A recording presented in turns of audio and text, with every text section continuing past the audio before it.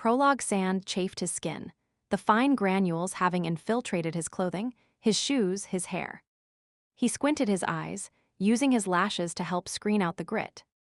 If he had not been so parched, he would have been tempted to spit the stuff from his mouth, but since he did not know when he would get his next drink, he dared not waste even those few precious drops. The breeze created by the rapidly dropping night temperature ruffled his hair and cooled his skin. He did not mind the change. His Lycan metabolism kept him warm enough.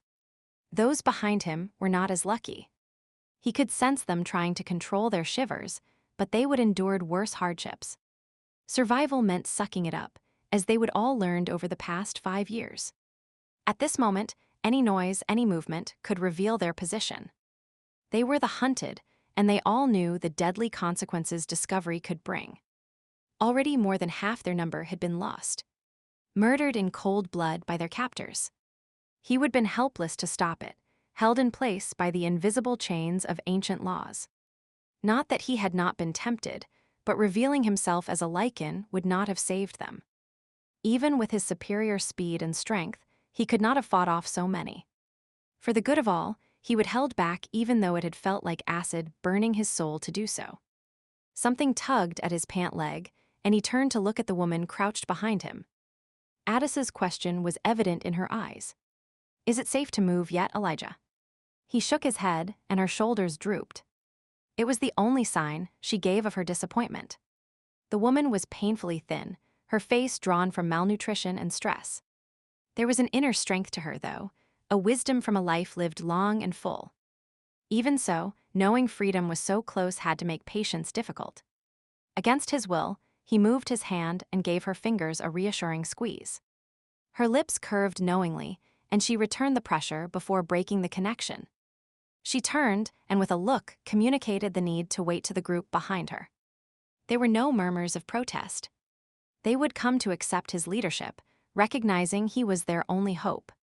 He would done his best to save them, to shield them over the weeks and months that had eventually turned into years.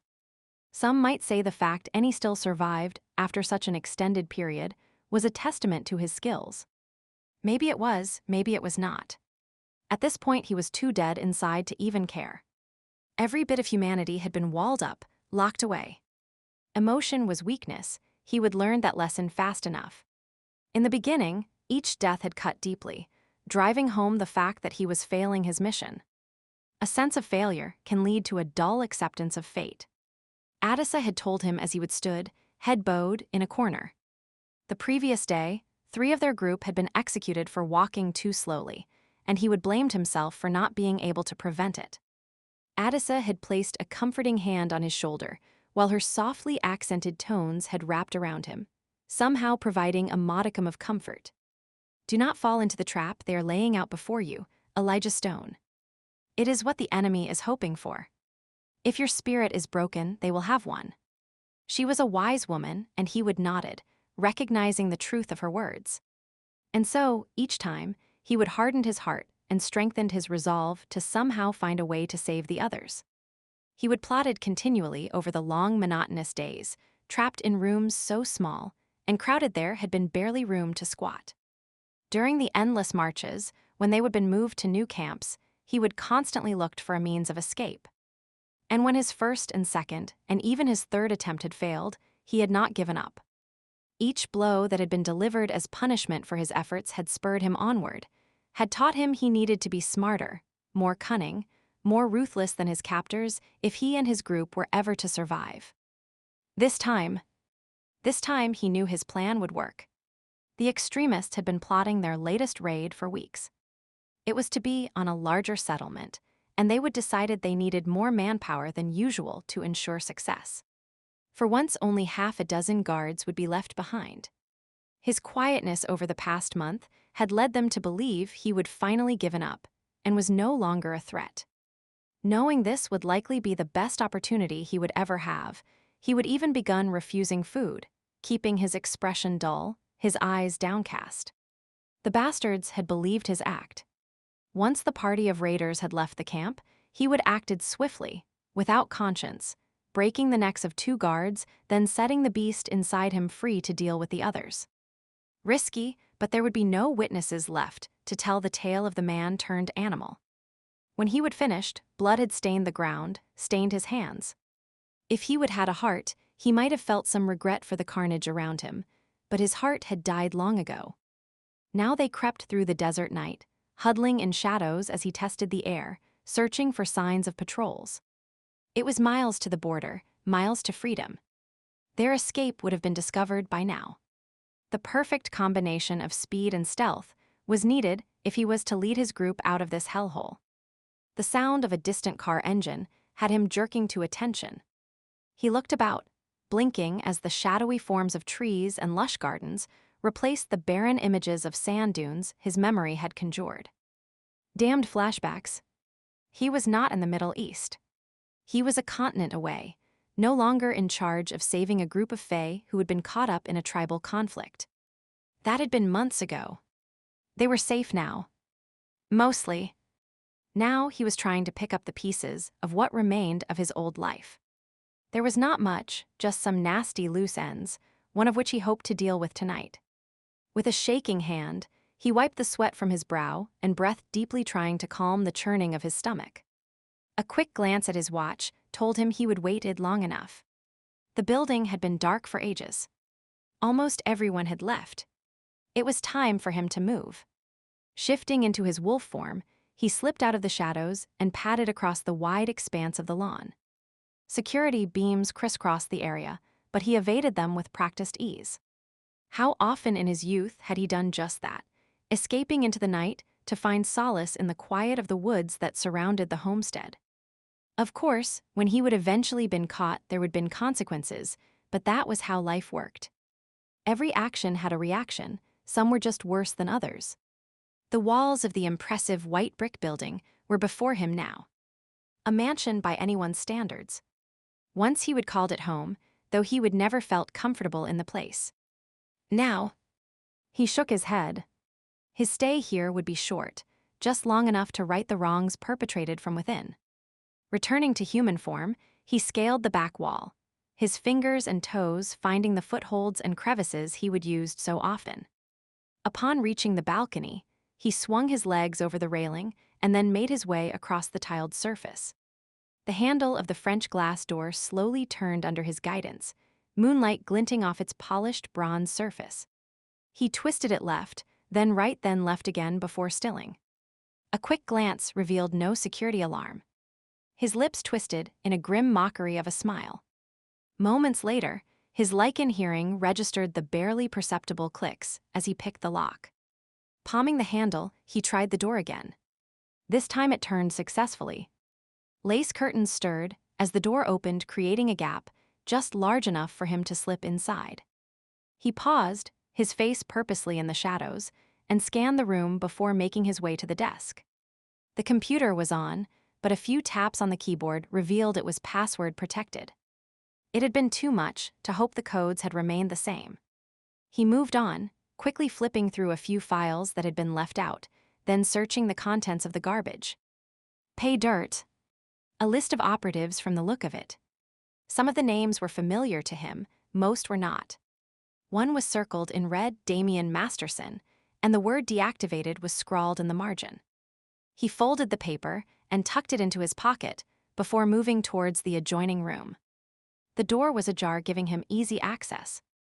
Jewelry, casually tossed on the dresser top, sparkled in the dim light, and the scent of leather and musky perfume filled the air.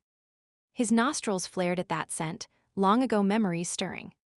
His mouth compressed as he pushed the past back where it belonged and continued to evaluate the terrain separating him from his quarry. A pair of high heels lay discarded in the middle of the room. Various bits of clothing were strewn about, some on a chair, some forming puddles of fabric on the floor. The wearer obviously had not cared that the fine material might wrinkle or snag. A muscle twitched in his cheek as he took it all in. Extravagance, waste. People were starving in the world, dying while she. His lip curled into a sneer before he shifted his gaze to the bed. The covers outlined the figure of a woman sleeping on her back, her face turned away from her midnight visitor. He inhaled deeply, once again taking in her scent. Visions of the two of them filled his mind, laughing, running through the woods together. It had been years since he would heard her voice, yet over that expanse of time, the memory of their last encounter had been one of the few things that had kept him sane. "I am leaving you in charge. Can you handle it?" "Of course. We built Virtus together. I know the ins and outs as well as you do. Just keep things steady. Stay the course. I'll be back in a few months. You are fussing like an old lady. Do not worry. I'll take care of everything. Sorry. I know I can trust you." She would smile then, and he would give her a hug, believing she was one of the few people who truly understood him and his plans for the future. What a fool he would been. He moved closer to the bed, one measured step at a time, carefully avoiding the obstacles created by her shoes and clothing. Closer and closer to his goal. Anticipation built in his gut, yet he forced himself to remain calm. If he would learned one thing over the span of his enforced incarceration, it was that patience was indeed a virtue. Her breathing remained even as he rounded the end of the bed, sleep still holding her captive. One of her hands was tucked under her pillow, the other pressed to her heart. Now he could see how the moonlight skimmed over her cheek, giving him a glimpse of her features. Still the same as he remembered, though lines could be seen around her eyes and mouth. She would aged since their last encounter. Was it just the unavoidable ravages of time, or was it the blackness of her soul finally showing on her face? Her soul. He would once thought it so pure. Now he would damn it to perdition if he had the power. Anger at her betrayal seethed within him. She would take in what he would created, what he would entrusted her with, and twisted it into pure evil. The knowledge had his fists clenching as he struggled for control. With anyone else, he would mete out justice with no reservations. But she was a female, and they had a connection that could not be denied. That earned her some measure of restraint. Not much, but some. Easing himself down on the mattress, his weight compressed the surface enough that her body shifted towards him. She murmured in her sleep, a slight frown appearing between her brows. Her lashes began to flutter. He would delayed long enough. His lips had just parted when her arms suddenly swung out and up from under the pillow, the dim light barely allowing him to see the glint of the knife blade as it plunged towards his heart. Fuck. He caught her wrist, but not before the tip of the blade sliced through his shirt and cut into his flesh. Immediately, he could feel the wet heat of blood dripping down his chest, the biting pain of injured nerve endings. His fingers squeezed hard enough on the woman's wrist that she whimpered in pain and dropped the weapon. Not exactly the welcome home a man dreams of. He flung her wrist from his with a growl and reached over to flick on the bedside lamp. Who? Elijah. As his features were illuminated, a cry of recognition escaped her lips, and she flung herself at him. Eli. She wrapped her arms around him and squeezed him tight before pulling back to run her hands over his shoulders. Where have you been? I thought you were dead. Her fingers caressed his face, slowing when they encountered the scar on his cheek. She looked up at him, her eyes wide, one lone tear trembling on her lashes as she traced the length of the puckered flesh. Eli, what is this? What happened to you? Years ago, the sight of her tears would have made his heart soften. Now it had no effect at all. He pushed her hands away and examined the rip in his shirt and the wound underneath. The cut was superficial, thankfully, and would heal quickly. Cocking one eyebrow, he looked at her. I could ask you that same question. Me? Nothing has happened to me. You are the one who went missing over 4 years ago. Most men would never have noticed the extra blink she gave, but Stone was not most men. He knew her tricks too well. Any vague hope he would had that his information was wrong died with those fluttering lashes. It was 5 years, actually. Apparently, I was the only one counting. 4. 5. After a while, the time became immaterial. The comment was accompanied by a negligently waved hand. As to what I have been doing, I have been here. Running Virtus, just like you asked me to. I made sure it was here, ready for you if. When? You came back. She reached for his hand and laced their fingers together. I have missed you, brother. So you remember that we're blood. From the way you tried to kill me just now, I was not sure. He pulled his hand away and stood, moving to study an old family picture hanging on the wall. Deirdre was in his arms looking like a dark-haired cherub, his parents flanking either side. A happy family picture, if no one looked too closely at the expression in their eyes. His were sullen, his mother's were tired. Father's were cold and strange how even that young there would been a calculating gleam in her eye. Too bad he would never noticed it back then. I thought you were an intruder. Deirdre flicked her hair over her shoulder, making no comment about the picture he was examining. How long have you kept that knife under your pillow? Do you often have people attacking you while you sleep? He gave the picture a last look and turned to face her. A woman alone has to take care of herself. She threw back the covers and got out of bed, snagging a robe and then pushing past him. I can scent the other males that have been in this room. You have not been alone. I am a grown woman, Eli. Not a child. He compressed his lips, knowing she was right and recognizing how she was directing the conversation from the real topic. I am not here because of your sex life. I am relieved. Stop it, D. I want to know what the hell you were thinking, turning Virtus into what? A successful organization. You should be thanking me for all the work I have done. Successful? You call being a criminal organization success? Criminal? She raised her brow. We provide a needed service. Is not that what you wanted Virtus to do? If Lycan Link no longer officially approves, that is their problem, not mine. My plan was to help people with nowhere to turn, not hire out mercenaries to do someone else's dirty work. That was all well and good in the beginning. However, from a business standpoint, we were stagnant. A constant, reliable influx of cash was needed, not dribs and drabs from the lost causes that came crawling to us. Lost causes? He clenched his jaw at her condescending tone. There were sufficient funds to keep things going until I got back. Sufficient? A paltry bank account, a list of passwords, a few contacts. She snorted. It's not like you left me the keys to Fort Knox. All you needed to do was watch the email and pay a few bills. For a few months, you said. But you never came back, so I did what I needed to do. Stone narrowed his eyes. What you needed to do. You could have closed everything down if it was more than you could handle. I could handle it. And why waste the groundwork you had laid?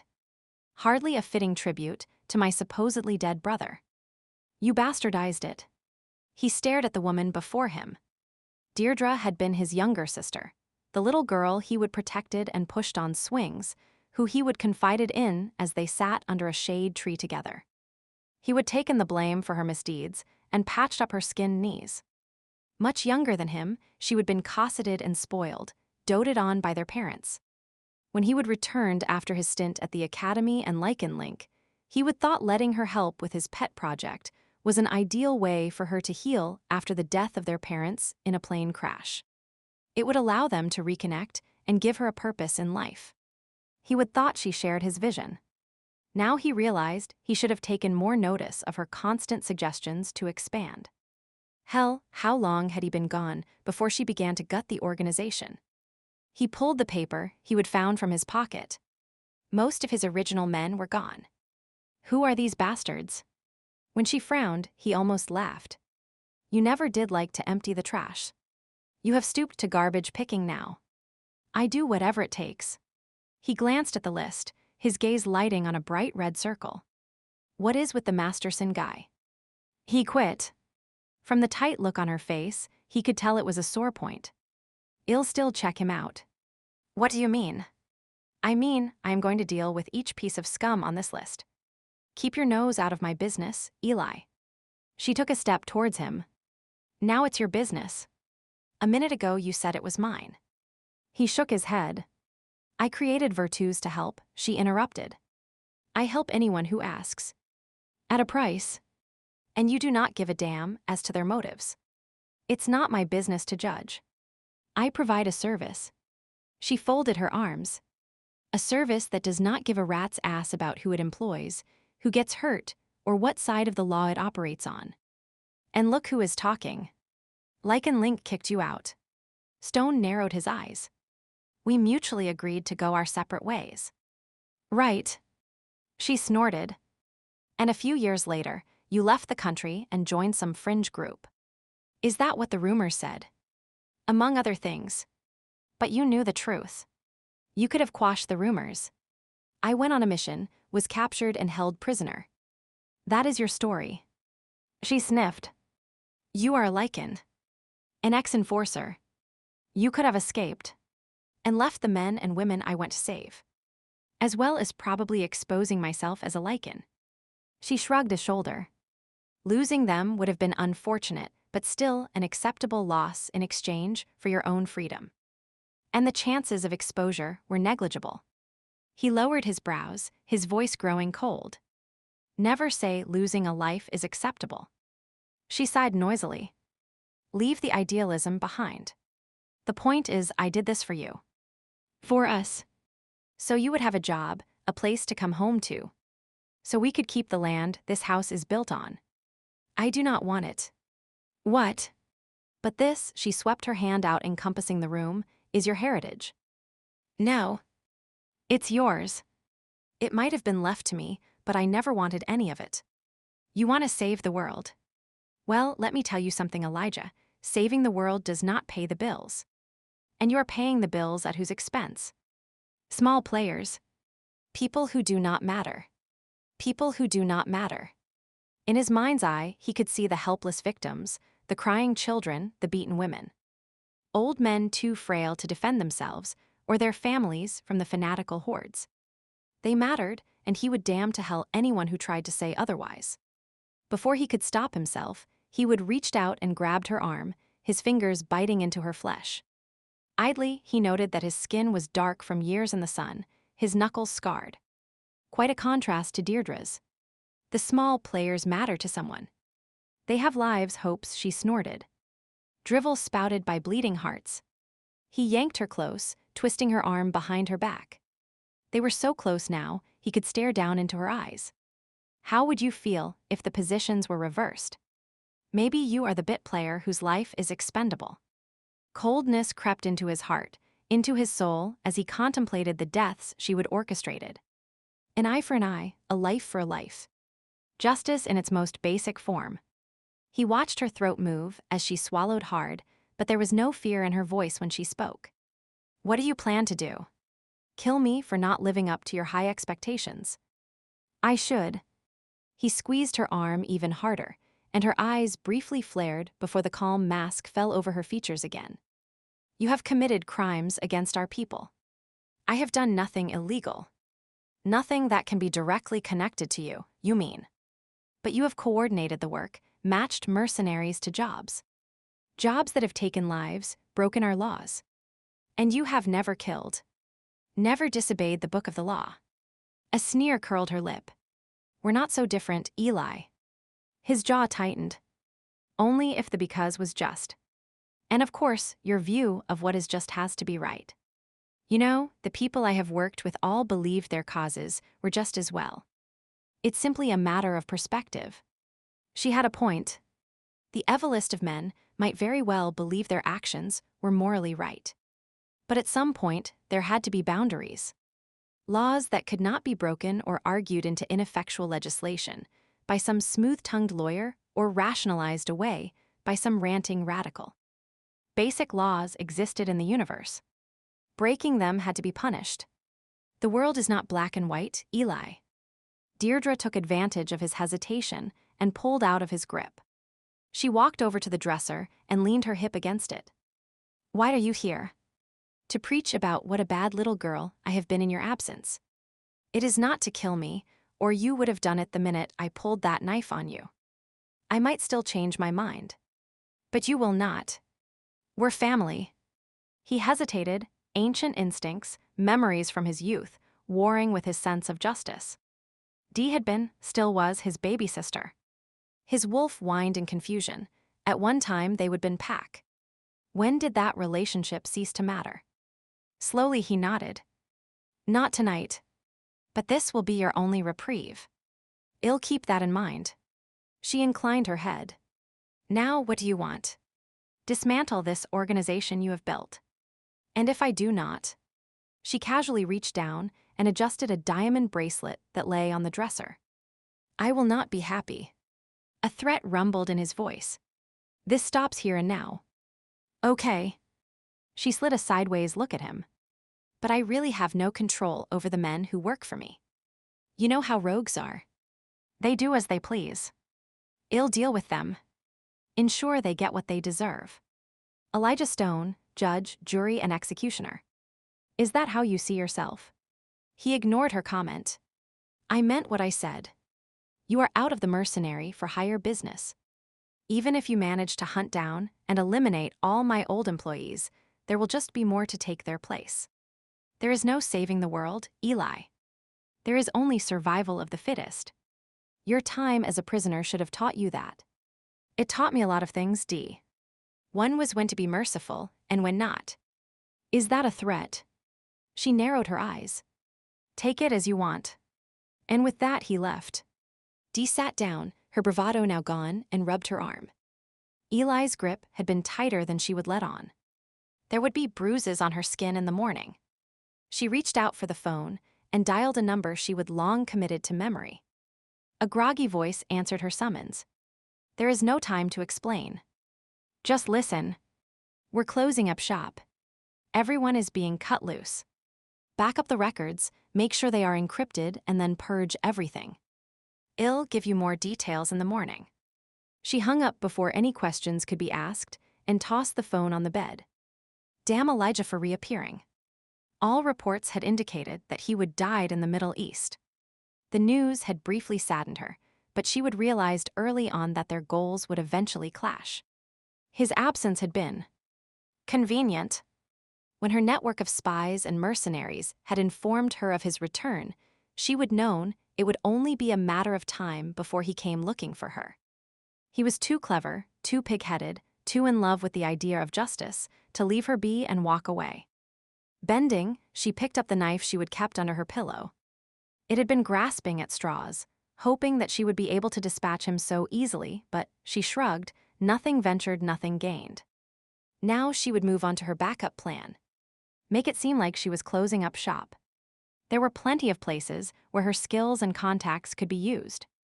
Places where Eli would never find her. She walked to the French doors to push them shut. It was a beautiful night, but she would not linger to admire it. Her brother was out there somewhere, and she had no desire to cross paths with him again anytime soon. She would have been lucky tonight. Next time. A shiver passed over her, and she gave the lock on the door a decisive twist shut. Chapter 1, a year later. Tina stood behind the bar at Club Mystique, pouring a shot of whiskey while scanning the patrons waiting for their orders. It was the usual Friday crowd. Most came often enough that she knew their orders even before they placed them. The tall fellow always ordered a beer. His girlfriend was a daiquiri. 2 Mystique specials for the blonde couple at the end. She kept up a seamless stream of banter, pocketing tips and gathering empty glasses without thought. The job was second nature to her now, tiring on her feet but not too taxing on her brain, which gave her time to think about other things, like midterms, and if she was going to continue the courses she was taking at college or switch yet again. A sigh escaped her. After almost a year of classes, she was coming to the conclusion that a career as a theatrical makeup artist, while fun and creative, was not a good fit for her. She might have a flair for costumes and makeup, but just like the other career paths she would explored, it lacked an indefinable something that she craved. She picked up a glass and began to polish it. Why did all jobs have to be so predictable? Something exciting, something that stretched her abilities or allowed her to help people or at least make them happy. That is what she wanted, not the stuff most people settled for. They went through their day like automatons, and then came to places like Mystique hoping to regain some of the joie de vivre that had been sucked out of them. Scanning the crowd, she noted which ones still had the dazed, just-left-work look about them, compared to those that were reviving from the work-induced stupor of the week. Yep, poor fools were hoping to live enough on the weekend to compensate for. Her sweeping gaze skidded to a halt as she noticed the man at the end of the bar. He was not a regular. Nope, she would remember if he had been here before. Not good-looking in a traditional sense. His jaw was too square, a scar marred his cheek. Stern brows topped eyes, so dark they were almost black. Something about him demanded a second look, though. For one thing, his size made him stand out. Tall with broad shoulders and heavily muscled arms, he made the other men look like mere stick figures. A Marine, perhaps. No, not a human. There was a certain air about him that moved him out of the normal realm.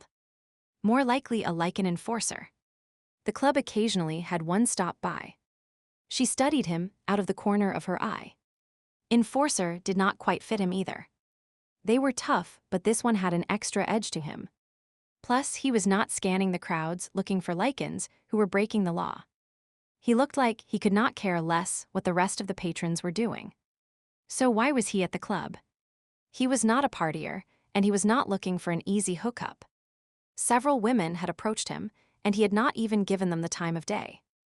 Nor did he appear to be drowning his sorrows. It was almost as if he was made of stone. He just sat there sipping his drink. It irked her for some reason, perhaps because he was messing with the theory she had been mentally spouting just moments ago. People came to Mystique to enjoy themselves, not sit like a lump of marble. With a decisive nod, she made it her mission to break through his stony facade. Determinedly, she began to work her way in his direction. Gwyneth had been covering that end of the bar, so she was not sure what he was drinking. Vodka on ice by the looks of his glass. She paused in front of him, ready for another. She picked up the bottle, anticipating his response. No. The word had her freezing in space. His voice was deep, commanding, seeming to grab something within her and demand an unequivocal response. It also caused a vision to flash before her eyes. A mountain, steep and rocky, was being battered by a fierce storm. Thunder shook the ground, rain lashed it, yet the mountain seemed to grow larger and more impenetrable. Wind whistled around its peak, cold and icy and unforgiving. She could actually feel it wrapping around her, whipping her hair so she could not see, stealing her breath. A shiver swept over her, and in that instant the vision disappeared, leaving only the man in front of her. She forced herself to move, not giving any indication of what she had just seen. Setting the bottle of vodka down, she nodded towards his glass. "What are you drinking?" "Water." "Oh." She blinked at the unexpected response. He seemed more the kind to be downing shots of rot-gut whiskey. Opening her mouth to make some smart-aleck response, she thought better of it. There was a look about him that signaled no sense of humor, and the vision she would just had seemed to confirm the fact. Instead, she raised one brow. "With ice." He nodded, and she got him his order before continuing down the length of the bar. She could feel his gaze on her, and she wanted to twitch her shoulder blades, but she kept her back still and straight. No doubt he was judging her for her hair and clothing. Neon and sparkle, that was the armor she wore. If someone did not like it, too bad. And he was probably one of the disapprovers. Well, if he disapproved, he did not have to look right. The idea of his silent condemnation bothered her for some reason, but she shrugged it off. She was not here to please him. Other customers were waiting to be served. She worked her way down the bar again, smiling, talking, taking orders. Gwyneth, the owner of the club, gave her a nod, which was the closest thing to praise the woman ever gave anyone. Tina ducked her head in acknowledgement and continued on with her job. It was getting later, and business was picking up, not so much so that she would forgotten about the man, however. Their first encounter had thrown her. Next time, she would be ready for the power he exuded. Next time, she would meet him on more equal terms. If her vision was any indication, he was like a living Mount Everest. Mountain climbing had never appealed to her before, but it seemed she was about to take up a new sport. She only hoped she was not going to end up like one of those climbers who became caught in a rock slide and ended up as a fatality. Stone took another drink of his water, savoring the feel of it playing over his tongue before allowing it to trickle down his throat. After years of being held captive in the desert, never knowing when his next drink might be, he would come to develop an unusual affection for the plain liquid. Around him, the other bar patrons were swilling alcoholic beverages. At one time, he would have joined them, but for now he would stick to ice water. A few sitting nearby gave his glass a speculative look before shifting their attention to him. He met their gaze without expression. His military short hair, scarred cheek and bulging biceps did not match his chosen beverage. Too bad. Dismissing them, he turned his attention to the barmaid. Her neon purple hair and sequined clothing ensured she was easy to find in the muted light of the club. In bright sunlight, she would probably make him squint. He would liked her voice when she would spoken to him a while ago, and her eyes, under the layers of makeup, were an unusual purplish brown that had sparkled with life. Purple hair. His inner wolf sniffed derisively. And in her eyes, too. She must be, he nodded in agreement. One of the others, a non-shifter. She was working her way towards him again. He tipped his glass and downed the contents. When she approached him, she gave him a cocky grin. Another H2O. Straight up. On the rocks. Her lame humor had the corner of his mouth twitching. On the rocks. Make it a double. Will do, but if you get rowdy, I'll have to call the bouncer. I'll try to control myself. He surprised himself by responding to her silliness. She would seemed meeker during their initial encounter. Apparently, she had a backbone under the layers of makeup. He liked that. She has an inner strength. His wolf decided. Even if her hair is purple. She laughed and brought him his drink. Rather than going on her way, she leaned against the bar and whispered conspiratorially to him. Are you here to meet an informant? Come again. Her comment had him blinking. Your informant? A snitch. Why would you think I am here to get information? He gave her a speculative look, noting her average size and features. Nothing about her really stood out beyond her absurd makeup and garb. There were purple sequins and leaf-shaped bits of fabric scattered over her top and down her arm.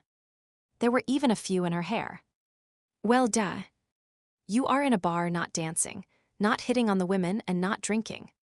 Plus, you look like an enforcer. I figure you are here undercover. If I am doing a piss-poor job, since you seem to have seen through me. Yeah. She frowned, obviously not pleased that he would disprove her theory. I guess if you were undercover, you would try to blend in more. Yep. He took a drink and prepared to turn away, but she did not stop talking. Unless that is all part of your plan. You are an undercover enforcer, but you are trying not to look like one by actually acting like one. He frowned, trying to follow her logic. Say that again. You are hiding in plain sight. Doing the exact opposite of what is expected. She gave him an approving look. Very clever, even if I do say so myself. Interesting theory, but you are wrong. I am. She affected a pout. Then why are you here? Her eyes sparkled with interest. He was tempted to invent some ridiculous tale just to entertain her. He did not, though. There was no room for that kind of nonsense in his life. For a drink. He raised his glass and then glanced around. The atmosphere. Maybe some company. Oh. She appeared to mentally readjust her thinking, and then looked him up and down in an assessing way. Female company. He almost rolled his eyes. Neon-haired witches were not his type, and yet he hesitated. There was something about her that kept him from looking away. No doubt it was her outlandish appearance. Maybe. I am Tina. What is your name? She stuck out her hand, and he reluctantly engulfed it in his considerably larger one. Stone. He shook her hand and then released it. The warmth from their brief contact lingered, tickling his palm. He rubbed his hand against his thigh, trying to ease the sensation. His wolf twitched its ears. Stone. That is it. No. But you are not going to tell me the rest. She propped her elbows on the bar and tilted her head. I do not give out personal information to strangers. He noticed that her eyeshadow was sparkly like her top, and she seemed to have some sort of glitter on her upper chest and arms. Sounds like something a mother tells a 5-year-old. Probably, but the wisdom of that advice holds true throughout life. Any chance I can escape the stranger designation. We have no need of a witch in our lives. His wolf pointed out and looked the other away. Perhaps. He wondered why he would said that. His wolf was correct. Broadening his acquaintance with her was not part of his plans. She grinned at him. I like challenges. Before the night is over, I'll know your name. A tall, red-headed woman appeared and nudged Tina with a tray. I did not know it was your break time. It's not. I was just taking care of this customer, Gwyneth. Take care of him on your own time. The redhead did not even glance in Stone's direction, her mouth tight as she glared at an exceptionally loud group that had gathered at the far end of the bar. Get back to work, Christina, or I'll dock your pay. Yes, Gwyneth. Tina pushed off from the bar, but not before sticking her tongue out at the woman's retreating back. A brat, Stone thought, a reluctant smile tugging the corner of his mouth once again.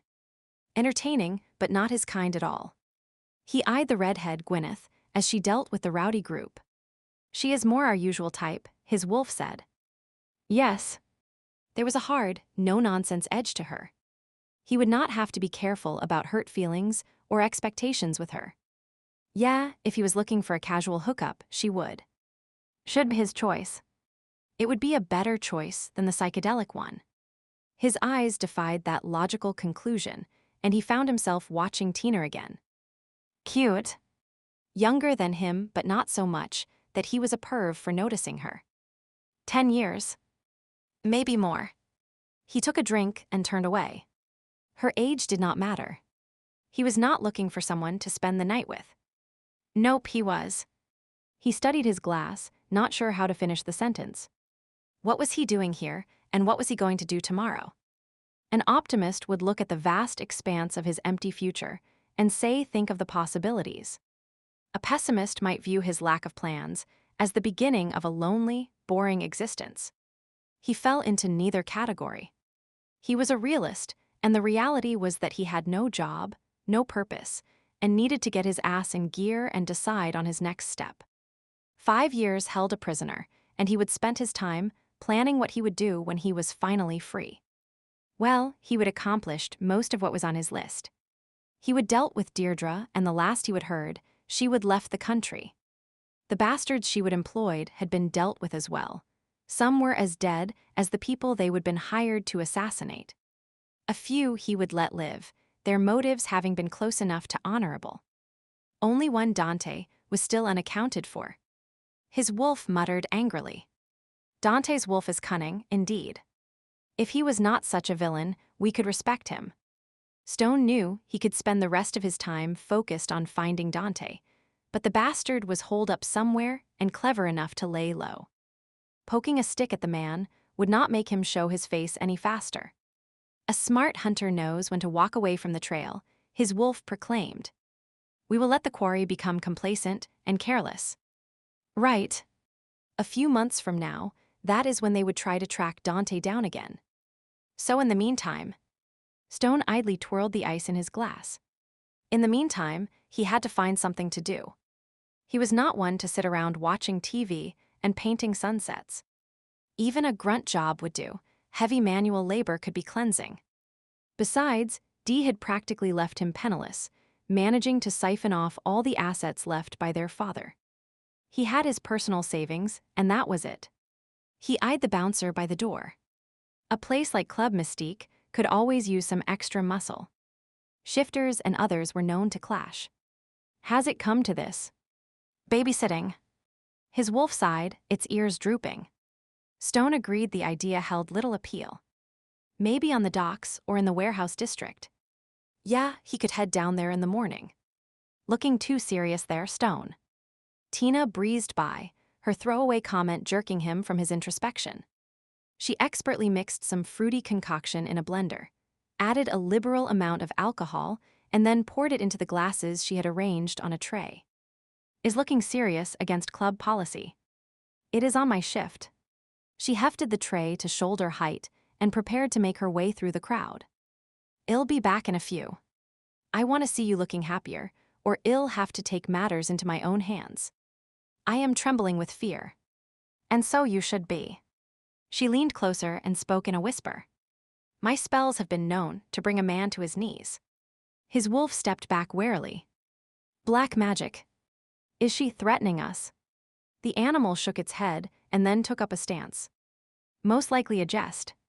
There is no scent of malice about her. Stone nodded in agreement as he watched her weave between the dancers, somehow managing to keep the tray of drinks out of harm's way. He speculated on what kind of spells she favored. Witches were secretive creatures, speaking of spells and hexes without ever revealing much. Sometimes he wondered if it was all smoke and mirrors designed to keep the rest of the realm in awe of powers that were mediocre at best. Maybe he should test his theory out. If she turned him into a frog, at least he would not have to worry about what he would spend his time doing. The idea made him smile and his wolf scowl. Tina chose that moment to look his way. She gave him a thumbs up, perhaps thinking he was following her instructions to look happy.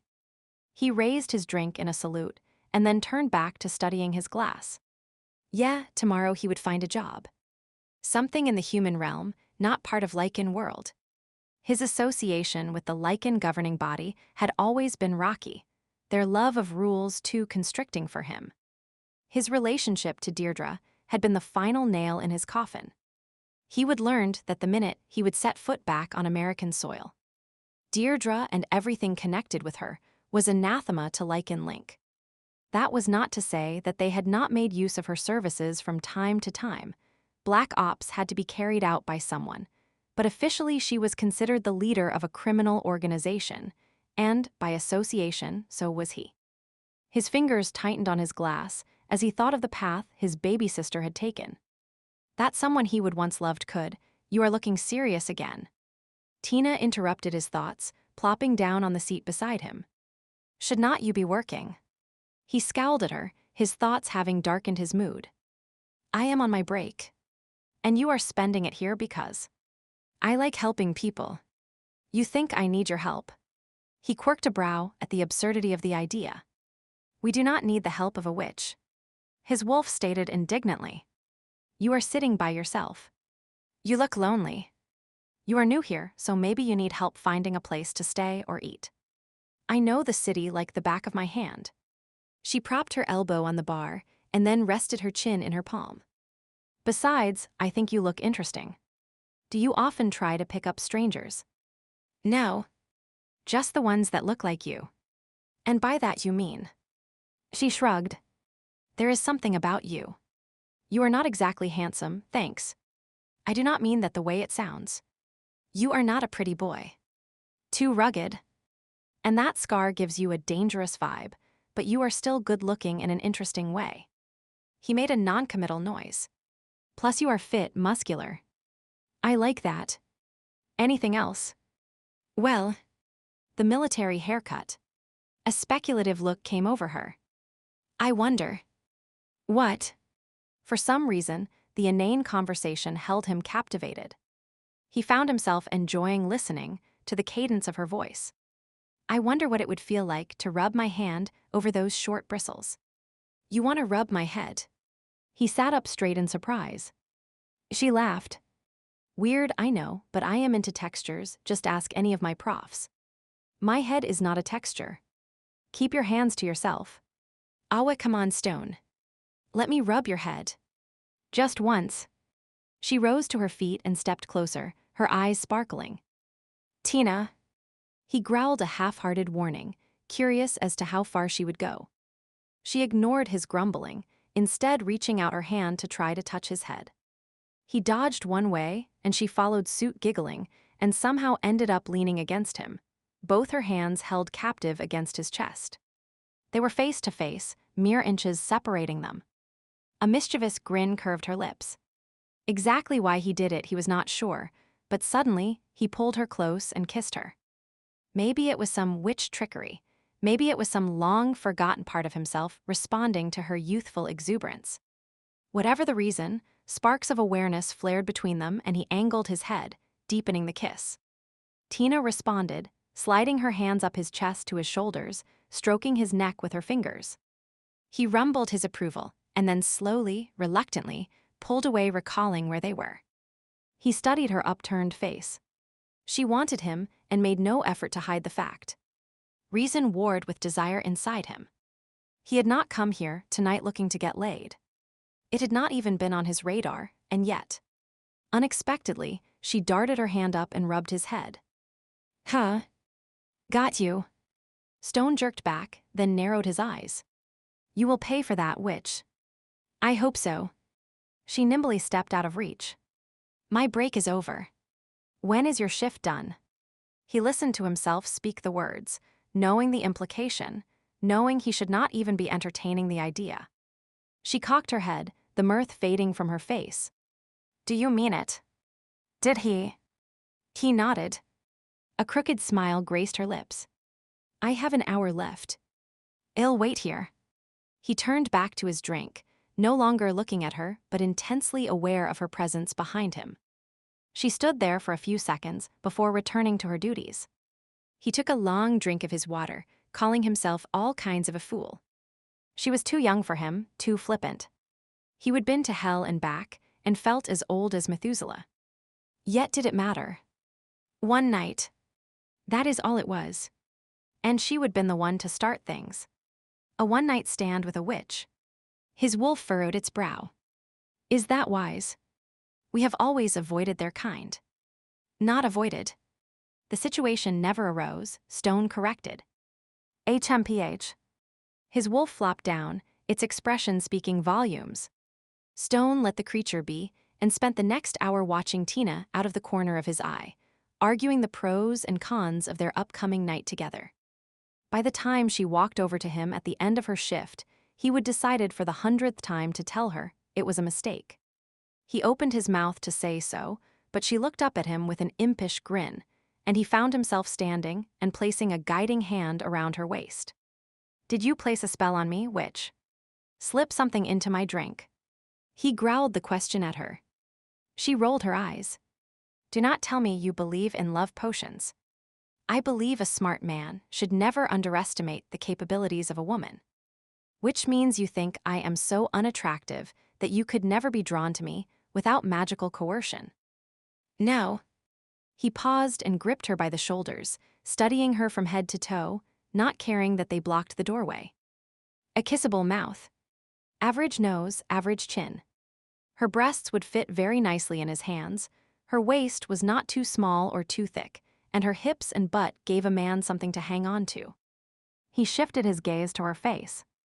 A faint flush stained her cheeks, and her eyes reflected her uncertainty. His scrutiny had embarrassed her, though he had not meant it to do so. Some females can be sensitive about their looks, his wolf reminded him. She will need reassurance now. I do not need advice from you on women. He scowled at the animal before nodding at the little witch. You are a cute little thing. I know.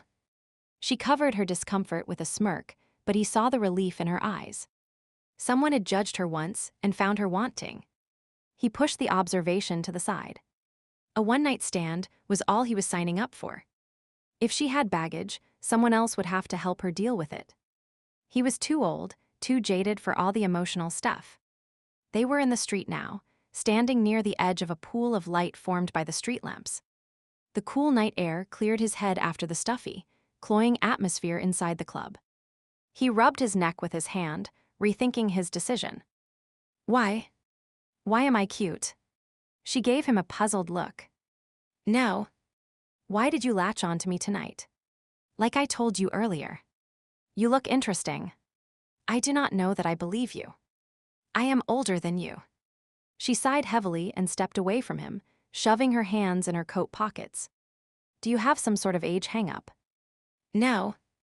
Then why cannot you accept what I told you? Because you should be looking at men your own age. Men my own age bore me. How old are you? 24. This makes you look younger. He reached out and gently flicked a stray purple lock. It really was a ridiculous color. Stone. She put her hand over his, and awareness flared within him again. Doubts and scruples be damned. It was for one night. He took her hand. Where do you live? The walk to her apartment was short. She lived in an older home that had been subdivided into several units. Tina occupied the 3rd floor and reached her unit by way of an open staircase attached to the outside of the building. Glad I am not scared of heights, he quipped as they climbed the last flight. "It's good exercise," she replied.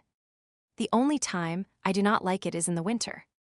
Why not just fly up on your broom?" She stopped and scowled at him over her shoulder. "If you do not want me making comments about you baying at the moon, Wolfman, you should stop right there." "Wolfman."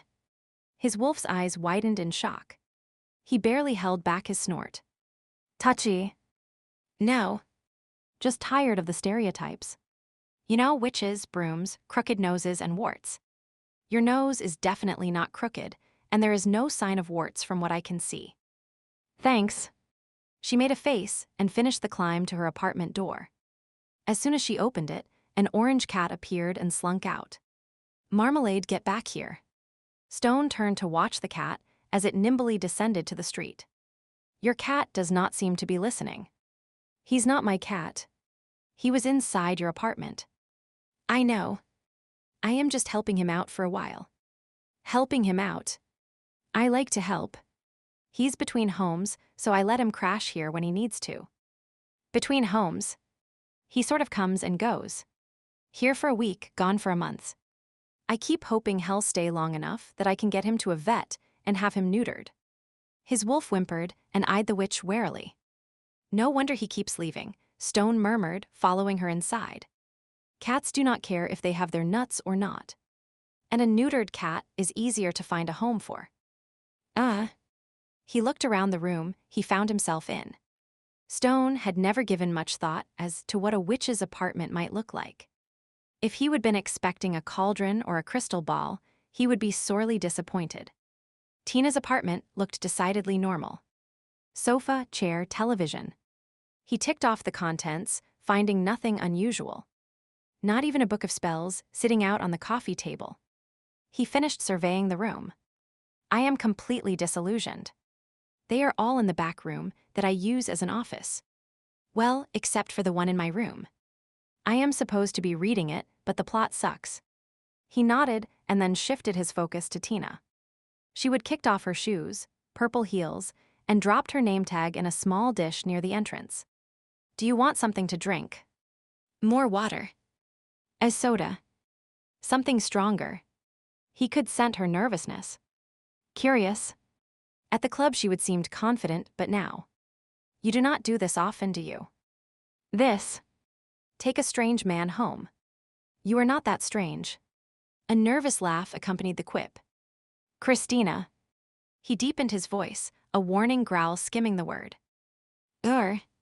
She shifted her weight from one leg to the other. "I'd better go." He turned to leave, and she caught him by the arm. "No. Do not leave. I do not bring men home, but I am not a virgin. It's just that usually I have known them for a while before we progress to this. And what makes me the exception?" He cocked his head to the side. "I do not know." She shrugged. "I suppose I am bored with how my life has been going." "A boredom remedy. Is that praise or an insult?" "Praise. Definitely praise." She took his hand and tugged gently. "Let us sit and talk for a bit first." He allowed himself to be led to the sofa. Talk. Definitely not how his nights usually went. He sat down, the cushions sagging under his weight. Tina sat beside him and laced her fingers together on her lap, looking for all the world like a prim and proper schoolmarm who had been doused with pots of paint. "So what do you do? I mean, what is your line of work?" "Something in the military." "Part of Lycan Link." "Something like that." When he did not expand on his answer, she tried again. "Well, what about in your spare time? Do you watch movies or read or?" He sighed. He did not do small talk. Snaking out his hand, he cupped the back of her neck and pulled her into a hot kiss. No gentle nibbles, no tentative pecks. If she wanted him, this is what he was. She stiffened for a split second and then sank into his embrace, kissing him back, trailing her fingers over his chest to his shoulders. The kiss was hot, wet, hungry. It had been ages since he had had sex, but he had not felt the need until now. With his libido finally set free, desire raced through him hotter than the desert sun. He pulled Tina onto his lap so she straddled him. She felt fragile beneath his palms, though in reality he supposed she might be considered slightly heavier than average. He cupped her hips, then slid his hands up her back, easing the material of her shirt out of the way until he found bare skin. Soft supple. He growled in approval and moved to nuzzle her neck, inhaling her scent. You are not going to go all wolfy and bite me, are you? She pulled away, her face flushed, her breathing heavy. No. At least not in that way. He affected a leer. Good. Ever been with a Lycan? She shook her head. Ever been with a witch? Nope. He pressed on her back, bringing her closer so he could lick the soft hollow at the base of her neck. A night of firsts, it seems. Something in her tone made him pause. Make sure she does not expect too much, his wolf reminded him. He concurred. You know this is just for tonight.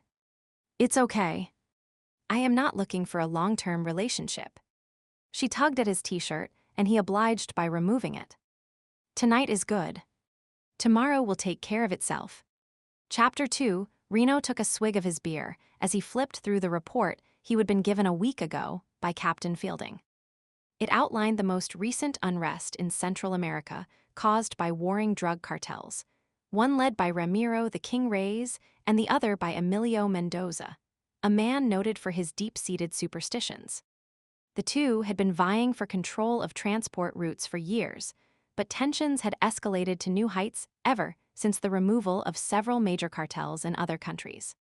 A vacuum in the balance of power had been created, and according to the newscasts, each man was eager to fill it.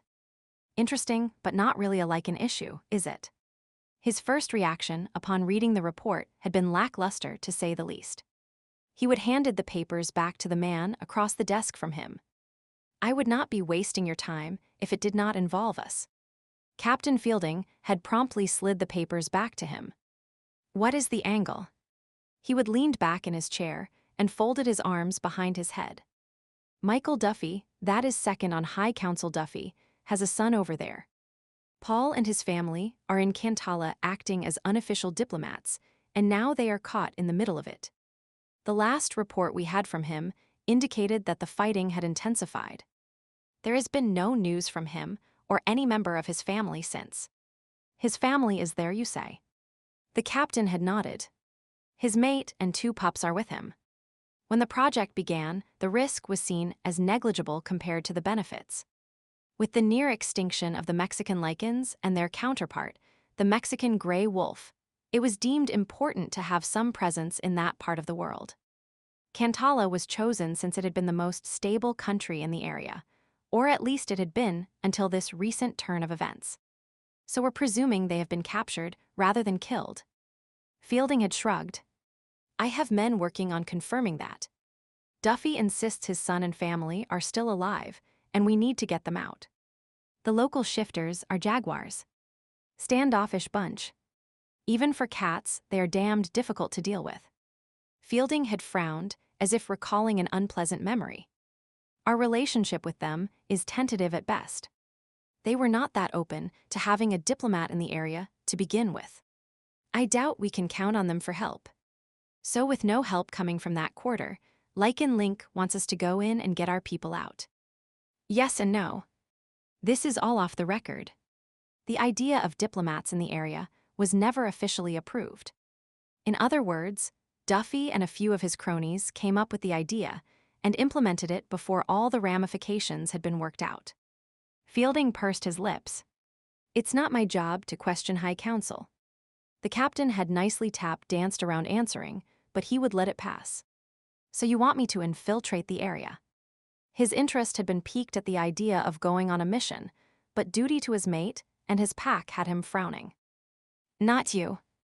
You are an alpha now and not considered expendable. Dismissed even before he would had the chance to decline. It had not set well despite the truth behind the statement. Then what do you want me to do? Find someone who can do the job. Get in, free Duffy and his family, and get them out fast without drawing undue attention. I'll go through the files of all the enforcers and see no. We cannot spare the manpower. And need I remind you this is unofficial. Then, the captain had smiled and stood up. That is for you to figure out. You need to earn this office and the consultant's fee we pay you. Reno snorted at the memory. His office at Lycan Link was little more than a broom closet, and the consultant's fee was only regular enforcer wages. If it was not that he still enjoyed the work, he would have given it up and spent his days in Colding's Pass with his mate, Brandy. Instead, he was here in Chicago, preparing to convince his old friend Damien to get back in the proverbial saddle. The job he was about to propose was right up Damien's alley. The man had worked as something of a mercenary before, and those were exactly the kind of skills that would be needed to free the diplomat and his family.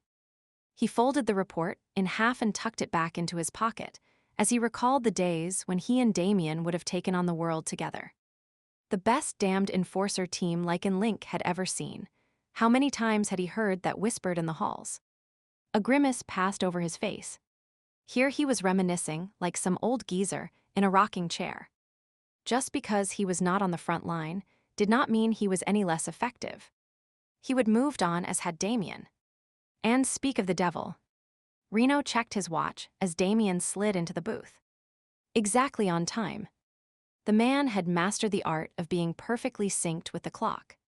Quite the change from the punk kid he used to be. When they would first work together, Damien had often been purposely late just to see the reaction it would invoke. Damn, they would had some good fights on the road to building mutual respect and eventually a close friendship. Hey, old man, good to see you. Damien gave a cocky grin, but followed his irreverent greeting with a warm handshake. Good to see you, too. Reno smiled at his friend, pleased to find him looking happy and relaxed. Damien's life had not been an easy one. It was about time the kid got a break. A waitress appeared to take their order, and Reno blinked at the woman's appearance. Every color under the sun seemed to have made its way onto her garb. Damien, however, did not seem to notice. 2 beers, thanks, Tina. Sure thing. The woman Tina looked around. Sam not with you? Nope. She is on patrol, but said she might stop by later if she finished early. Tina widened her eyes in an exaggerated manner. Wow. I thought you two were permanently fastened at the hip or something. First time I have seen you apart from each other in months. She folded her arms and shook her head. You know this ruins the Christmas present I was going to give you. It was a sweater big enough for both of you to wear at the same time. Damien scowled. We're not that bad. If you say so. Tina gave him a wink and wandered off. A friend of Sam's. Reno asked. I seem to remember a neon witch from the challenge. Yeah, that was Tina. She is kind of hard to forget. Damien half turned to watch the woman as she walked away. What is with all the colors? She says she is studying to do theatrical makeup, but I do not know. He turned back to face Reno. Sam says it's the 3rd or 4th time Tina's switched her major. Reno grunted and dismissed the obviously flighty witch. You and Sam, you're good. A smile appeared on Damien's face, and he nodded. Yeah, we're good. Reno studied his friend carefully and was pleased with what he saw. There was no haunted expression lurking in his eyes, no restlessness. His rogue side appeared well under control. Glad to hear it. And you and Brandy. Never better. Damien cocked his head to the side. So, what is the real reason you asked me to meet you here, instead of stopping by the house? Somehow, I do not see you wanting to get onto the dance floor to bump and grind with a bunch of strangers. Reno snorted. Not likely. He paused and waited until Tina set their beers down and left. After taking a swig, he continued. I'll get right to the point. Are you interested in some work? The unofficial, covert kind. What is up? Damien leaned forward, his arms resting on the table. A look of mild interest crossed his face. A Lycan diplomat and his family have disappeared in Central America. Central America? Damien frowned. The Cantala drug wars. Damien slowly nodded. I saw the human side of that reported on the news. Lots of civilians caught in the crossfire as drug cartels battle for control of the area. It's one of the routes used to transport drugs from South America to the States. Yeah. The whole place is a time bomb. Poverty, drugs, corrupt government officials. We need someone to get this man and his family out before the area completely destabilizes. I wish I could help you, but I cannot. Damien sat back in his seat and looked away, a muscle working in his jaw. Reno blinked, not having expected to be turned down quite so quickly. Is it because you and Sam are newly mated, or? That is part of it. Damien sighed and shifted his gaze back to Reno. Sam and the pack depend on me. There are not many of us, and we need every able-bodied Lycan we can get. Reno nodded. The Chicago pack had fertility problems, and their numbers were low. He wondered if Sam and Damien would have the same difficulties, conceiving that the rest of the pack did. Asking would be tacky, though, even by his standards. Understood. There is another reason. Damien exhaled slowly and ran a hand through his hair, looking uncomfortable. Sensing his old partner needed time, Reno merely cocked a brow and waited. Eventually, Damien spoke. You know, I was found in an orphanage. It's part of your official record at Lycan Link. Supposedly, my background is a mystery. No idea where I came from or who my parents were. But sometimes he shook his head, his brows drawn together. I have these weird dreams, only they are not dreams. They are memories from when I was a child, probably only a few years old. Memories from that long ago are probably pretty distorted by now. Reno pointed out. Yeah. Damien appeared to consider the point, his eyes intent on the glass he idly twirled in his hands. That is what I have told myself, but the dreams are always the same. Someone is carrying me, telling me to be quiet. Saying it's the only way to keep me safe. One of your parents, perhaps. Damien shook his head. No. It's a stranger's voice. A man. I can smell his fear, sense the danger. We're traveling through a jungle, splashing through water. It seems like forever. He looked up, his eyes meeting Reno's. He leaves me at the orphanage, says he's going back to try to save the others. His final words were not to follow him. To never go back. Back where? I do not know. Something inside me has always had me steering clear of anything south of the border. Reno gave him an assessing look. Your hair is dark, but I do not see you being from that part of the world. That is what I tell myself. He scrubbed his face with his hands and then raked his fingers through his hair. Not much in life bothers me, Reno, but the idea of stepping foot in Central America scares me spitless. It's stupid to let a dream control you, but there you have it. Hey, we all have things that scare us. Me, it's dark spaces. Damien quirked a brow at him. Not something I ever advertise. Reno shifted uncomfortably in his seat. Can you imagine the fun the ACS squad would have had if they would known? Every meeting some idiot would have doused the lights on me. Damien gave a huff of laughter. And afterwards, you would have wiped the floor with whoever did it. Damn right. They both took a long drink of their beers, silently agreeing to end the gut spilling. Wiping his mouth on the back of his hand, Damien leaned back in his seat. Even if I was able and willing to go, I would not be much help to you. I'd never make it across the border. Why is that?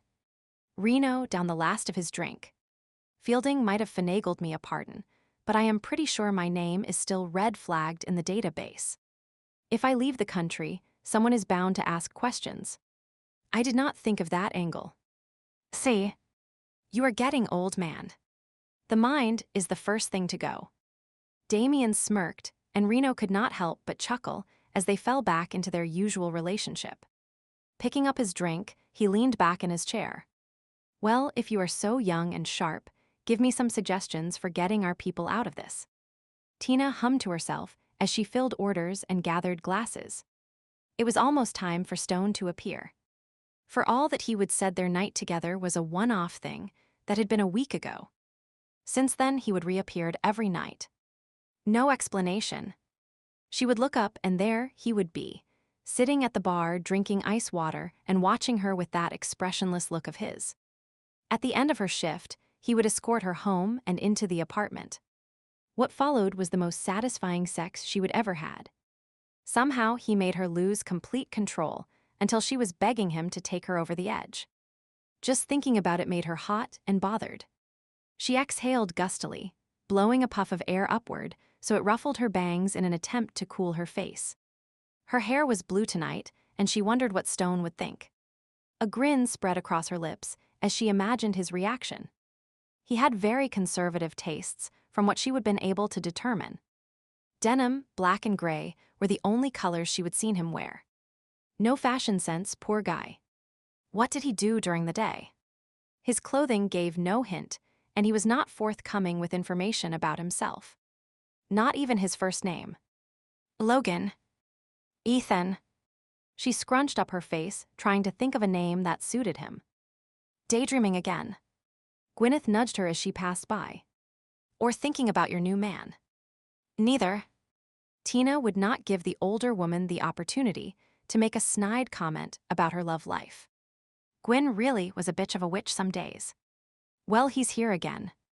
Taking up prime space and not making me a dime. I am going to start charging him for the seat and the ice. Tina looked up and sure enough, Stone was there.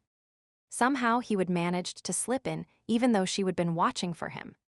A flutter of excitement stirred inside her, and she struggled to keep her voice casual. You can be the one to tell him the new pricing policy. It was satisfying to see Gwyneth give Stone a once-over and then back down from the implicit challenge. Tina held in the smile that tugged at her lips. The older woman sniffed. Well, at least his presence helps keep the rowdies in line. Grabbing a tray, she headed in the opposite direction. Biting her lips to keep from laughing, Tina made her way towards Stone in what she hoped was a leisurely fashion. No point in letting him know how pleased she was to see him. Things were going well, and she did not want to jinx it. Hey, Stone. He nodded. Christina. The way he said her full name, with a hint of a sexy growl, made her shiver. No one called her that except him. It seemed so formal, and yet intimate at the same time. Her mouth went dry as she imagined how he would whisper it in her ear tonight as he slid inside her. His mouth quirked. I like what you're thinking. How do you? I am not. She sputtered, trying to deny the truth, but he just looked at her and she subsided, knowing she would been caught with her mind in the gutter. Face flushed, she asked him what he would like to drink. I'll have water, thank you. She placed his drink in front of him. You know, Gwyneth is thinking of charging you rent for the stool. Is she really? He looked around until he found the woman and studied her speculatively. Interesting concept. I wonder what the going rate would. His voice trailed off and he stilled. What is the matter? Tina followed the direction of his gaze. He was staring at the table where Damien and his friend were seated. Without a word, Stone got to his feet and began to purposely walk towards the two men. Crap in double crap. Tina watched his progress anxiously, hoping he was not planning on causing trouble. He seemed to have an iron control over his emotions, but even iron gave way under the right circumstances. She would seen enough shifters get into brawls before to know it was not something to be taken lightly. And Gwyneth did not allow fighting or spells in her establishment. Lycans and witches were expected to keep their unique abilities under control. Any infractions, and you were banned for life. She gulped at the thought. If Stone was banned, she might never get to see him again. Ice water, that is what she needed. She grabbed a jug of it and followed at a distance, finally stopping at a nearby table. It was empty, and she made a show of clearing it. Exactly what business Stone had with the men, she could not tell. The music was too loud for her to eavesdrop, and they stood with their backs to her, so lip reading was not possible. Still, she kept half an eye on what was happening. If things looked to be getting out of hand, she was there and ready to douse them with her favorite weapon. Smith. Reno looked up to see a large Lycan standing beside him. The angle of the light left the man's face partially shadowed, but his scent was familiar, though he could not immediately place it. He rose to his feet as the man spoke again. Reno Smith. Yeah, I am. Recognition dawned. Eli. What the hell are you doing here? Reno extended his hand while trying to assimilate all the facts that raced through his mind. It had been years since he would seen Stone. They would been enforcers together. He just starting his career at Lycan Link while Stone had been on the verge of leaving. They would worked a few cases together, and he would idly kept track of the man for a while. Initially, the story had been that Stone had set up his own organization, but still did some covert work for Lycan Link. Then he dropped off the radar, only rumors of his fate remaining. "I'd heard you were dead." "Not yet, though quite a few have tried." Stone shook his hand. "I am surprised to see you here. Last I heard you were leading up a pack in the mountains somewhere." "Colding's Pass. I still work for Lycan Link as a consultant." "What about you?" Reno wondered what the man would say. A few years back, he would come upon some disturbing information about Stone. It had been during Damien's days as a rogue. Damien had worked as a mercenary for a bitch named Deirdre. The woman headed up what was basically a group of thugs and murderers for hire. Apparently Stone was Deirdre's brother. She would taken over Stone's business after his supposed death and had turned the organization on its ear. "I have been out of the country, in the Middle East." Stone seemed to be choosing his words carefully. "My last mission took longer than I planned, and I have spent the last year getting things back in order." His mouth twisted briefly. "What brings you to Chicago?" "I am here on Lycan Link business." "My friend, Damien," Reno gestured towards the Lycan who was seated with him, and Stone turned to greet the other man, only to freeze when he saw who it was. He flashed his gaze between Reno and Damien. "You two know each other." Damien rose to his feet. "Depends on why you want to know." "What is up, Stone?" Reno tensed, sensing the undercurrent between the other two.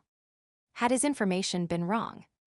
Had Stone actually been involved in Deirdre's organization while Damien was working there? He watched Stone's reaction carefully as he spoke.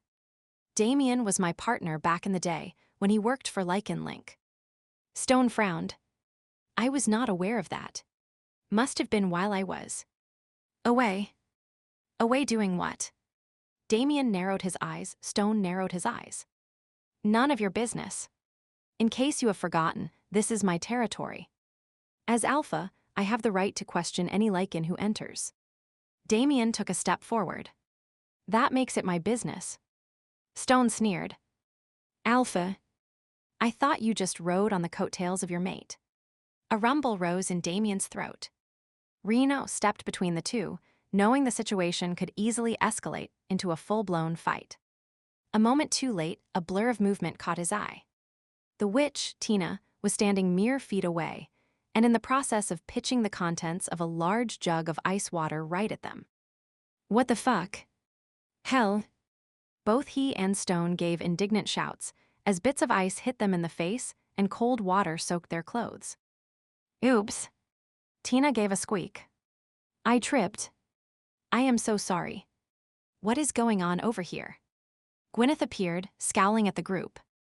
"Dogs that fight are permanently banned from the club." They were not fighting, Gwyneth. "I tripped, that is all." Tina stammered her explanation, all too aware of how Stone was glowering at her. Her knees shook as she imagined the retribution he might demand. Maybe she could slip out the back door after work and hide somewhere. Gwyneth gave her a suspicious look. "In that case, clean up the mess and bring them all a free drink. The price comes out of your tips." Tina nodded and tightly clenched the handle of the jug she still held. "I'll be right back. 2 beers and..." She paused and looked at Stone, his wet shirt clinging to his body, outlining his impressive form. Do you want more ice water?" Even as she spoke the words, she realized how inappropriate they were. Heat flooded her face. Stone slowly pulled the wet material of his shirt away from his chest and wrung the water from the shirt tail, the whole time his eyes locked on her. Tina swallowed hard. A bark of laughter came from Damien, who had managed to avoid being doused. "I think he's had enough ice water for tonight, Tina. Bring him a beer." She bobbed her head and quickly escaped. Still chuckling, Damien looked at the other 2 men. "For 2 old guys, you seem to be pretty wet behind the ears." "Not funny, Damien." Reno plucked at his wet shirt. "How did you manage to stay dry?" "I have been the victim of Tina's tactics before." Damien looked at their table, noted it was covered with water, and gestured towards the bar. I suggest a change of location. Does she do this often? Stone was still watching Tina's, retreating back even as he took a seat. She got me once. Damien grimaced at the memory, and then returned to the topic that had started the whole incident. So Stone, why are you here? Between jobs. Stone gave him a level look. Staying long? Do not know yet. Reno sighed. Can you two give it a rest before we get doused in water again and kicked out of the club? Damien shifted his attention to Reno. I want all cards on the table first. Stone worked with Deirdre. About a year ago, he showed up on my doorstep, punched me in the face, and then said he would not kill me. Now he's back. He looked at Stone. I do not want trouble in my territory. Deirdre means trouble. Deirdre and I are no longer associated. In fact, I ensured she closed up shop. Stone answered the question with obvious reluctance. Reno pressed for more information. No longer associated. I thought you and Deirdre were related. Brother and sister are not you. Stone's jaw tightened. We are, but, in my defense, I'll remind you that you cannot pick who your family is. She always hinted that you were her partner in the business. Damien was not about to let him off the hook. Initially, she worked for me. While I was gone, she took over, twisted things to suit her. You allowed her to continue unchecked for years. Reno pointed out. Like I said, I was out of the country for an extended period. I had no control over what happened during that time. Stone's face darkened, then he took a deep breath, obviously trying to maintain his control. Look, if you two want to play a twisted version of good cop, bad cop, do it with someone else. What happened is old history now. His expression indicated the topic was out of bounds. Sorry, Reno apologized. Force of habit. Damien and I were a team for quite a few years. Stone waited a beat before giving a nod. Understood. Damien grunted. Maybe I overdid it, however. Stone raised a brow, but Damien continued. I do need to know how long you plan to be in the area. Standard pack protocol. Another moment of silence followed, then Stone spoke. Respect for pack law is important. He turned to face Damien, his expression neutral. The length of my stay depends. I was following the trail of a person of interest, but it led nowhere. Now I am looking for a job. If nothing turns up, I'll be on my way. Stone's gaze followed Tina's progress as she delivered drinks to a group at the other end of the bar. Fair enough. Damien relaxed. If you end up staying, you are welcome to join our pack, provided the others approve of you. We're looking for able-bodied members. I'll keep the offer in mind. Reno shifted his gaze between Stone and Tina. Nothing else keeping you here? Nope. Stone turned his back on the witch, almost as if he were forcing himself to ignore her. You know of anyone looking to hire an ex-enforcer? Actually, Damien nudged Reno. Were not you looking for someone to do a job for you? Reno frowned. Now that you mention it, he pulled the folded report from his inner coat pocket. I do have a job that might be right up your alley. What is it? Reno tapped the file in his hand, looking between it and Stone. It's out of the country, Central America. Stone shrugged. As long as it is not in the desert, I'll consider it. Giving a nod, Reno handed the file over to Stone. Read this and then tell me what you think. Tina cautiously set down 3 beers in front of the men she would earlier soaked with water, inwardly bracing herself for some sort of comment about what she would done. Surprisingly, the only response was a vague grunt of thanks from Damien and the merest flick of a glance from his friend, Reno. She recalled Reno from the challenge. Sam had fought against Damien a while back. Sam said he was a decent enough sort, and it would appear that evaluation was true.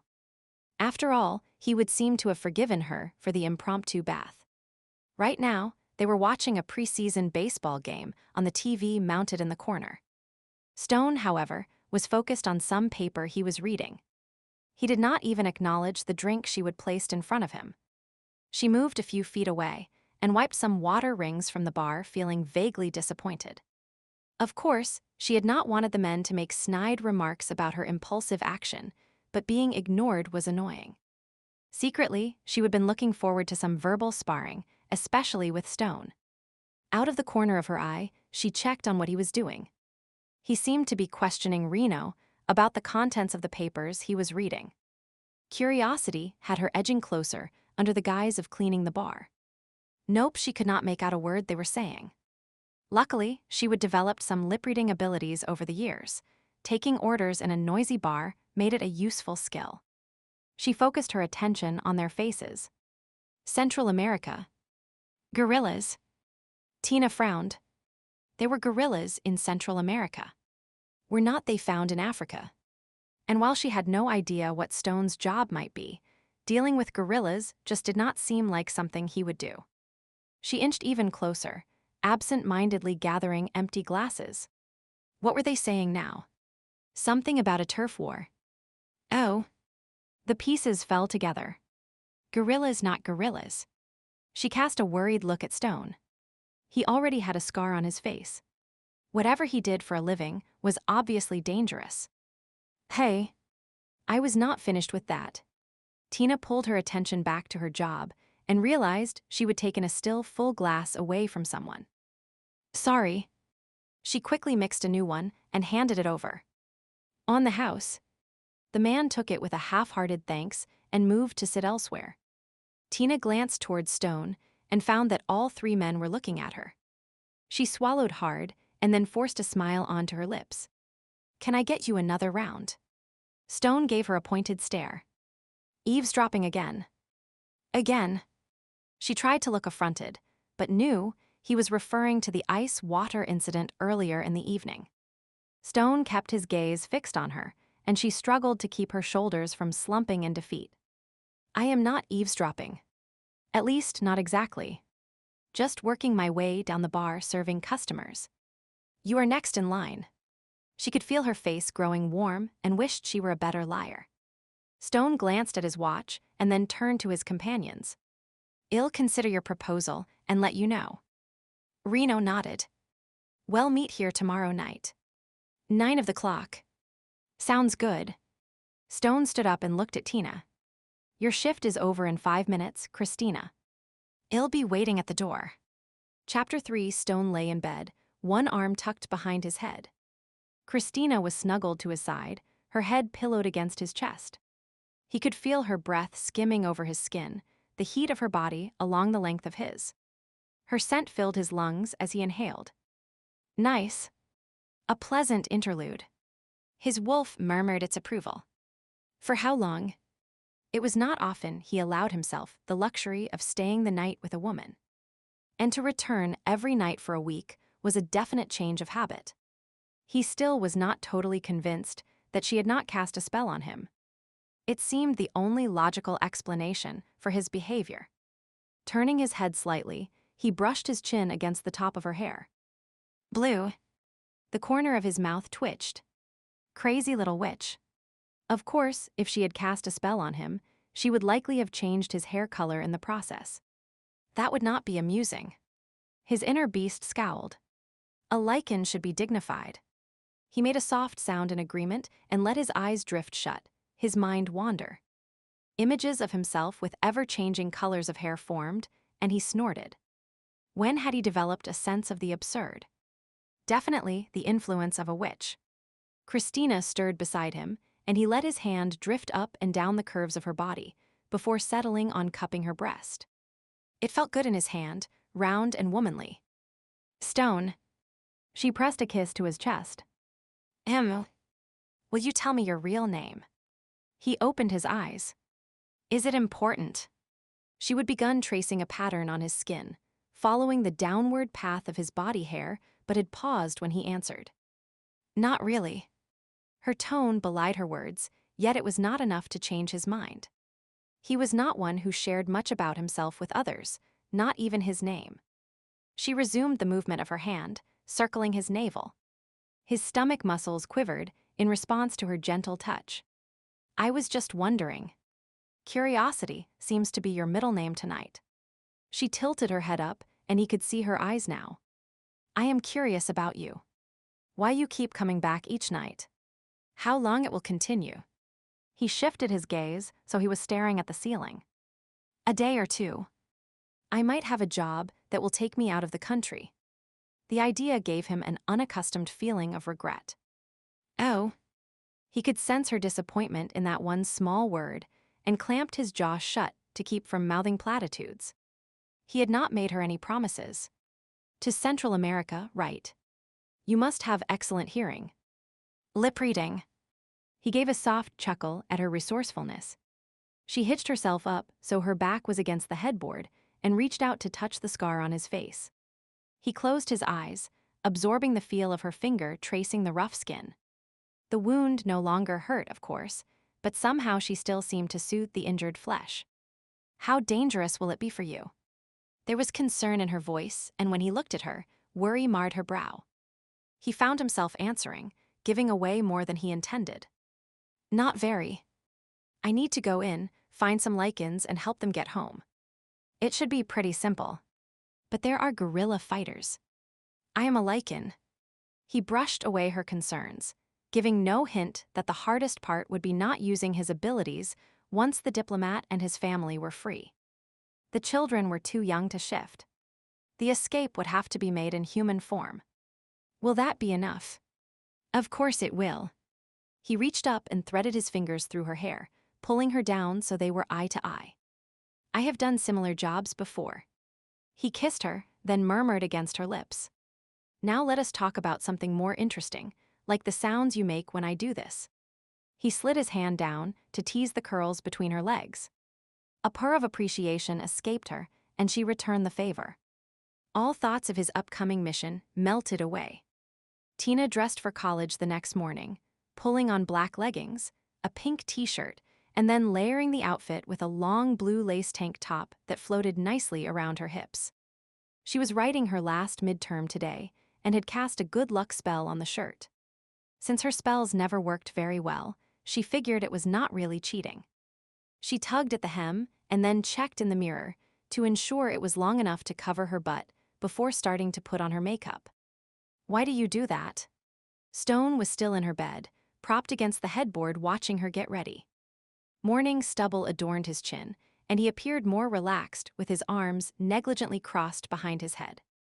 He usually left as soon as he awoke, but was lingering today for some reason. It was both disconcerting and thrilling to get dressed in front of him.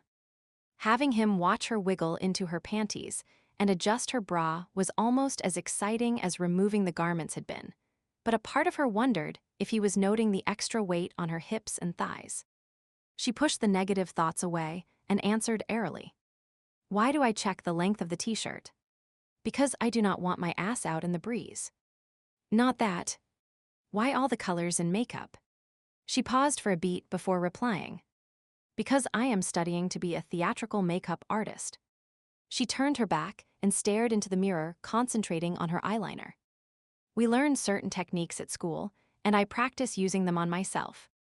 Some people might think you use them to hide behind. Her hand stilled, and she looked at his reflection in the mirror. Some might. Their gazes locked, and the moment stretched between them before she finally broke away and grabbed a tube of lipstick. Listen, Stone, I do not even know your first name. I am not going to tell my secrets until you share a few of yours. Giving a heavy sigh, he tossed the covers off and stood up. Fair enough. She continued to get ready while sneaking peeks at Stone as he dressed. Six-pack abs. Muscled thighs. Tight buns, broad back. There were scars on his back. She would felt them when she would held him while making love. The sight of them had her wincing in sympathy. While she would slept with him for a week, she would never seen him naked in full light.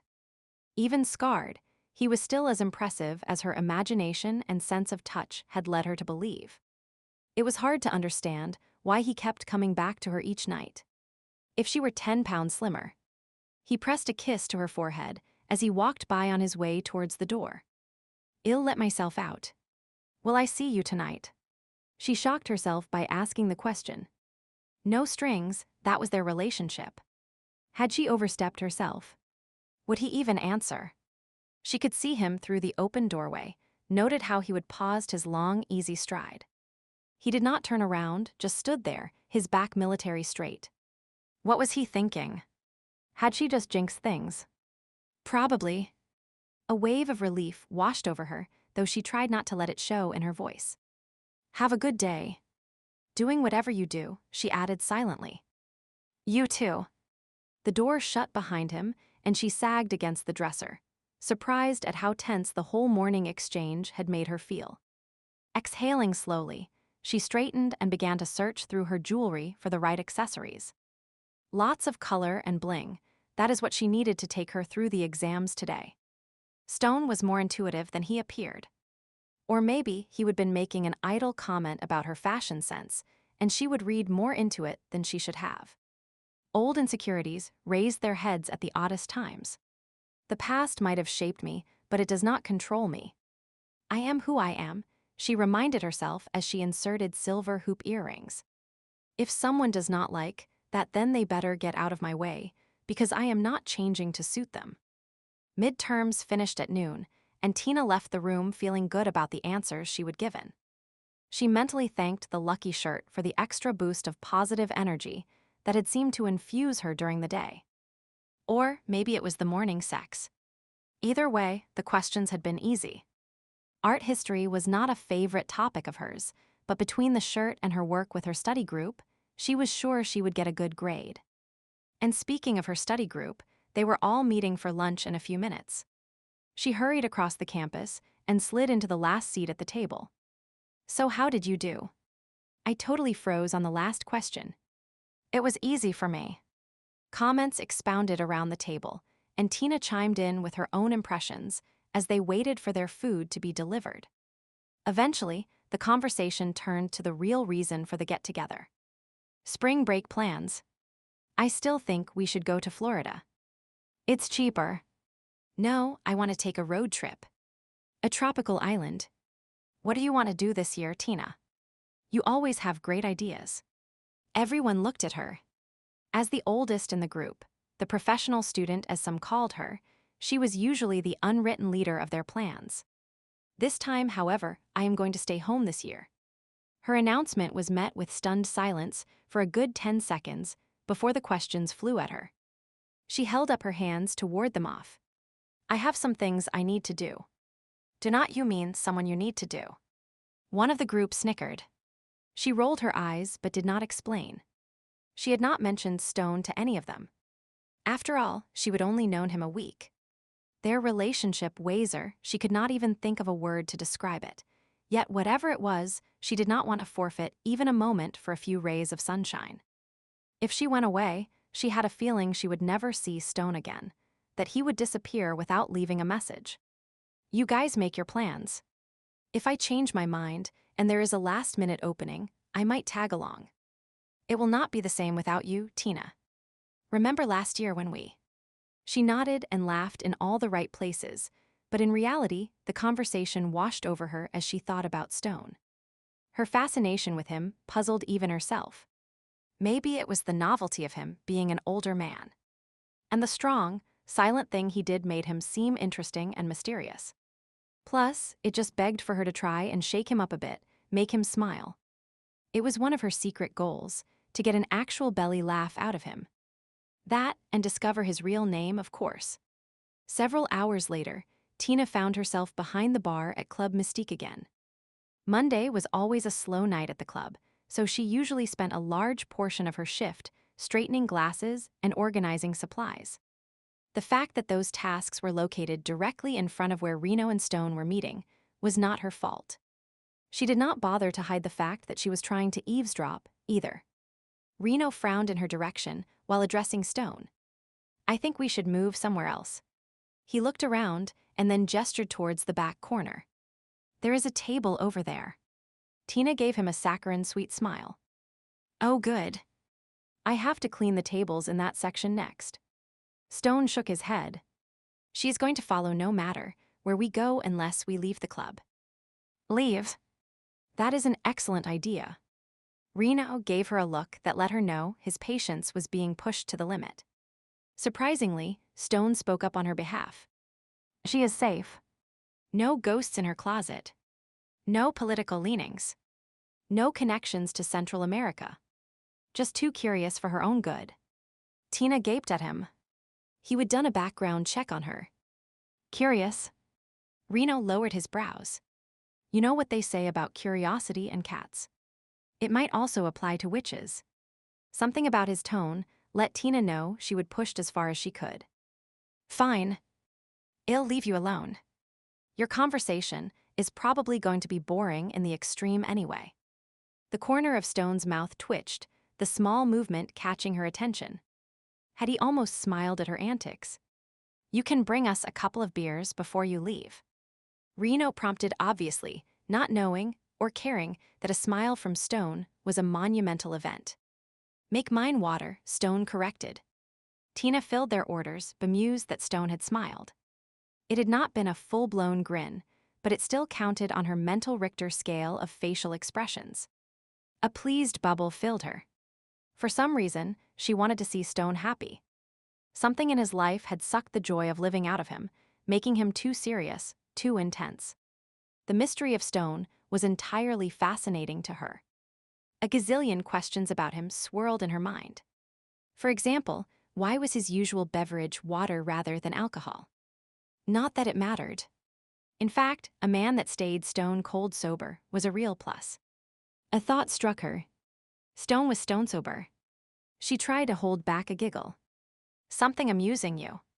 Stone looked at her with his usual impassive expression as she placed the glass of water in front of him. No, not at all. She snickered again and then hurried away before she burst out laughing at her own joke. Reno waited until Stone's crazy witch girlfriend was out of earshot before speaking. She might just be curious, but this situation was too delicate to take any chances. Satisfied that she was busy on the far side of the room, he continued with his explanation. I have arranged for you to fly into the neighboring country of Mercosta. From there, you will take a jeep to Cantala. It's a small country, barely a blip on the map. From our point of view, it's important because it's home to the jaguars, some of the most ancient shifters in the Americas. They claim they can trace their ancestry back as far as the Maya civilization. Reno paused and checked Tina's location, not putting it past her to be working her way closer to them. So far, so good. From a human standpoint, it's less significant. It's too small to have any political clout on the world stage. Most of the country is impoverished and underdeveloped with a high crime rate. Drug trafficking is its main claim to fame right now. Sounds lovely. Stone murmured. It has its pluses. Great beaches, jungles, mountains, waterfalls. It has its share of tourists, those brave enough or stupid enough, depending on your point of view. It could be a must-see destination if the area ever stabilized. Duffy was even commenting on that in one of his last communiques, the one he made right before he disappeared. Stone asked Riley. Yep. Reno sighed. Too optimistic in my opinion. Now we have to get him and his family out of there. Any idea where they are? Best case scenario is that the drug lord who took over the area is holding the family at the Lycan embassy. Worst case, beyond them being dead, naturally, is that they have moved them into the jungle and you will have to track them down. Once I find them, I'll smuggle them out or... If you cannot get them out, you will signal us and we'll have a chopper swoop in. The island of Santa Marietta is just across the channel. There is a spot there we have access to if need be. Stone nodded. Anything else? I'll bring you up to speed on what we know about the area. Reno spread out a map, and the two men began to study it. Tina glanced toward Stone and Reno.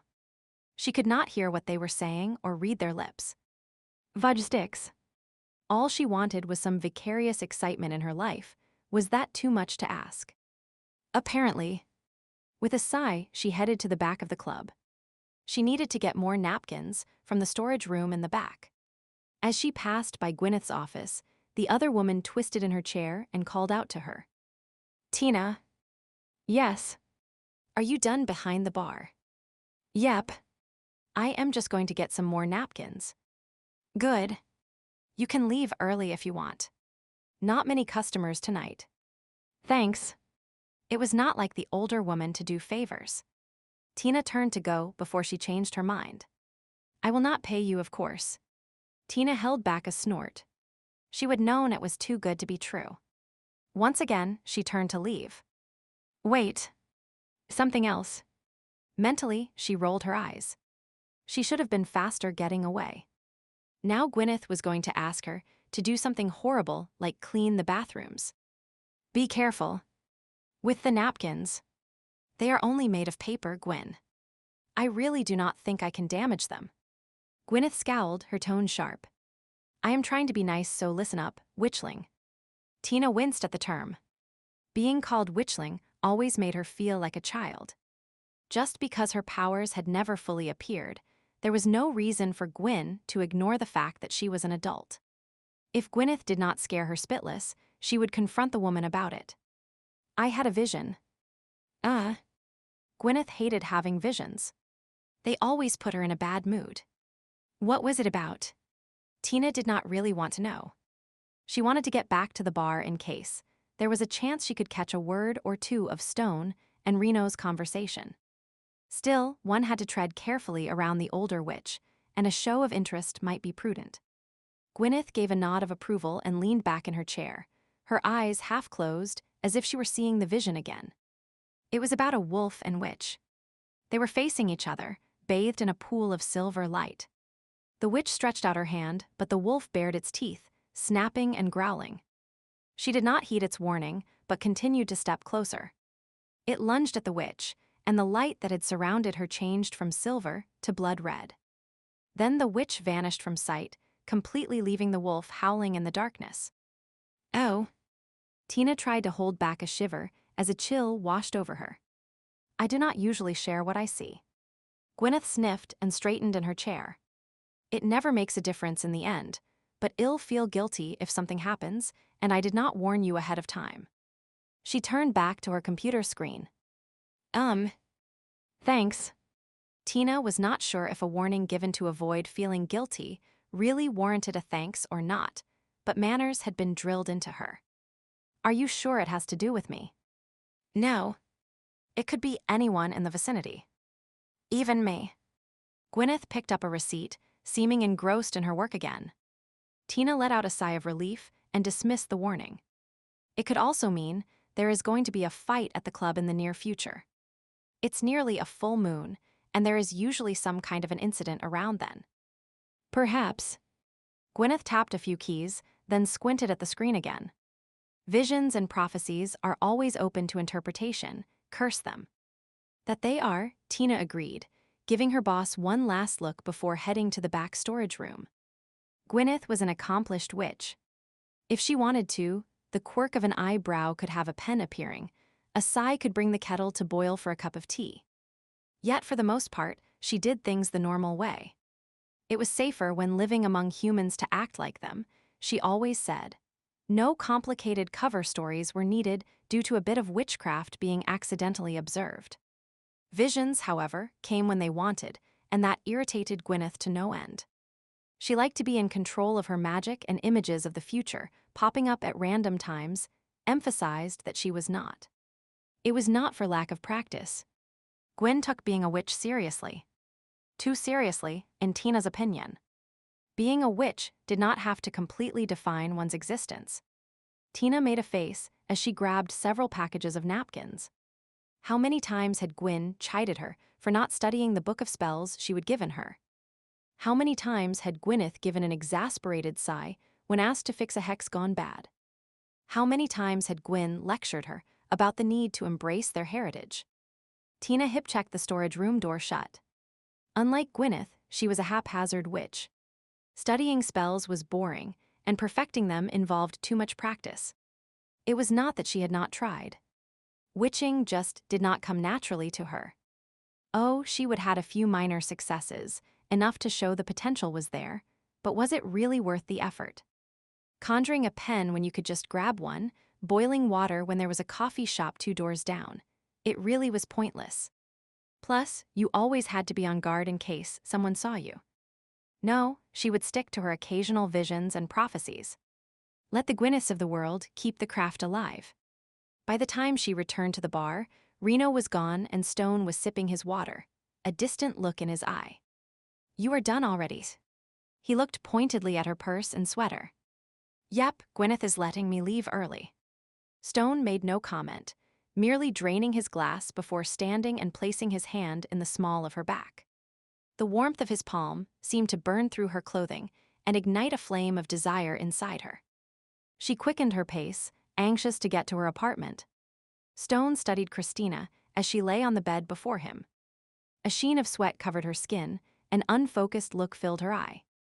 Lips parted, she was breathing heavily, her face flushed. He loved the look of a woman approaching the edge of sexual satisfaction. She was gripping the spindles of the headboard, not because he would bound her wrists there, but because he would ask her to. It was her decision to comply or not. He was pleased she would agreed. Slowly, he slid his hand down her body, appreciating the satiny smoothness of her skin. He traced the juncture of her thigh, then brushed his fingers over her curls and the tender flesh beneath. Her hips rose in anticipation, wordlessly expressing her desire, and he paused, stretching out the moment before repeating the gesture. The small noise she made caused him to harden even more. Soon he would possess her, drive them both to the heights and beyond, but not yet. This would be their last night together. Tomorrow he was leaving, and once the mission was complete, it was unlikely he would return to Chicago. With that in mind, he wanted to draw the evening out. Make this last encounter especially memorable. Christina. He leaned forward and whispered in her ear. She blinked, her eyes losing some of their unfocused look. Are your neighbors light sleepers? I do not know. Why? Because tonight, I am going to make you scream louder than you ever have before. Her breathing hitched, and he allowed the hint of a smile to curve his mouth. I am going to take you hard, fill you so deep you will never be able to forget the feeling. Do you like that idea? She licked her lips and swallowed before slowly nodding. Why? Yes. Please. Good. Because I like it too. Feel how much? He guided her hand to his cock, barely suppressing a groan as she began to stroke him. Damn, she was good at that. He allowed her to continue, dividing his attention between watching her hand on his body and noting her expression. When the dazed look began to fade from her eyes, he moved out of her reach and bestowed a lingering kiss on her lips. Now it's time I return the favor. Moving so he straddled her, he nuzzled her breasts, kneading the soft globes before taking each nipple in turn into his mouth. Soon she was gripping his head, guiding him from side to side. He liked the fact that she was not always passive, that she made her needs known.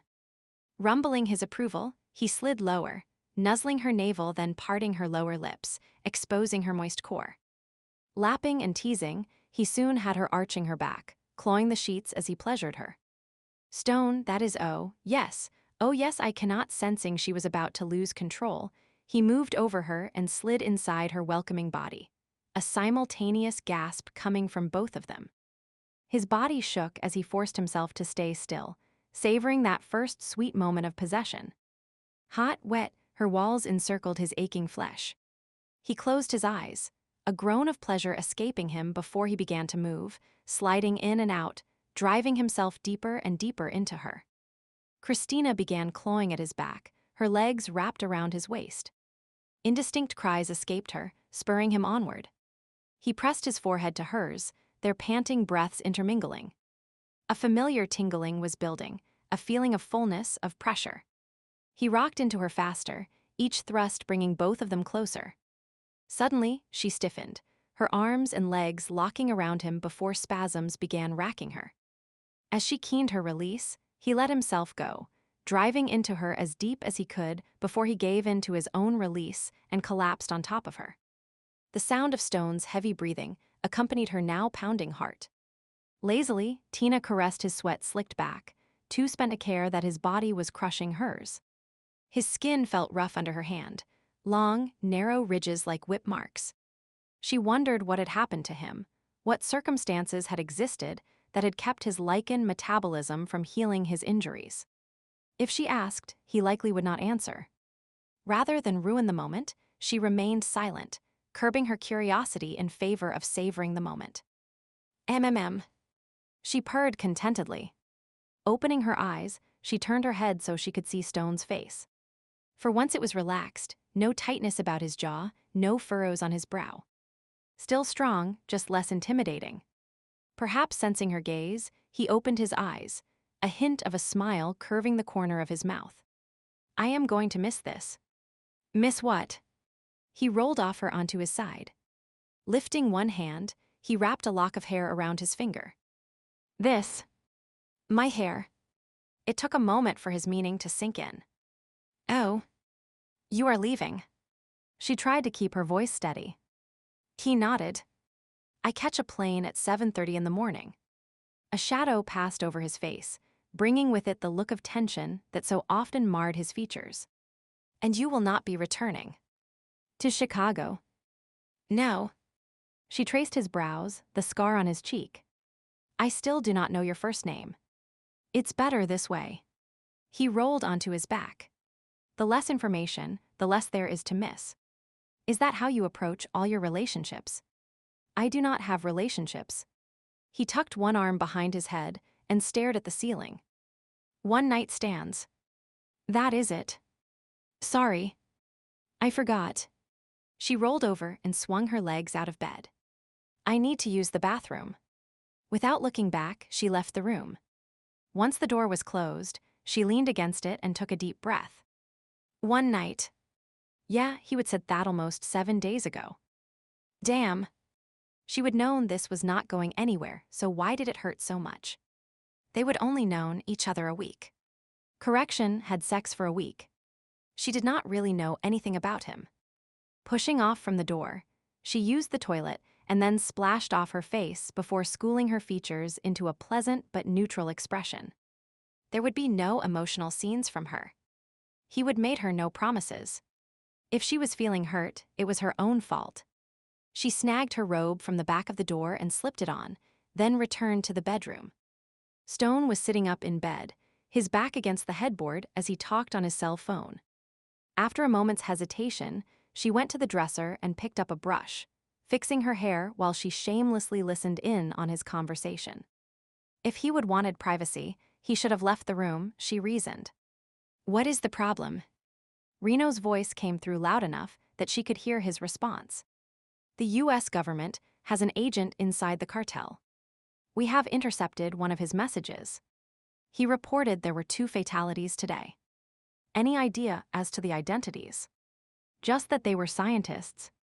And you are thinking it was Paul Duffy and his wife since that was the cover they were using. Yep.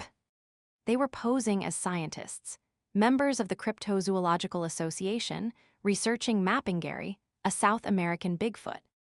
It's a logical assumption the Duffys were the ones being referred to, though no names were given. Well, keep checking. Do you still want me to proceed with the mission? Definitely. The children, as far as we know, are still alive. We need to find them and bring them home. Stone sat up straight. Whoa, now listen, Reno, I am not good with kids. What is so hard about it? Find the pups, bring them back. It's not that simple. I am going to need help on this one. I thought you worked alone. I do, but not if kids are involved. You cannot expect me to care for 2 kids by myself. Reno sighed loudly. I'll see what I can do, but we're moving ahead on this, keeping the initial timeline. The longer we wait, the greater the risk. You know that? Yeah. I know. Stone ended the call and threw his phone on the bed. What is wrong? Tina crossed the room and sat beside him. The most recent intelligence report says that 2 of the people I was supposed to meet could already be dead. Oh no. That is awful. Tina placed a comforting hand on his leg. I heard you mention children. Yeah. Stone rubbed his hand over his face. 2 Lycan pups. Reno expects me to deal with them. What the hell do I know about kids? Maybe you need someone to help you. That is what I told him. I could go with you. I'd love to help and kids like me. The words spilled from her before she even had time to think of all the ramifications. You. Stone tugged on a stray lock of her hair. Sweetheart, you are as colorful as a rainbow. I need someone who will blend in. Thanks for the offer, but I do not. His phone rang and he snatched it up. Tina got to her feet and thoughtfully stared at her reflection in the mirror. Too colorful. Well, that was an easy fix. She slipped out of the room and headed to the kitchen. Some roots and herbs, a few basic ingredients along with the appropriate incantation, and voila, her hair would return to its natural color. It was an easy spell, one of the few she had mastered and very useful with her current courses at school. Tina gave the concoction a final stir and blew it a kiss for good luck, then began to massage the mixture into her hair. Her scalp began to tingle, and for one panic-stricken moment, she worried if she would made a mistake when measuring the proportions. The spell might be basic, but her skills were less than perfect. Lack of practice, Gwyneth would say dourly. No, she would done everything correctly. Grabbing a pan, she used it to see her reflection. Stone was between her and the bathroom mirror, and there was no way she wanted him to see her if her hair was turning into something weird like ferns or snakes. Not that that was really possible, of course, or at least she hoped it was not. The full extent of the power of witchcraft could never be measured. She gave a sigh of relief when her reflection in the pan looked normal, distorted but normal. 2 eyes, a nose, mouth, pale skin, and brown hair. Yep, her true self was back. Briskly toweling her hair dry, she finger-combed it into place, took a deep breath, and went in search of Stone. He was dressed and sitting on the edge of the bed, studying the screen on his phone. Did Reno find anyone to help you? No. He did not look up. I am going through my list of contacts right now, trying to find someone to go with me, but damn it, everyone is out of the country. I could go with you. I am great with kids. They love me. Honest. Nice of you to offer, Christina, but like I said, you are. He looked up from the screen and paused mid-sentence. She shoved her hands in the pockets of her robe and lifted her chin. I am not too colorful anymore. Just plain old Tina. Stone rose to his feet and walked closer. She forced herself to not shuffle nervously as he took her by the shoulders and turned her left and then right. I did not know witches could change their hair color so easily. He fingered a lock. She shrugged. A simple but useful spell. Cheaper than hair dye and more environmentally friendly. He made a non-committal sound and took her chin, tilting her face upward so he was looking into her eyes. Having just performed a bit of magic, she knew they were likely showing hints of purple, a telltale sign witches had difficulty controlling. Her face grew warm under his scrutiny, and she finally gave an exasperated huff. I know I look different. Get over it. She jerked her chin free of his grasp. I did not do this for fun. You need someone to help you with those kids. I am here. I look inconspicuously ordinary. You are having no luck getting anyone to help you, and it's only a couple of hours until the flight leaves. Will you take me along or not? No. No. But this is not a game, Tina. I am heading into the jungle, into what is essentially a war zone. I know it's not a game. I figured it was something serious, but Stone silenced her with a look. You are a nice kid. We have had some great sex together. He tugged on his shoes and found his coat. If I am ever back in Chicago, I'll look you up.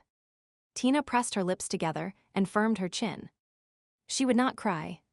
He would made no promises. Damn it, he would called her a kid. Pocketing his phone, he walked towards her. Mere inches away, he raised his hand and cupped her cheek. Stone seemed to study her face, then gave a ghost of a smile. You look good without all the paint. Take care, Tina. He pressed a kiss to her forehead and left. As the sound of the door shutting echoed through the room, Tina let her tense muscles relax. She looked at her bed, the covers still tangled from their activities, and on autopilot began to straighten the sheets. Her hand paused on the pillow he would used, and against her will, she picked it up. It was just her imagination that she could still feel the warmth from him. And the scent of the soap he favored barely lingered. One cycle in the laundry, and it would be gone for good, just like him. There were no photos, no ticket stubs, no silly presents. She did not even know his stupid first name. 7 days was all they would had. Actually, only 7 nights. It was an insignificant amount of time in the expanse of her life so far. Hell. She threw the pillow on the bed. No way was she going to spend her time wallowing in misery over some guy she would known for only a few days. So what if they would had great sex, if he was ruggedly handsome and mysteriously fascinating? So what if she got hot and bothered just listening to him say her name? Life went on, right? And speaking of life, she had a bunch of friends who wanted to live it up. A spring break vacation had not been finalized last she would heard, so she would just take the bull by the horns and plan something. She grabbed the newspaper from the bedside table and flipped to the travel and leisure section. An impromptu getaway was what she needed. Some place hot and sunny, with handsome men rubbing lotion on her back as she lounged on the beach. She spread the paper on the bed, grabbed an earring from her dresser, and tossed it like a coin. Whatever travel agency it landed on, that was the one she was calling first thing in the morning. Chapter 4. Stone walked down the dusty street, noting the shacks made of corrugated tin and scrap wood squeezed in between more solid cement block buildings. Hand-painted signs announced the prices of goods for sale, and shoppers perused open baskets of food, crated chickens, colorful t-shirts, and handmade rugs. Bicycles wove between the pedestrians and beat-up old cars, rattled down the road, dipping into the potholes when they could not be avoided. Just a block from the safe areas near the resorts, it was an entirely different atmosphere to what most foreigners would ever see.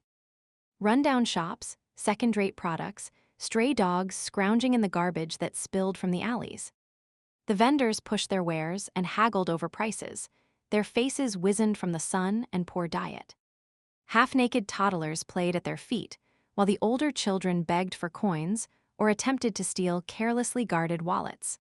Any tourists who wandered this far were in for a shock. Robbery, assault, abduction, all were possible fates for the unwary. And the chances of a thorough police investigation, should the crime be reported, well, that was luck of the draw. Some cops were legit, but just as many were having their pockets lined by crime. Yet what else could be expected when their salary was a pittance? This, Stone thought, was why the small, equatorial countries were always in turmoil. Rampant poverty, corrupt police forces, no health care, no education. It was every man for himself, with people easily swayed by anyone promising a bit of cash. Morals and ethics did not mean a hell of a lot when your family was starving or sick.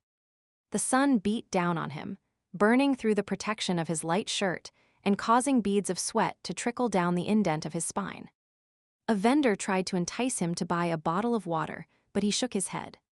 Quite likely, the water was contaminated, filled at a public well, and then capped to be passed off as natural spring water. A fast track to dysentery, that is what it was. He paused by a shop, one step up from most on the street, and studied the shoes and cell phones that were displayed in the window. They were cheap knockoffs of designer labels, but he stepped inside anyway. The shadowed store felt cool compared to the heat outside, even though there was only a rusty, old fan circulating the air. It clattered and wheezed from its position on top of a shelf near the register. After briefly perusing the goods, he picked up a watch, tried it on, and then took it to the counter. Ah, buena lección. El señor has a good eye. This is a fine piece. The clerk took the watch from him, prepared to ring up the sale. Well worth the price. He used the code phrase, and then tapped his fingers 3 times on the counter, before sliding a folded bill across the wooden surface. Do you have any others like it? The clerk had paused at the signal he would given, glanced at the money, and then at his face before giving a brief nod. She. Of course. They are in the private viewing room out back. Would you care to take a look? If it can be arranged right away. I have a train to catch in 2 hours. Stone completed the conversational sequence that would grant him access to the dealer. I am sure it will be to your liking. The clerk gestured towards a door near the back of the store. Knock before entering. Stone inclined his head, keeping his face impassive. Secret signals and passwords seemed over the top when the black market operated all but openly in the country. Oh well, if the cloak and dagger bit made the dealer feel safer, it was no skin off his nose. He followed the instructions and entered the shop that occupied the rear of the building. It looked like the front store, except everything was real or a very high-quality reproduction. He was not interested in what was readily displayed, though. His most important purchases would be items that were kept hidden from view. After briefly scanning the room, he focused on a man sitting in a ratty reclining chair, smoking a cigar. Senor Stone is not it. The man blew a smoke ring towards the ceiling. Oique ibas a venir. I heard you were coming. Word does travel. He was not surprised. The mercenary world was strangely tight-knit, considering they would kill each other without a qualm if the job called for it. Certain information flowed freely, while specific details were kept closely guarded. He was here. That was no secret. Why he was here, well, that was open to speculation. Not that the dealer would care. As long as money exchanged hands, the man would be happy. What are you looking for? The man rose to his feet with an effort. Lack of food was not his problem, as it was for many of the people in the neighborhood. His shirt, a loud tropical print, stretched over the girth of his stomach, and his thin, greasy hair was slicked to one side in an ineffectual effort to hide a large, bald spot.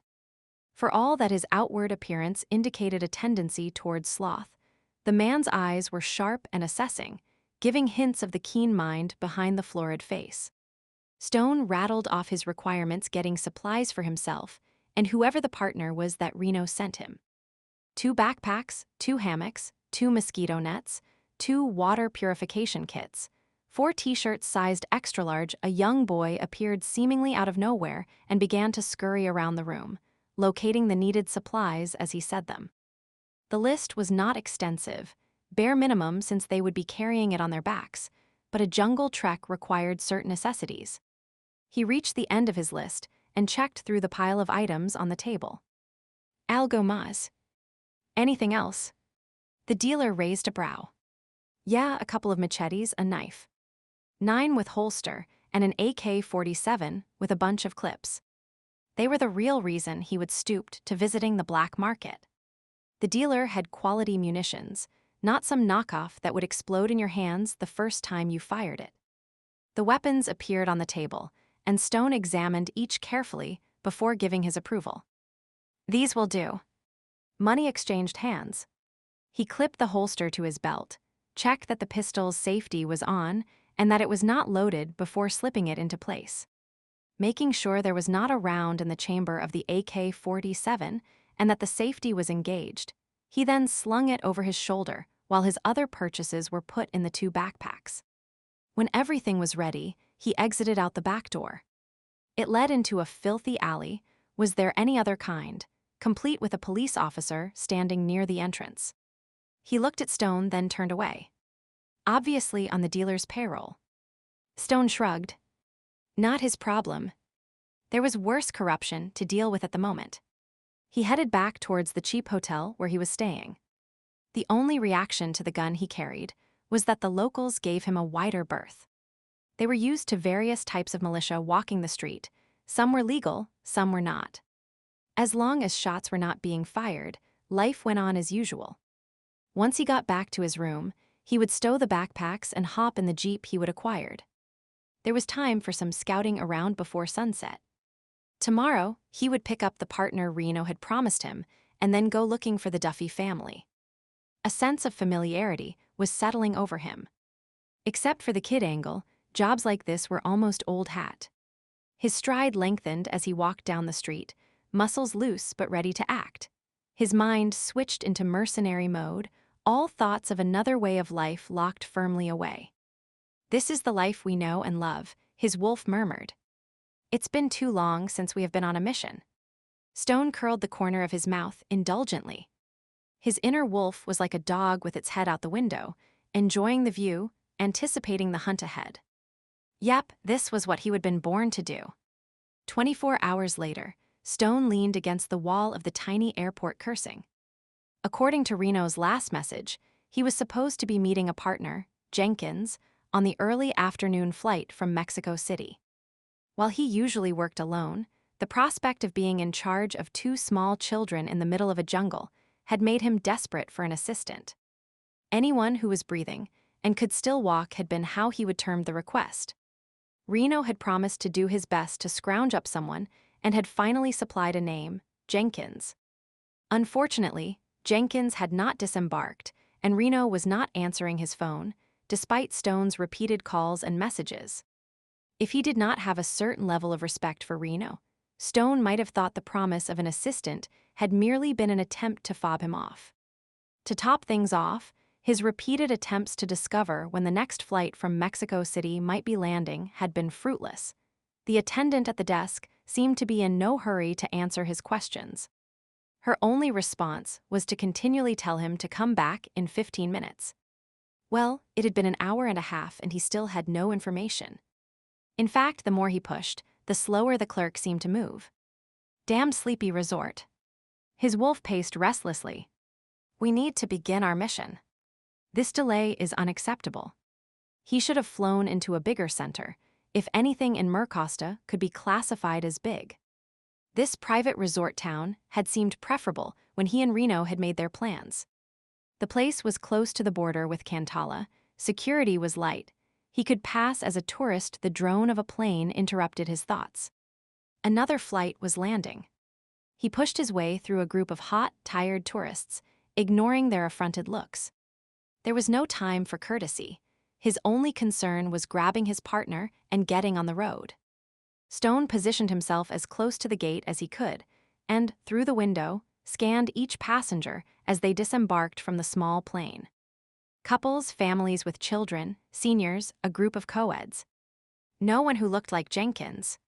His gaze swept over the group again, and then skidded to a halt as a splash of bright color caught his attention. There was no way in hell that could be it was. That bastard Reno had sent Christina. The witch. What is she doing here? His wolf frowned and eyed her suspiciously. Stone bit back a growl.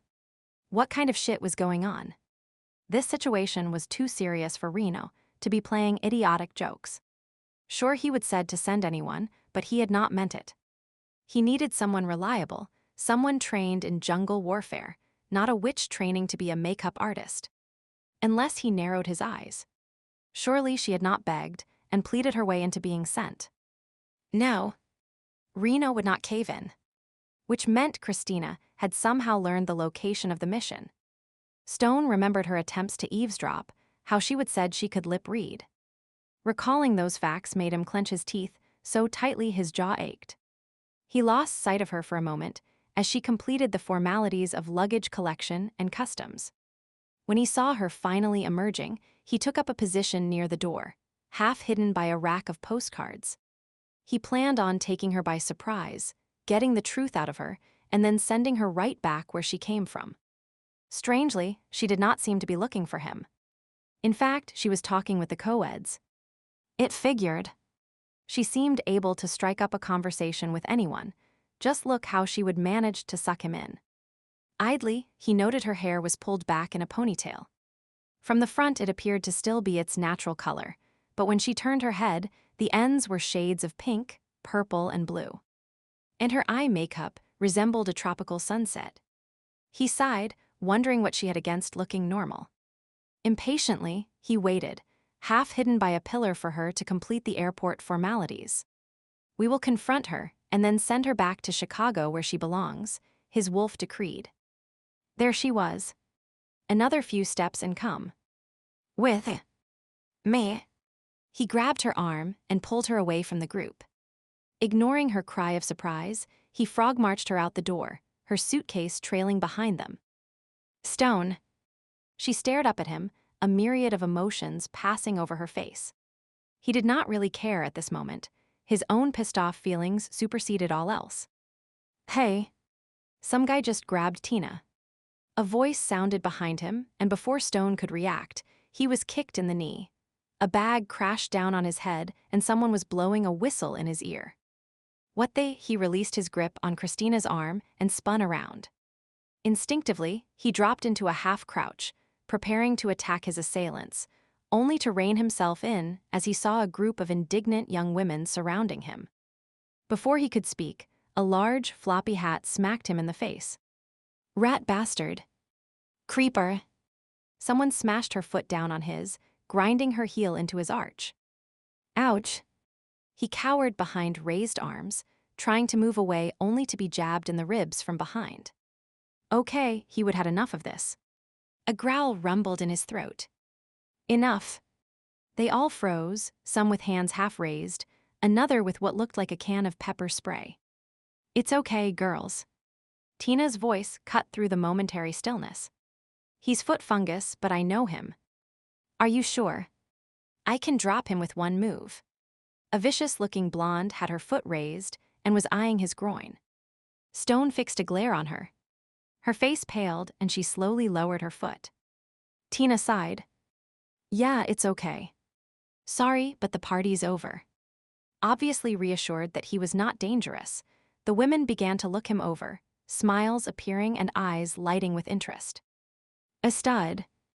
Beefcake. Hello, Hottie. You are the first to score one on this trip, Tina. Hottie. Score. His wolf bristled at the terms. Stone raised one eyebrow and looked at Christina. She did not seem amused. I'll meet up with you girls later. She dismissed the crowd and then waited until they were out of earshot before speaking. What are you doing here?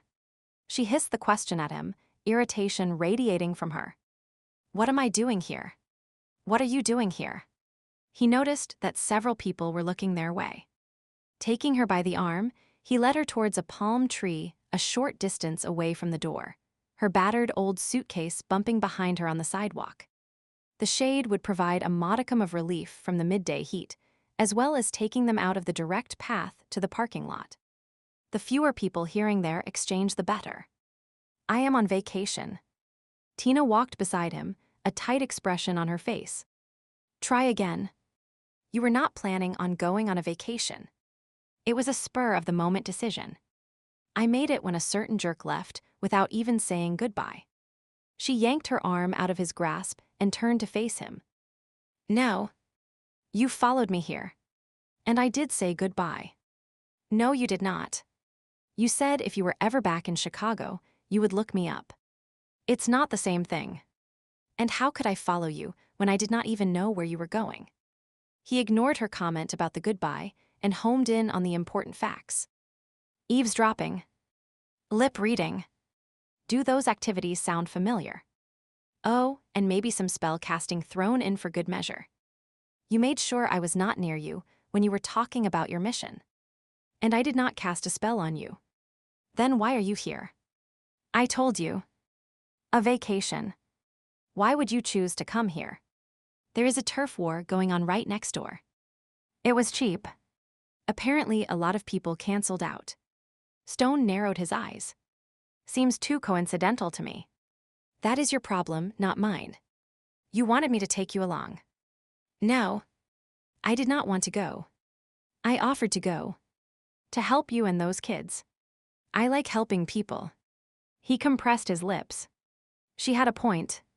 If you are done interrogating me, I'd like to catch up with my friends. She moved to step around him, but he blocked her way. So this really is a coincidence. She rolled her eyes. Yes. Obviously realizing he was not going to let her just walk away, she plunked down on her suitcase, using it as a stool, folded her arms, and stared resolutely out across the parking lot. He considered the situation again. All right. That is it. She turned to look at him. Just an all right. No, I am sorry for grabbing you and embarrassing you in front of your friends. Disbelief laced her voice. When I saw you instead of the person Reno had promised, I jumped to conclusions. He took a step back. You can go. Tina exhaled loudly. She rose to her feet, grabbed the handle of her suitcase as if to leave, and then hesitated. You said you were expecting someone. He did not show. I'll have to alter my plans. She turned to face him, head slightly cocked. This is still all about the job you were going on, is not it? The one with the kids and the people who were killed. Stone did not confirm or deny her suspicions. Instead, he rubbed his neck, his mind already considering and dismissing various ways of dealing with the pups now that he would be handling the mission solo. Perhaps some of his concern came through on his face, for Tina's expression softened. If you really are stuck, I'd still be willing to help you. Christina Cantala is just a few miles away, right? You are probably just going to slip in and out. He frowned. How do you? She waved her hand dismissively. I promise I was not listening to you and Reno, but it makes sense. You want to get in and out fast before the baddies find you. If you have to handle the children by yourself, you will be slowed down. Chances of being caught go up. Baddies. He rolled his eyes at her choice of words. You have no experience. No, but you do. If I stick with you, follow behind, what could go wrong? What indeed? Stone eyed her lace top, the short white pants that snugly encased her hips, the pink high-heeled sandals, and of course, matching toenails. He squinted at her toes. There were little butterflies painted on each nail, too. He opened his mouth to say thanks, but no thanks when a sound caught his attention. Across the parking lot, a family was loading suitcases into a rental car. One of the kids was crying, another was dancing about as if she had to go to the bathroom, and the third appeared almost asleep as it leaned against the mother's leg. His wolf lowered its ears, feeling defeated. Pups. We will have to deal with them unassisted. This will not be an easy mission. Yeah, by himself he would be traveling much slower. And if he waited for Reno to send someone else, he flicked a look at Tina. She was here. She was willing. If he put her in the nondescript clothes he would bought for Jenkins, and she stayed right behind him, then maybe. He admitted defeat and nodded. Okay. You can come with me. A smile began to spread over her face, excitement brightening her eyes. He felt the need to quash it. This is not going to be an easy trip. The jungle is not like you see in the movies. Any paths will be rugged and overgrown. Insects galore biting you every chance they get. It's hot and humid, except for when the rain is beating down, and then you are left with your wet clothes chafing your skin. No showers. No bathrooms. You piss and take a dump behind a tree. I have been camping. She tossed her head, obviously not pleased with him. Too bad. Yeah, well, camping is easy. You do not have to worry about drug lords shooting at you while you sit around the campfire roasting marshmallows or a snake dropping out of a tree and wrapping around your neck. This is a life and death situation. Tina fixed a hard stare at him. I get it, okay. You do not have to lecture. Good. He paused, studying her face. She looked determined, but was that enough to outweigh her inexperience? He hoped he was not making a mistake. She interrupted his thoughts. When do we leave? Leave? He checked his watch. I'd like us to be on the road within the hour. All right. I'll just call my friends. Let them know I am okay, so they do not send out a search party. She pulled out her phone, and he listened to the conversation, curious as to what she would say. Hey, it's me, yeah. I am fine. Listen, I am going to spend the next few days with that guy from the airport. I'll meet up with you, and she paused and looked at him. He held up 3 fingers. In 3 days. Yeah, he's a douche, but I am giving him another chance. She winked at him as she spoke, and he chuckled softly. Brat. Her tracks covered with her friends, they headed towards the parking lot. Bringing Christina along was a mistake. Stone reminded himself of his folly for what seemed like the 50th time as he waited in the Jeep, drumming his fingers on the steering wheel. They were parked by a roadside stand while she picked out souvenirs. We should not be wasting our time on frivolity, his wolf groused. We have a mission to complete. He agreed with his wolf. Why the hell did they need souvenirs? They were on a mission, not a holiday jaunt. He would pointed that out to her when she would demanded they stop. She would countered with the fact it was all part of their cover. A couple on vacation would be picking out kitschy vases and hand-woven mats. He would sighed heavily and pulled over. They were still on schedule, and he reluctantly admitted she was right. It was doubtful anyone would question them, but it was better to err on the side of caution. Lucky for him, he would parked in the shade. It helped. A bit. The sky was a clear blue, no clouds to obscure the relentless sun. Heat off the pavement created air currents that shimmered and danced, distorting the view. Bugs buzzed in and out of the Jeep's open windows. Without even a whisper of a breeze to cool him off, His shirt stuck to his back and trickles of sweat slowly made their way down his chest. Still, it was not as bad as being in the desert, he reminded himself. He would take lush vegetation and tropical birds over sand any day. Brushing away an annoying insect, he watched Christina haggle with the vendor over the price of an item. In an effort to be less conspicuous, she would knotted her hair up in some kind of bun thing, but colored ends still poked out here, and they're reminding him of some exotic bird. At least the sunglasses she would don hid her eyeshadow, and she would traded her sandals for sensible running shoes. The cute pants and lace top they would deal with later on when they reached their stop for the night. Once she was done making her purchases, they would continue down this road towards the beach, but unlike most tourists, they would be continuing on into the jungle rather than staying at the coast. Reno had plotted a series of back roads and dirt tracks that would take them into the jungle and across the border into Cantala.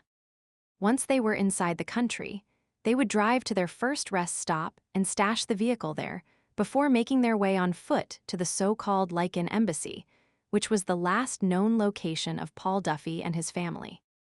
Hopefully, the communique they would intercepted had been wrong and all of the Lycans were still alive. After freeing them, they would try to get back to the jeep and leave the way they would come. If the situation became dicey, he would contact the chopper that would be on standby on the island of Santa Marietta and arrange for a rendezvous at a clearing Reno had found on the satellite imagery. With any luck, Christina would be back with her friends lounging on the beach, and he would be on a flight back to the States in less than 48 hours. If things did not go as planned, well, he would do whatever was needed. A Lycan will act in a way that puts the needs of the pack first. His wolf reminded him. The good of all must supersede the needs of the individual. He nodded.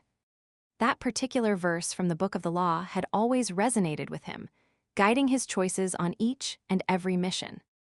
This one would be no different. Stone, look at what I bought. Tina climbed back into the vehicle, holding up a small rag doll with colorful ribbons in its hair. One of the children might like this, do not you think? You said they were only 2 and 4 years old, right? He glanced dismissively at the item she was showing him. You do know all the stuff you bought will probably have to be chucked out to make room for the Duffy family, do not you? If it does, it does. I had fun acting the tourist. She finished stowing her purchases in the back and then sat down beside him. I am ready. He checked his watch. We're still on schedule. Well, stop and get something to eat near the beach. Our cover, should anyone ask, is that we're going to watch the sunset. In reality, we'll be leaving the main road and heading into the jungle. You any good with maps? Not bad. Here. He handed her some papers. It shows satellite images of the route we'll be taking. I have outlined it in red. It's pretty overgrown but passable. With a flick of his wrist, Stone started the engine and pulled onto the road. Tina studied the papers. We're not going to drive right into Cantala, are we? Almost. I am hoping we can make it to an abandoned mission church just inside the border. We'll spend the night there and then strike out on foot in the morning. Sounds good to me. She studied the maps for a few more minutes before folding them and putting them away. The sun was streaming in the window, a warm breeze ruffled her hair. Tropical flowers bloomed in profusion, their heady scent drifting into the jeep.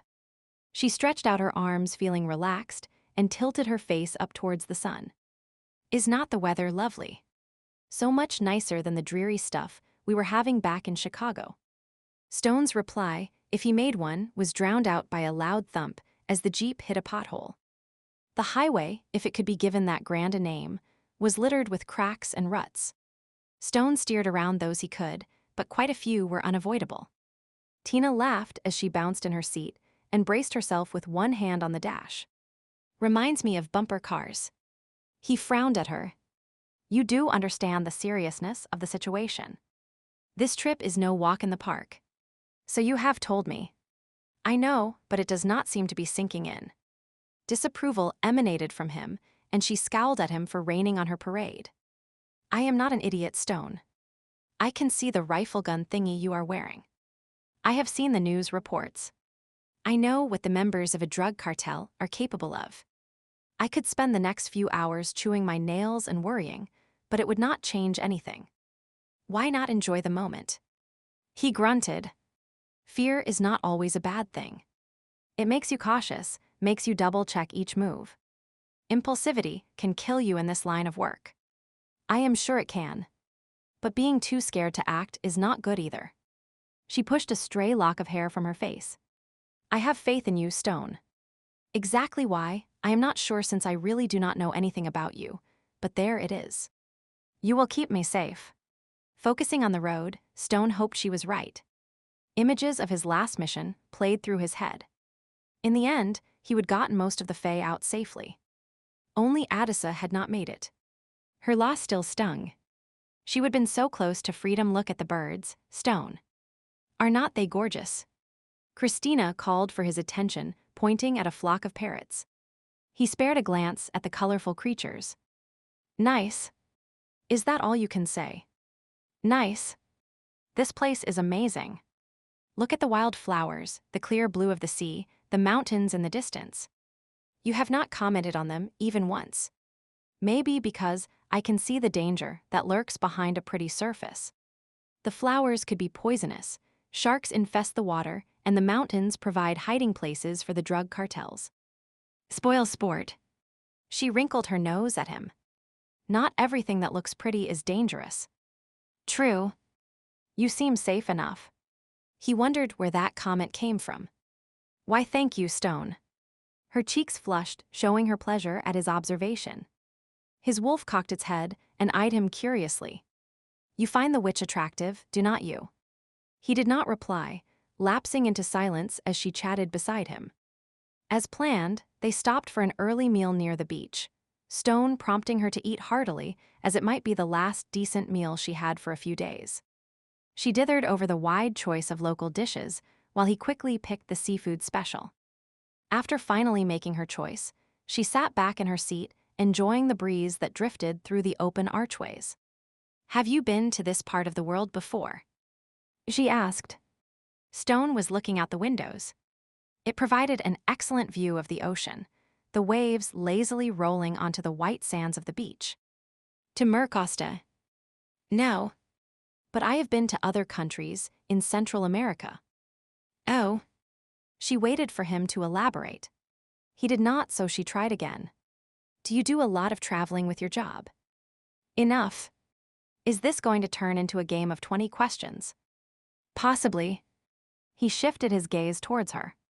In my line of work, being reticent is the norm. Sharing too much personal information could get you killed. So it's safe to assume you are not a traveling shoe salesman. He snorted. I can honestly say I have never sold a pair of shoes in my life. Now we're getting somewhere. Tina leaned forward, an elbow resting on the table, her chin propped in her hand. Tell you what, I'll share my theories about you, and you can tell me if I am warm or cold. His eyes sparkled with amusement, and he gave her a long, searing look. Christina, I probably still have marks on my back from your nails. You are definitely not cold. Stone. She felt herself flush and checked if anyone was close enough to hear their conversation. Thankfully, the tables were well spaced. He actually grinned. She tried to frown at him, but the corners of her mouth kept turning upwards, pleased that she would manage to make him smile. Every time he showed some emotion, she felt like she would won a small battle. You are trying to distract me, but it will not work. Giving an overplayed sigh of exasperation, she returned to her original theme. This is what I have deduced about you. You are a man, nothing new there. You have seen the evidence. I'll ignore that. You have never ignored it before. Behave. Sorry. He took a sip of water, and she took the opportunity to speak without him, making innuendos. You are a man who has spent time traveling the world. You are very close-mouthed. You share little about yourself or your feelings. Based on that, you could be a professional poker player. I have played a game or two. But that would be too frivolous an occupation for you. She pursed her lips and shook her head. I see you as serious, single-minded. I'll concede to that. And you are strong. Very fit. Your hands are rough, calloused, like you have done manual labor. Definitely not an office worker. He nodded his head in agreement. You have a scar, despite Lycans being amazing healers. That means you were someplace lacking proper medical care. The amused, tolerant expression disappeared from his face.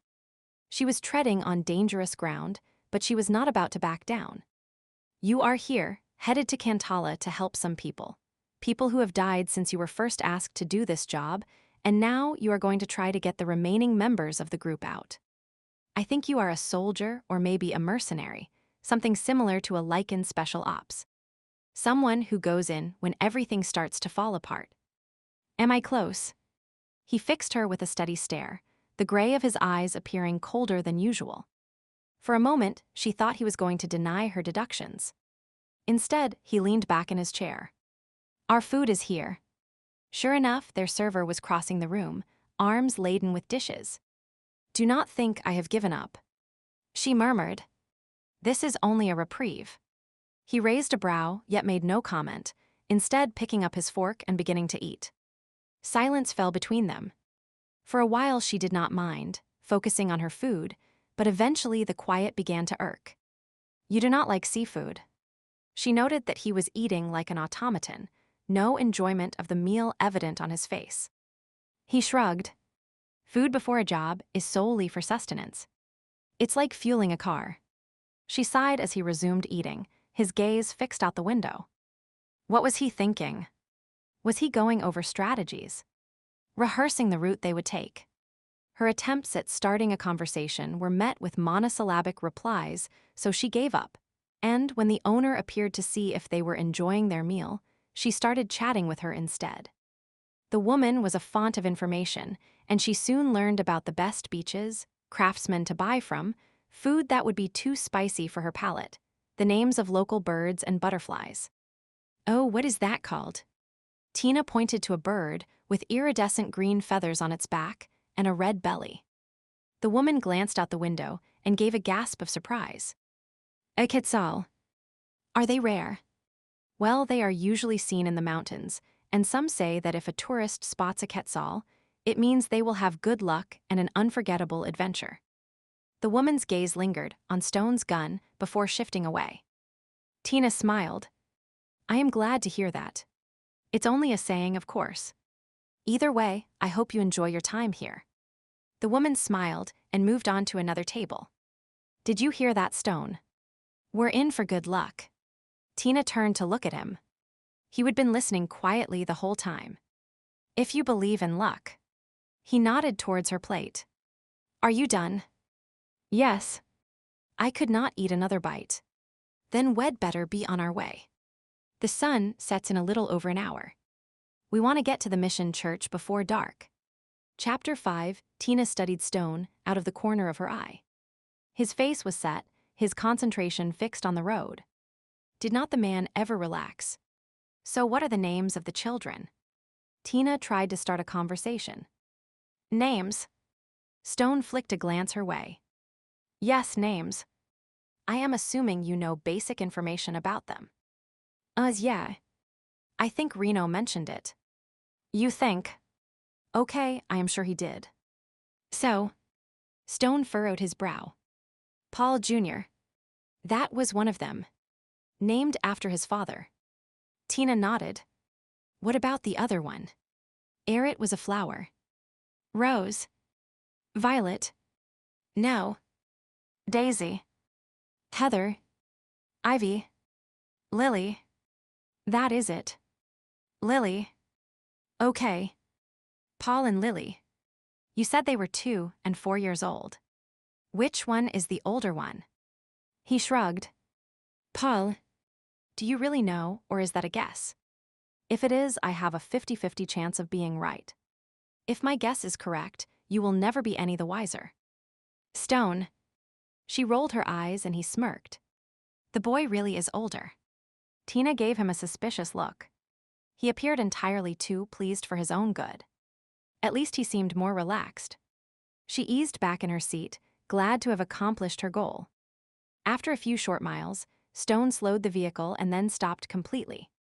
I think this is the road we turn onto next. Let me see the map. Tina pulled the maps from the backpack where she would stow them and handed them to Stone. While he studied them, she peered down the so-called road. If she stared really hard, she could almost make out 2 parallel indents that might have been tire tracks or maybe not. It was difficult to see very far. The overhead canopy blocked a lot of the light, and vegetation crowded the roadway from both sides, creating deep shadows. Lianas were draped overhead like large snakes, waiting to drop down on unsuspecting travelers, and she was sure she could see spider webs hanging between the branches. All that was needed was a sign saying, "Beware all ye that pass this way." A shiver swept over her. "You okay?" Stone looked up from the map. "Nervous? I thought you said you were not worried." "I was not. I mean, I am not. Not exactly." She rubbed her hands up and down her arms to soothe the goosebumps that had arisen. "I have a confession. I am not that good with spiders and snakes. If you have changed your mind, no. I am going to go with you. You will need help with the children. Here." He handed her the map and a compass. "Navigate. It will keep you busy." She glanced at the map. "It looks pretty straightforward." "It should be. I have marked down how many miles we have to travel before we turn." He pointed to a spot on the map. "Help me keep an eye on the odometer. 5 miles, then we head north." "Got it." Tina clenched the papers in her hands as Stone steered the Jeep down the sorry excuse of a road. She kept a smile pinned to her face, determined not to think about spiders or snakes. Only a week ago, she would have been wishing she had something more exciting to do. Somehow this kind of adventure had never even entered her imagination. Leaves and branches slapped against the side of the Jeep as they drove down the narrow road, clouds of insects stirring as their resting place was disturbed. The vehicle bounced and rattled as it made its way over the rough, dirt track, the noise likely scaring away any animals or birds that had been in the vicinity. She hoped it scared spiders and snakes as well. The thickness of the vegetation blocked out the refreshing breeze she would felt at the beach. Instead, humid, cloying air seemed to encircle her, making her clothing stick to her body. She brushed a few loose strands of her hair from her sweaty face. At least it felt a bit cooler, the overhead canopy filtering the sun so that only dappled bits of light showed on the road. Neither spoke, both wrapped in their own thoughts.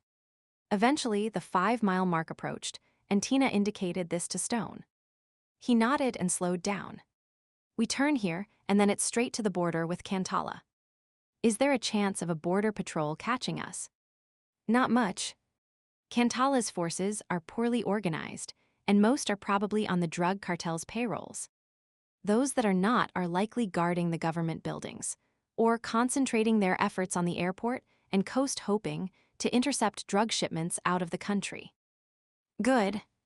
I'd hate to think we'd have to explain what we're doing here. Getting to the border will be a bigger problem than crossing it. The road will get progressively worse from here." "Worse?" She rubbed her hip, which was already sore from frequent contact, with the side of the vehicle. "Yep." He pressed on the accelerator and steered the Jeep down the path. It actually was in rougher condition than the previous road. "I'll never complain about the potholes in Chicago again." Christina shouted the words so as to be heard over the noise of the vehicle. She had herself braced with one hand on the dash and the other on the door. "It does make you appreciate home." Stone grimaced as he wrestled with the steering wheel. Tina took a moment to admire the corded muscles showing on his arms as he tried to keep the Jeep under control. The vehicle kept skidding to the side whenever they encountered a muddy bog. "How long do you think?" The rest of her statement was cut off by a curse from Stone. "Hell and damnation." His foot slammed onto the brake pedal, and the Jeep fishtailed wildly in the mud before coming to a stop. A fallen tree was blocking the way. Stone rested his arms on the steering wheel. It likely came down in the storm that went through a few days ago. He climbed out of the Jeep and moved closer to inspect the obstacle. Tina followed him, picking her way through the mud. The closer they got to the tree, the bigger it seemed. "We cannot go around it." She surveyed the area on either side of the road. A tangle of dense vegetation made the way impassable. Stone tested the trunk for weight, straining to move it. No use. It's too big to lift, and it would take too long to cut through. So do we turn back or try to walk to the mission? Tina bit her lip as she stared at the road on the other side of the tree. It disappeared around a curve, large fronds and vines making it impossible to see what lay ahead. Stone checked his watch, then glanced at the sky. Not much daylight left, such as it is under this canopy. We could try to turn around, but traveling at night on these roads is hazardous. If we start walking, there is not much chance of us reaching the mission before dark. Our best bet is to spend the night in the Jeep and start hiking at first light. Will that put us very far behind schedule? Enough, but it cannot be helped. He returned to the vehicle, rummaged around in the back seat, and pulled out a machete and one of the woven bags she would bought as a souvenir. I'll find some food and well top up with the rations. Wait here. Cannot I go too? She was not keen on being left alone for too long. There was something ominous about the jungle, something that brought out primitive fears she could not begin to understand. I'll be in sight the whole time. When the tree fell, it took some of the smaller ones with it. Bad luck for the trees, but I will not have to do any climbing to reach the fruit. She leaned against the hood of the Jeep, swatting at bugs as she watched Stone wield his machete, deftly hacking through the tangle of underbrush to reach the fruit on the felled trees. In a matter of minutes he returned, the bag full of food. The bananas are green, there might not be much to eat there, but I found these. He pulled out a strange, yellowish-green fruit covered in prickles. She peered at it dubiously. I have never seen anything like that before. Do you know what it is? It might be poisonous. Yes, I know what it is. Do you really think it'd give you something poisonous to eat? Sorry. Dumb question. What is it called? Guanabana guano. Lichen bird poop. Not quite. It's also called soursop. Sounds like sour slop. She made a face. That is not much better. You are sure it's safe to eat? If you need proof, look up in that tree. Do you see that squirrel monkey? She peered in the direction he indicated, finally locating the small furry creature. Oh, there it is. Cute little guy. He's eating the fruit. A general rule of thumb is that if it's safe for a monkey to eat, it's safe for humans. Good to know. Reassured, she began to eat. It was a simple meal of fruit, and some kind of dried meat Stone had taken from the rations in his backpack. Water from young coconuts he would found helped wash the food down. It was not the most exciting meal she would ever had, but the ambience helped make up for it. The jungle was not nearly as foreboding when you had someone with you. Are we going to set up a tent? She wiped her sticky hands on her capris, sadly realizing that no amount of stain remover would ever make the pants a pristine white again. No. We have the Jeep right here. It will provide good protection. Stone rose to his feet and tossed the remains of the fruit into the bushes. It might not be the most comfortable place to sleep, but we will not have to worry about snakes and scorpions visiting us during the night. She shivered, not liking the idea of nocturnal visitors. Do they come out when it's dark? The sun's starting to set. Between the leaves overhead, streaks of pink could be seen staining the sky. Snakes and scorpions. They are around day and night. Gee, thanks for trying to make me feel better, Stone. Anytime. Climb in the Jeep and roll up the windows. She complied reluctantly. Will not it get stuffy? Preferable to the bugs. We have to keep them out. For the most part, it's not the wild animals or snakes that will get you in the jungle. It's the bugs and the diseases they carry. She subsided into her seat, resigning herself to an uncomfortable night. You know, it is awfully early to be going to bed. Here. Stone pulled out a small flashlight and suspended it from the rearview mirror. Thanks, but do not we have to worry about the battery? Crank generator. He demonstrated how to charge the battery before handing her a book. You can read this if you cannot sleep.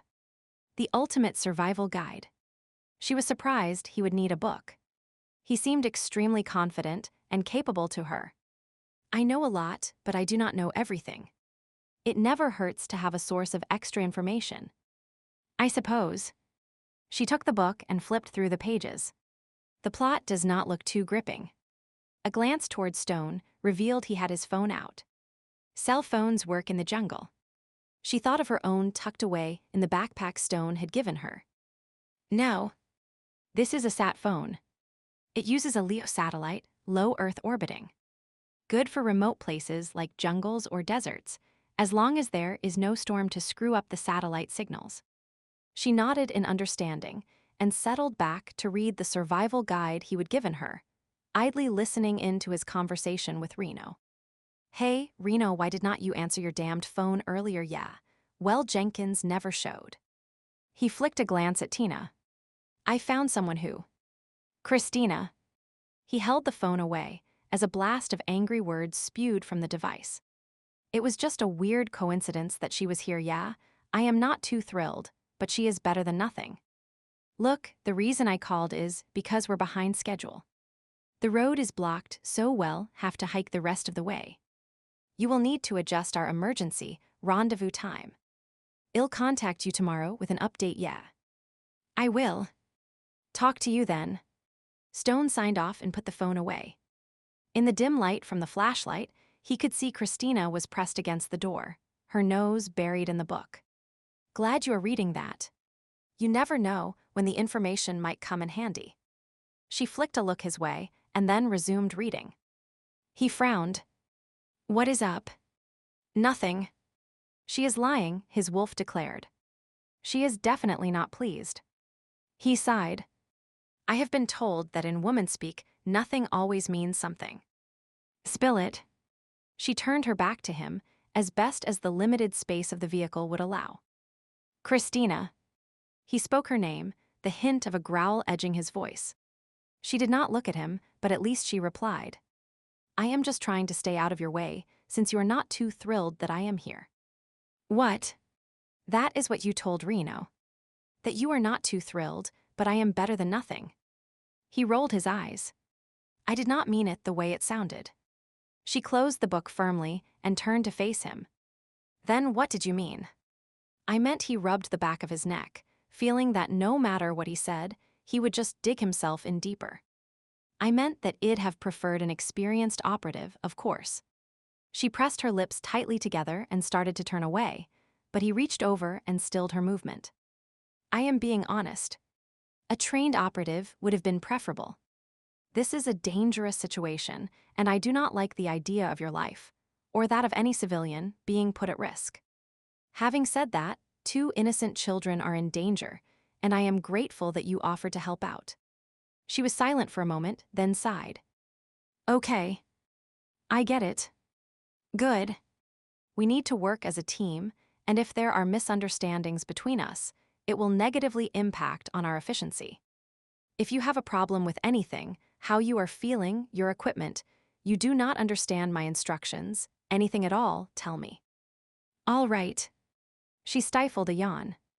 Ready to turn in. I guess. She set the book on the dash. Stone reclined his seat and folded his arms. Beside him, Christina did the same. After a moment, she shifted onto her side. I do not suppose you packed a pillow. He rolled his head towards her. She was staring at him. No. I did not think you would have, but figured it could not hurt to ask. In the dim light, he could just make out her smile. It was nice to know she did not hold a grudge. Come here. Why? You can lean against me. There was a pause and then a shuffling sound as she moved closer, followed by a soft curse.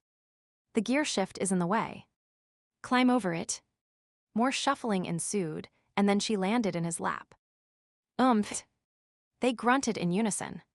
Sorry, she apologized. It's hard to do this in the dark. It's okay. He grabbed her by the waist and tucked her against his body. Better. A bit. He felt her hand drift over his chest. You are not as soft as my pillow. He lightly squeezed her arm. You are. Is that a nice way of saying I am flabby? No. I like the way you feel. Soft. Like a woman. He allowed his hand to drift over her, finally settling on her breast. He could feel her breath catch. When she did not protest, he gently kneaded the warm mound, running his thumb over the peak. It stiffened under his touch. Stone. She exhaled his name and leaned into him even more. He ducked his head and brushed a kiss over her forehead. She reached up, trailing her fingers over his face, his neck, urging him closer. When their lips met, he groaned, the taste of her sweet and familiar. He eased her over so she was straddling him, and their kiss became hotter, more urgent. His hands slid down her back, finding the edge of her shirt, and then tugging it upwards so he could touch bare skin. Reaching the clasp of her bra, he released it and moved the material out of the way. Her breasts rested in his palms, warm and heavy and soft, the peaks already growing hard even before he stroked them with his thumbs. Her own hands were busily working their way under his shirt, and when she finally touched his bare skin, a shiver raced through him. She carefully raked her nails over his chest while nuzzling his neck and nipping at his collarbone. I wish you were completely naked. Same here, but no room. Next time rent a van. He chuckled. We can be creative. Creative is good, she agreed, her lips returning to his. He slid his hand down her body, teasing the dip of her waist and the curve of her hip, all the while enjoying a leisurely kiss. She stroked her tongue against his, then nibbled his chin. He worked his hand between her thighs, feeling the moist heat that signaled her arousal. She moved against his hand, and he stroked her through the layers of cloth, using the seam of her pants to stimulate her sensitive nub. She clutched at his shoulders, her mouth moving to suck on his earlobe. Good thing we're in the jungle, she breathed the words into his ear. Why? His voice sounded strained to his own ears. We do not have to worry about a cop coming by wondering why the windows are steamed up and the car is rocking. He gave a bark of laughter. True. And you do not have to be quiet in case the neighbors hear either. He increased the movement of his hand, adding more pressure. Oh my gosh, Stone. Do not hold back, Christina. Let go. He urged her on, and when she shattered in his arms, he held her close, stroking her back as she slumped against him. Yep, good thing there are no neighbors here. He teased. Yeah. He could hear the smile in her voice. She nuzzled her head against his chest. But what about you? I am fine. He shifted away from her questing fingers. That is not what I feel. I could no need. He gently disentangled from her and opened the door of the vehicle. I'll be right back. Once he was outside of the vehicle, he began to adjust his tight pants, the material taut over his erection. A scent drifting on the heavy night air stilled his actions. There is another shifter in the area. His wolf growled low in its throat, instantly alert. Physical discomfort was immediately forgotten. He strained his senses, listening to the night sounds, trying to pierce the darkness with his gaze. The scent was faint, having drifted some distance and not recent. It was, however, vaguely familiar, niggling at the back of his mind, but refusing to reveal the identity of the Lycan. What other wolf could be in the area? His inner animal asked. This is the jungle. Wolves do not live here. A member of the Duffy family. Perhaps, but he would never met them before, so why would the scent stir a memory? His wolf urged him to investigate, to follow the scent and track down the other wolf. He even took half a step, but his duty to Christina held him back. Leaving her alone, unguarded, was not wise. No, he shook his head. He would stay here and stand guard, hoping the elusive memory of the scent would return. Chapter 6. Demonic screams pierced her dreams, jolting Tina awake. Was someone being murdered, or were the hounds from hell attacking? She sat frozen in her seat, hardly daring to move, not wanting to attract the attention of whatever dangerous creature was lurking outside. Instead, she slid her hand slowly across the seat, reaching for Stone but encountering nothing. Stone. She whispered his name and cautiously turned her head so she could see the driver's seat. No one was there. Gathering her courage, she turned, quickly scanning the Jeep's interior. She was alone. The man she had been dreaming about just moments before was nowhere in sight. Stone. She called his name, heart pounding as she peered through the windows. Where was he? Dawn was breaking, streaks of pink spreading over the bits of sky that could be seen through the tree canopy. Day was pushing away the darkness of night, but the area around her was still mostly bathed in shadows, offering a multitude of hiding places for whoever or whatever it was that was making those chilling sounds. Had Stone left the car and fallen victim to some jungle creature? She put her hand on the door handle, not sure if she was brave enough to face whatever was out there, but knowing she had to go looking for him. A weapon. She should take one with her. Leaning over the back seat, she began to rustle through the supplies Stone had stashed there. The big gun, an AK-47 he would informed her, was nowhere in sight, but he would used a machete last night, so it must be in there somewhere. She stretched farther, trying to reach his backpack, muttering curses to herself about not having longer arms. If she hitched herself up just a bit more, the door behind her suddenly opened, and something touched her leg. She let out a scream, lost her balance, and tipped head first over the seat into the back. A loud guffaw filled the vehicle, the sound foreign yet the source was undeniable. Stone was laughing. Tina righted herself and peered over the seats to see Stone actually grinning at her. "Glad to see you are awake." "Awake? Of course I am awake. It sounds like someone is being disemboweled out there." She brushed her hair from her face and gestured towards the surrounding jungle. Stone frowned, cocking his head as he listened before giving another huff of laughter. "Howler monkeys. They make quite a racket, do not they?" "Monkeys? Holy cheeseballs, they are noisy. Better than an alarm clock. They scared me half to death," she muttered, climbing out of the vehicle. "Where were you?" "Getting us breakfast." He held up yet another fruit she did not recognize. "What is it?" "Sapodilla. Tastes sort of like a pear. Just do not eat the seeds. There is a hook on the end that can catch in your throat." Tina watched as Stone cut the fruit into pieces. "The skin is tough. You eat the insides." He handed her a section. After sniffing it cautiously, she took a bite. "Yum. These are good. Glad it meets with your approval. What else is edible around here?" She surveyed the surrounding trees with interest. He replied in between bites. "Bananas, mangoes, avocado. Not much danger of starving in the jungle if you know where to look." Of course, he slid a sideways look at her. "If you are looking for meat, there are lots of larvae, stop right there." She interrupted with a glare. "Do not ruin my breakfast with gross talk." Stone shrugged. "Gross but true." It might be true, however, until desperation strikes. Ill live on fruit. The corner of his mouth curled upwards before he popped the last bit of his meal into his mouth. "I'll get the packs ready while you finish eating. We need to get moving." Tina nodded and munched quickly, trying to keep the trepidation in her stomach under control. While she considered herself fit, trekking through a jungle carrying a backpack was beyond the realm of her experience. She hoped she was up to the challenge. All too soon, Stone was hefting the pack on her back, adjusting the straps, and then giving her a final look over. She knew her appearance was ridiculous. Her own cute tops had been deemed inappropriate for a jungle trek, and he would had her don an oversized khaki shirt that had been bought for the partner who had not shown up. She would knot at the waist and rolled the sleeves, but it was still way too big. At least he would said the cotton pants she would pulled from her suitcase were okay.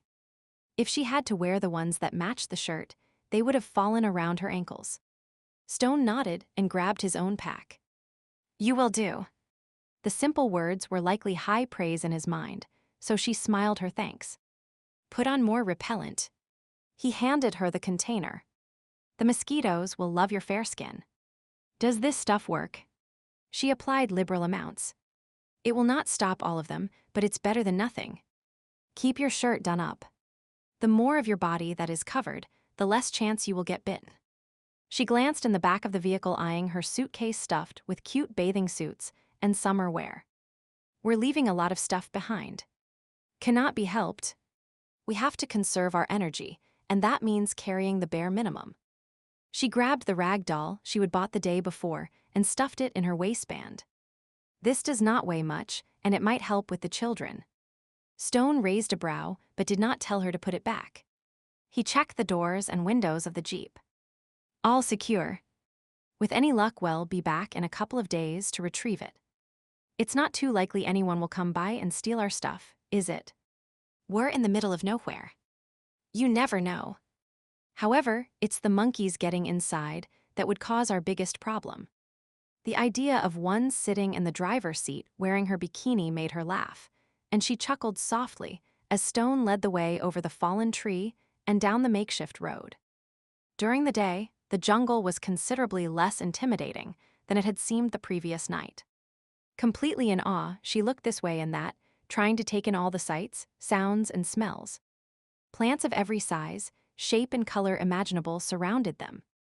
Exotic flowers appeared in the most unusual places. Ferns grew to mammoth proportions. She craned her neck, looking up at the trees that towered overhead, letting only dappled bits of sunlight reach the ground below, then stared fascinated at the highway of leafcutter ants marching across the road. Birds flitted through the air, and always there was the constant hum of insects in the background. It was inspiring, overwhelming, and fascinating all at once. As far as her eye could see, lush vegetation surrounded them with no sign of civilization anywhere. She had the oddest sensation of having been transported back to the very beginning of time when the whole world was newly created, and she and Stone were the first humans to walk upon the planet. The idea that she was some biblical Eve and Stone was Adam made her smile. For a while, she amused herself with a fantasy of both of them frolicking naked. Unfortunately, a pesky mosquito buzzing in her ear had the fantasy disappearing just as things were getting interesting. If she was naked, she would likely have bug bites on her butt and boobs. Not sexy or romantic in the least. With her daydream destroyed, she began asking Stone questions. "I knew you could not be silent the entire day," he quipped over his shoulder. She stuck her tongue out at his back but laughed. "I want to learn everything I can about this place. It's so foreign from Chicago or Florida or any of the other places I have been." Stone answered her queries with patient explanations. His demonstration of how to husk a coconut with a machete when they stopped for a break looked so simple she insisted on trying herself. Several failed attempts later, she handed the now mangled coconut back to Stone. "A machete looks easier to use when you do it," she groused. Magic and machete, things that start with M, seem to be out to get me. "Makeup starts with M," he pointed out. "True." She made a face. Another theory foiled. Using a machete just takes practice. He deftly dealt with the recalcitrant coconut. You were holding it too tight and trying to use your wrist. Use the momentum of your body and swing from the shoulder. It's a similar motion to what you would use for skipping stones. Maybe it'll stick to gathering fruit. She noticed what appeared to be a type of fruit lying on the ground and held them up. "What about these?" "Cajones de caballo." He grinned. "Or horse balls." "Horse balls." She stared at the paired globular fruits doubtfully. "Are they edible?" "Mostly only to birds. Natives have medical uses for them, though. For example, if you have a botfly larva in your arm, the sap can be used to smother it." "A botfly." She waved her hand to shoo away the various insects swarming around her. "They lay eggs on mosquitoes. When the mosquito bites you, the eggs fall off, immediately hatch and burrow under your skin." She shuddered. "And I thought getting malaria was the biggest of my worries. Makes a dark alley in Chicago seems preferable." Stone shrugged his shoulder. "In some ways, I prefer the dangers of the jungle. Animals and bugs, they are motivated by survival, food, shelter, reproduction. It's easier to understand how they will react." He took a drink, then wiped his mouth on the back of his hand. Humans are motivated by greed and power. Much harder to predict how they will act or what lengths they will go to. They will kill over ideology, money, sometimes just because they can. Sounds like you have encountered some pretty grim examples of our species." "I have." He got to his feet without further explanation. "Time to get moving again. We still have quite a way to go."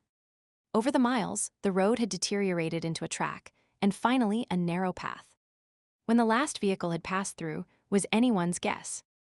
Stone was making greater use of his machete, hacking off whatever they could not duck under or go around. It was tiring work, even for an incredibly fit Lycan.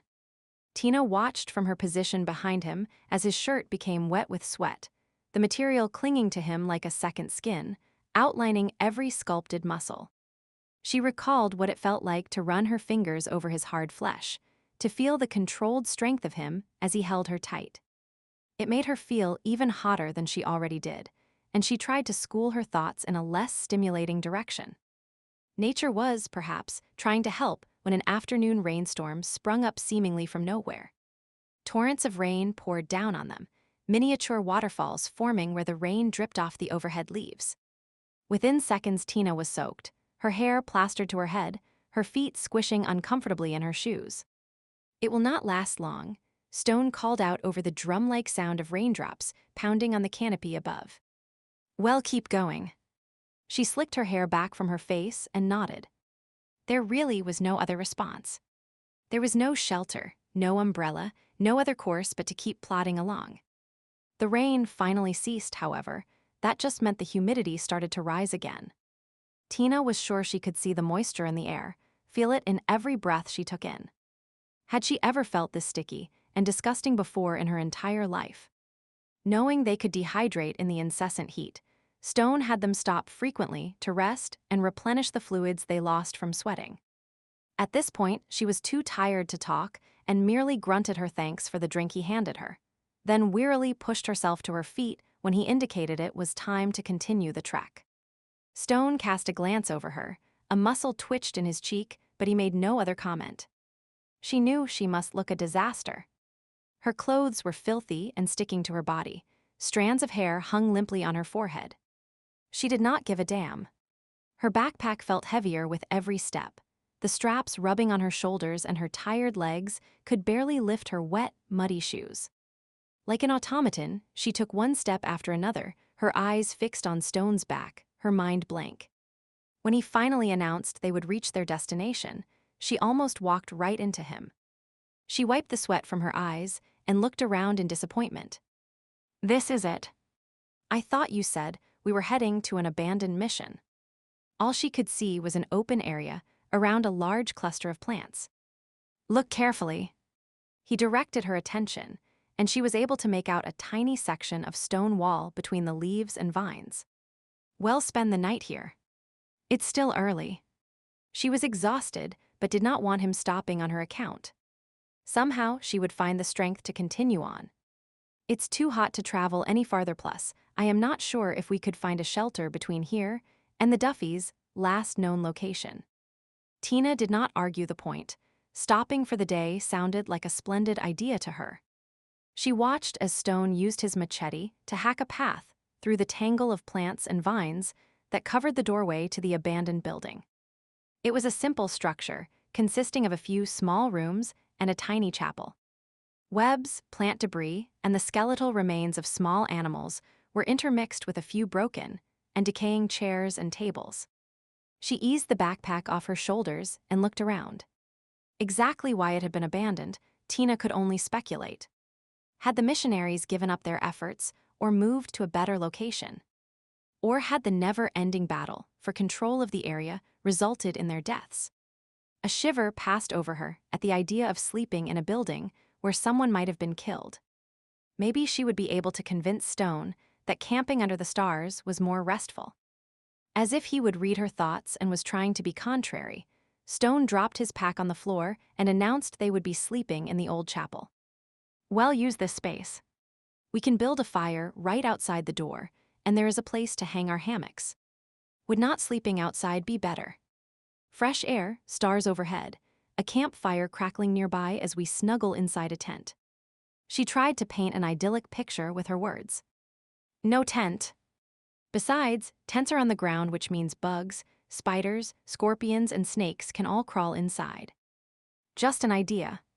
She turned in a slow circle, peering into the shadowed corners while rubbing her hands up and down her arms. "What is wrong?" Stone planted his hands on his hips, and she wondered if she was really that transparent. "Dead people. Dead people." He looked around. "I do not see any here." "Do you?" "No. But maybe the people who once lived here were killed, and their bodies. Get your imagination under control, Christina." They were recalled by the missionary group a few years back. Are you sure? Reno thoroughly researched the area for me and sent me the particulars. We did not stumble upon this place by accident. Satellite images, internet searches of government files.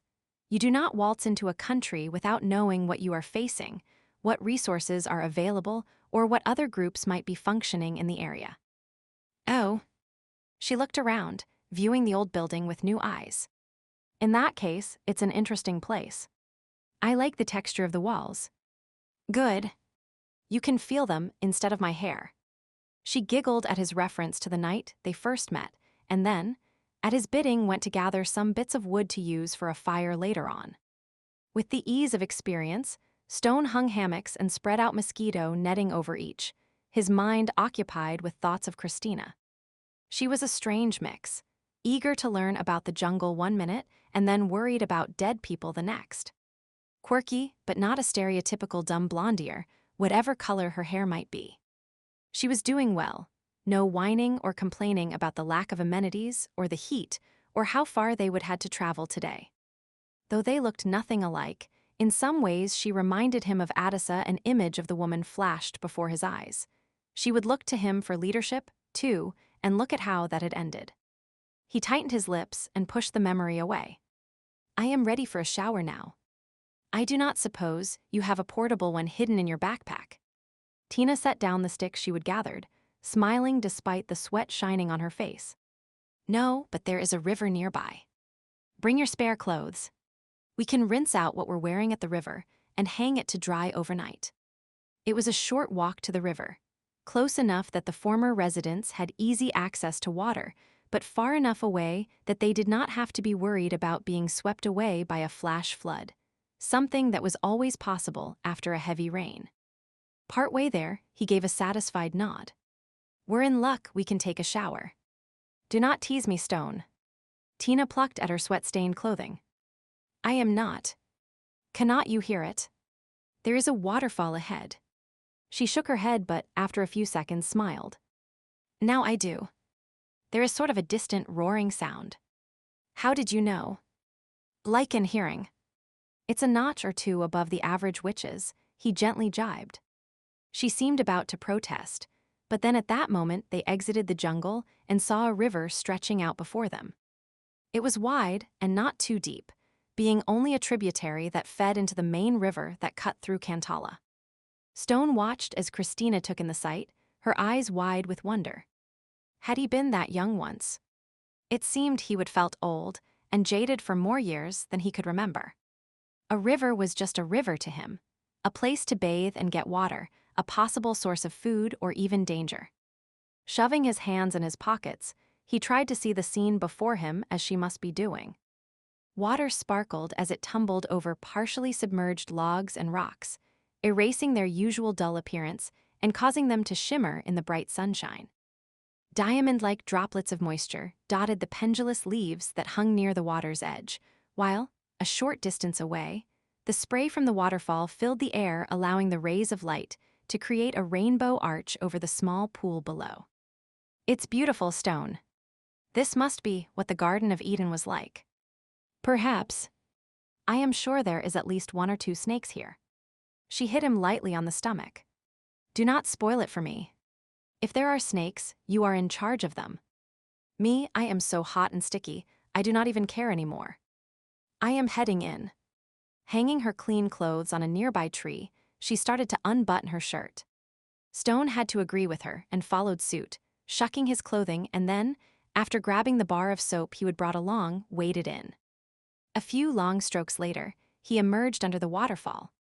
The cool liquid cascaded down on him, pounding his shoulder muscles, releasing the tension that had formed there over the course of the day. For a few minutes, he simply stood enjoying the moment before practicality weighed in. He scrubbed his hair with the bar of soap and then lathered his body, washing away the grime and sweat. By the time he was done, Christina had tired of swimming and was making her way towards him. Waters never felt so good. She pushed her hair from her face and squeezed the water from the colorful tips. Or looked so good. Droplets clung to her lashes and dripped down the curves of her body. One brazenly slid along the curve of her breast, before clinging to her nipple like a bit of diamond jewelry. Using his finger, he traced the path it had taken, and the pink nub tightened. He felt himself beginning to harden at the sight. Unable to resist, he pulled her closer and kissed her. Lips slid over lips in a leisurely sharing of pleasure. His hands traced the length of her back to her hips and cupped her rear. She caressed his shoulders and upper arms, sensuously rubbing her body against his while mist from the nearby waterfall drifted over them. He broke off the kiss and eased her away. Her lids were heavy, her mouth parted and dewy. For a moment he brushed his thumb over her temptingly plump lower lip and then combed his fingers through her hair, holding her head as he trailed his lips over her brow, her cheeks, and then back to her mouth. His tongue stroked hers, sharing the intimate pleasure, stoking his desire. She trailed her hands down his chest, gently tugging his chest hair, teasing his nipples. A shiver passed over him, and he snaked an arm around her waist, bringing her closer to him. His erection brushed against her hip, his thigh slid between hers. She was hot and wet, he could feel it. The knowledge made him ache all the more, knowing the pleasure that awaited him. She was like a drug he could not resist. Night after night, he would had to return to her, breaking his one-night stand rule, had to experience her one more time. Christina, he murmured her name as he nuzzled her neck. A part of his brain was telling him that having sex in a tropical pool was not smart. Water snakes, crocodiles' common sense disappeared when he was with her like this. What spell have you cast over me? Her hands rested on his hips, drifted lower to grasp his buttocks as she gently nibbled and sucked on his shoulder. I do not do spells. Her arm brushed over his cock, and his knees nearly buckled. A hex, then. He picked her up and carried her to a flat bit of rock. The water lapped about her as he laid her down, shimmering and sparkling as if magic were emanating from her. My hexes can bring a man to their knees, remember. She smiled up at him, laughter dancing in her eyes. That they do, he agreed, sinking down to kneel beside her. He paid homage to her body, skimming his fingers over her smooth skin, cupping her breasts, teasing the tips. He would had many women before, but none had been like her. Soft, womanly, a mysterious treasure to explore and enjoy. When he finally entered her, it felt like nothing else he would ever experienced. A homecoming, a sense of belonging as if her body had been made to fit his. He rocked into her, savoring the feeling, her soft gasps letting him know she shared his feelings. In. Out. Each stroke was exquisite. The coolness of the water contrasted the heat that grew between them. If only it could last forever. She caressed his back, softly murmuring, encouraging. He needed her in a way he could not begin to understand. Needed to possess her, bury himself in her, join with her as deeply as possible. He began to move faster, their bodies pressed together, moving together. He worked his arms under her shoulders, holding her tight, his cheek to hers. Stone his name on her lips. How could that be so erotic? Why did it create a strange feeling in his chest? He increased his pace. Say it again, Christina. Say my name again. Stone. He pressed his forehead to hers, stared into her eyes. She looked up at him. Their gazes locked. Keep saying it. Do not stop. Stone. Stone, he moved to the sound of her voice, increasing his pace as she said his name faster, louder. Her back began to arch, her nails clawed at his back, his name still spilling from her lips.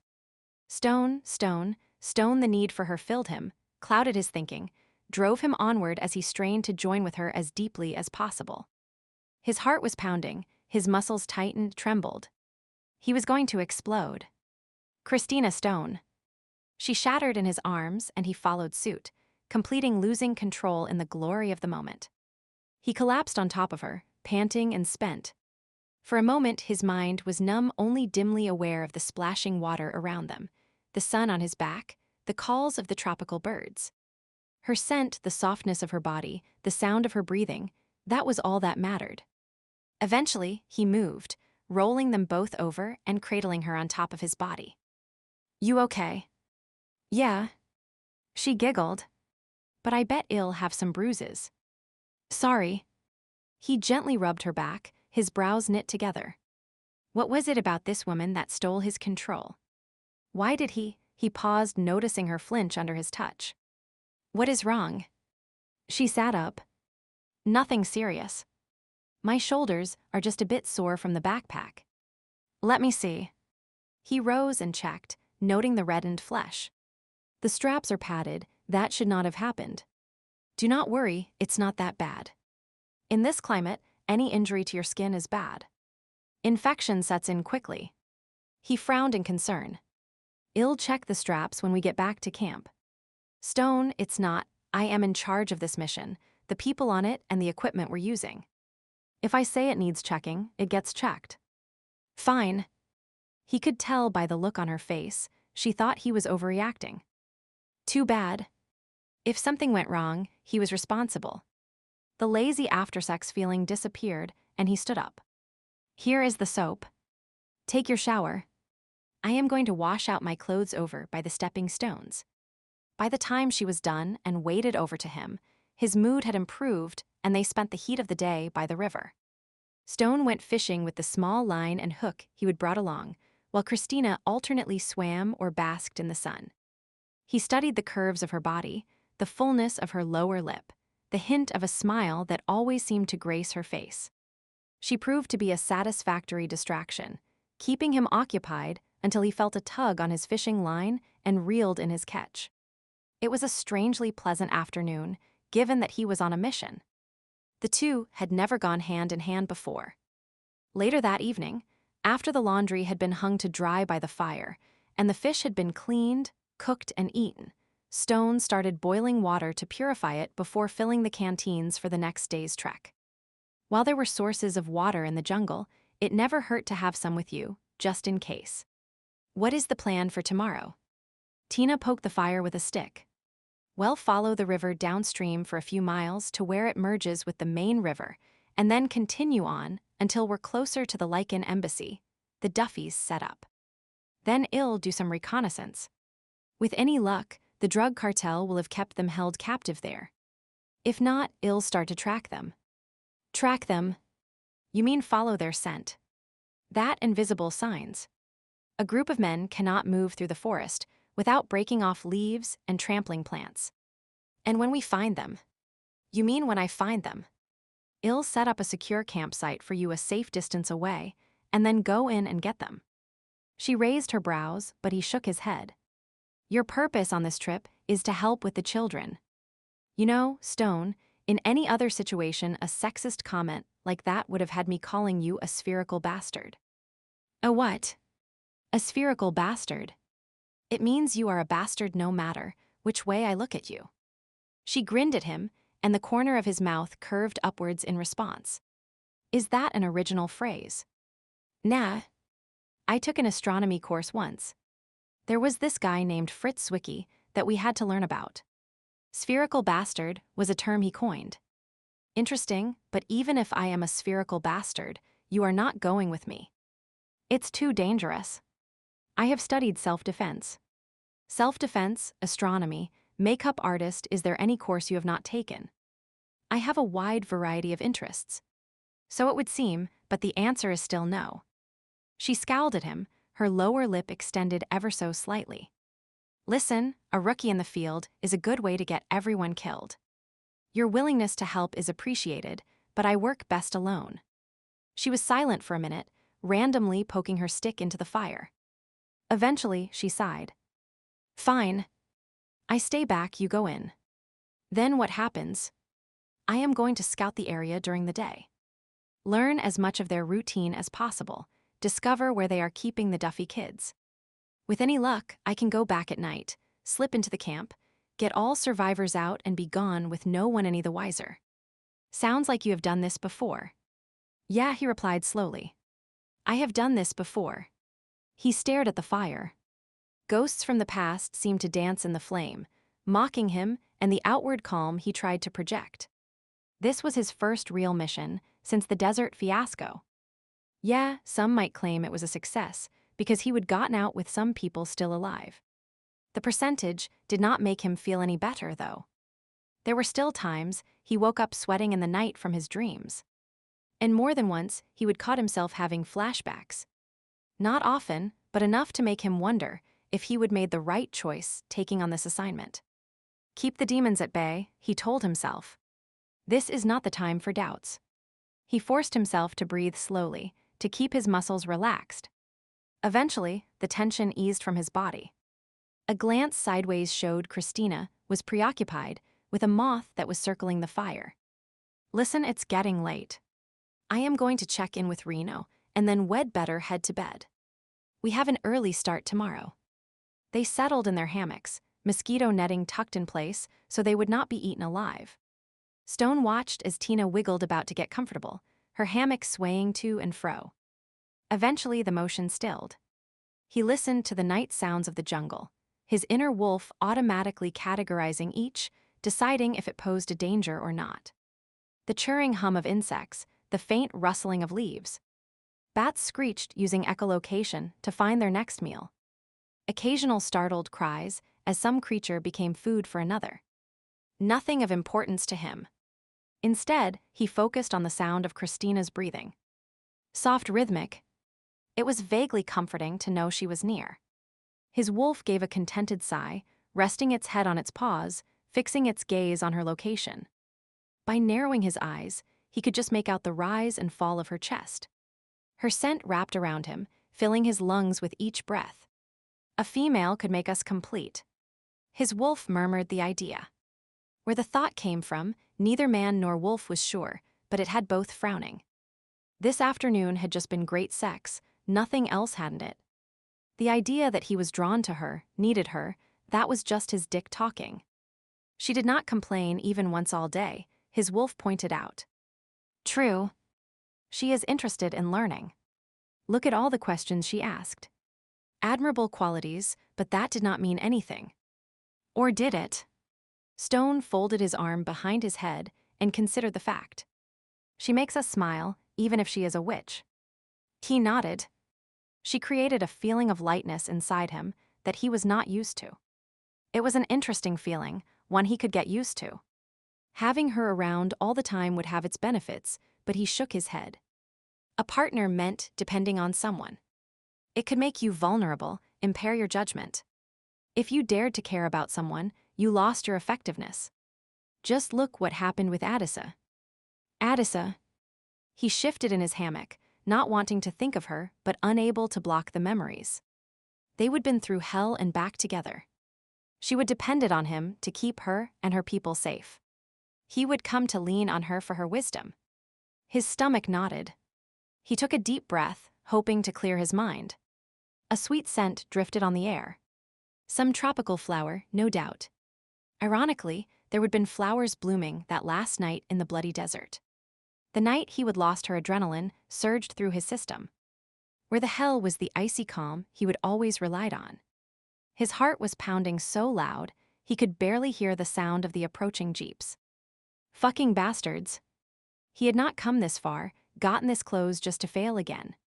Sweat and sand stung his eyes. He wiped them, his hands shaking. If his plan failed this time, they would all be dead. No, he could not fail. They had not survived all this time, just to be cut down when freedom was in sight.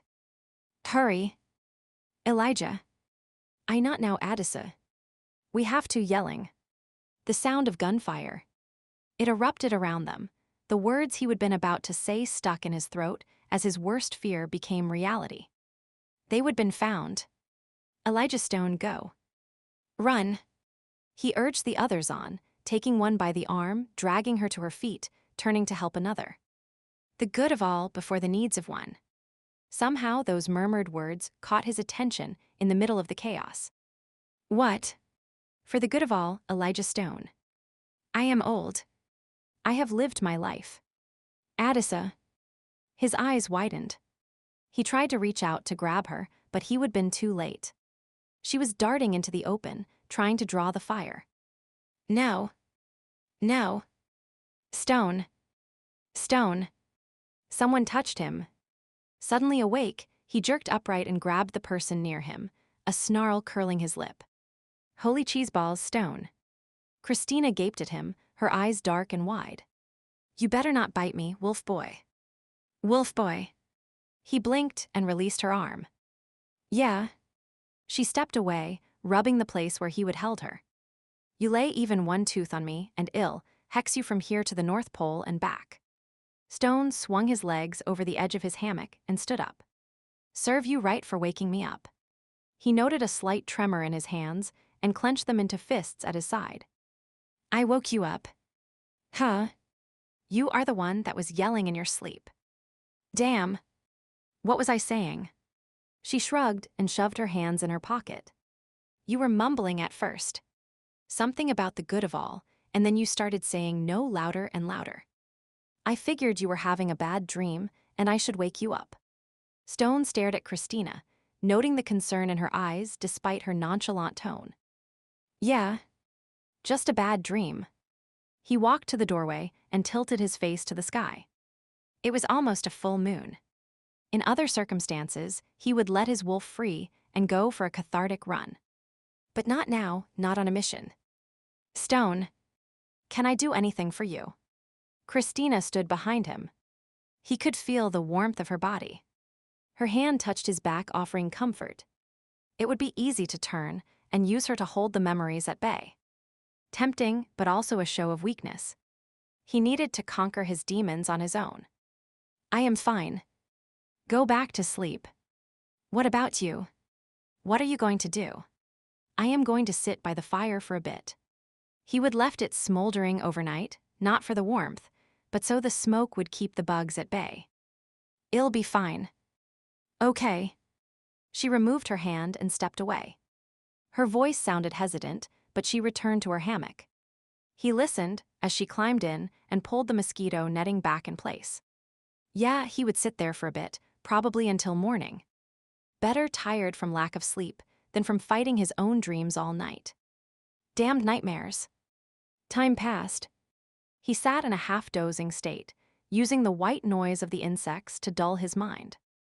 How long he would been there, he was not sure, but suddenly his wolf lifted its head, hackles raised, a warning growl rising in its throat.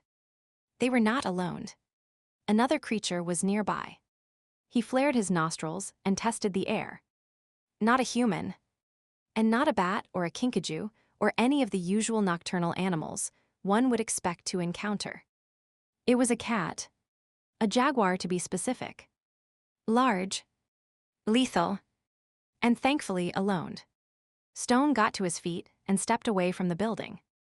If there was going to be trouble, he did not want Christina involved. He could hear the animal breathing, the chuffing sound as it also tested the air, the faint rustling of the underbrush as it moved. The beast was circling, assessing. His wolf wanted out, but he held back. No point in provoking the big cat. A jaguar had no natural enemies. Its jaws could easily crush the skull of its prey, but it was leery of humans. Except this one was part human. A shifter. That did not necessarily guarantee his safety, though. He recalled Reno, saying the jaguars were not happy, there were Lycans in their territory. Damned cats were always unpredictable. Stone stood his ground, widening his stance, facing his opponent. Seconds ticked by, the standoff stretching out as both waited for the other to make the first move. He kept his breathing steady, his muscles loose. His years in captivity had taught him the value of patience, of waiting for opportunity to come to you. Finally, the vegetation quivered, and the jaguar stepped forward. Its eyes glinted in the night, long canines showing as a rolling rumble reverberated from its mouth. Head held low, it moved fluidly, muscles encased by sleek, tawny yellow fur dappled with darker rosettes. Several yards away it stopped, and in the blink of an eye shifted into human form. Sinuous. Rangy. Strong-featured. The man's dark hair blended with the night. The ramrod stiffness of his back and the tilt of his chin gave him an aristocratic air. Why are you here? The shifter spoke with a faint accent that did nothing to smooth the bluntness of its words. I am looking for some fellow Lycans. The shifter curled his lip. Dogs do not belong here. The jungle is ours. Stone ignored the implied insult. Once I find the ones I seek, well be gone. Perhaps you have seen them. Perhaps. The man cocked his head. Who are you? Stone. Eli Stone. And you? Esteban. He waited. The man offered no more personal information. Damned cats were always hard to deal with. I have been sent to retrieve our people. We believe they have been caught up in a turf war between local drug cartels. They should not have been here to begin with. We have no interest in diplomatic relations with Lycan Link. So you do know of them? Esteban snorted and narrowed his dark eyes. They established an embassy, as they called it, in my territory without asking. I was not pleased to discover wolves traipsing all over my land. They had no understanding of the ecosystem, of how adding a new predatory species could upset the balance. Not their best move, I agree. I suppose they thought it would be easier to make contact with you if they were here rather than in the villages. If my people were looking to make contact, that might be true, however. We have survived for centuries without the help of Lycans. The early human civilizations worshipped us as gods. There is nothing you have to offer that we want. Snotty bastard, Stone thought to himself. I am sure Lycan Link will be rethinking its policy. Do you have any information that would help me locate my people or the drug lord involved? Like all jaguars, my territory is very large. And the dealings of the Capo de Drogas is not my concern. Stone inclined his head. I'll continue looking on my own then. Make sure you remove all of them. Some are decidedly unsavory. And I hope you choke on a hairball, Stone thought to himself. Outwardly, he tried to keep his voice neutral. I intend to take any surviving members with me. Surviving? I have reason to believe that some, likely the adults, have been killed. The man frowned. There were little ones, pups as you call them. This is not a safe place for the young. They should never have brought them here. I could not agree more. Esteban was silent for a moment, seeming to consider this new information. Eventually, he gave a decisive nod. If I learn of anything, I will find you and tell you. With that, the man shifted back to animal form and left without a backwards glance. Damned cats, Stone muttered to himself yet again. A Lycan would have immediately offered to help, his wolf declared. It is a good thing we are used to carrying out solitary missions. Well, solitary, except for Christina, that is.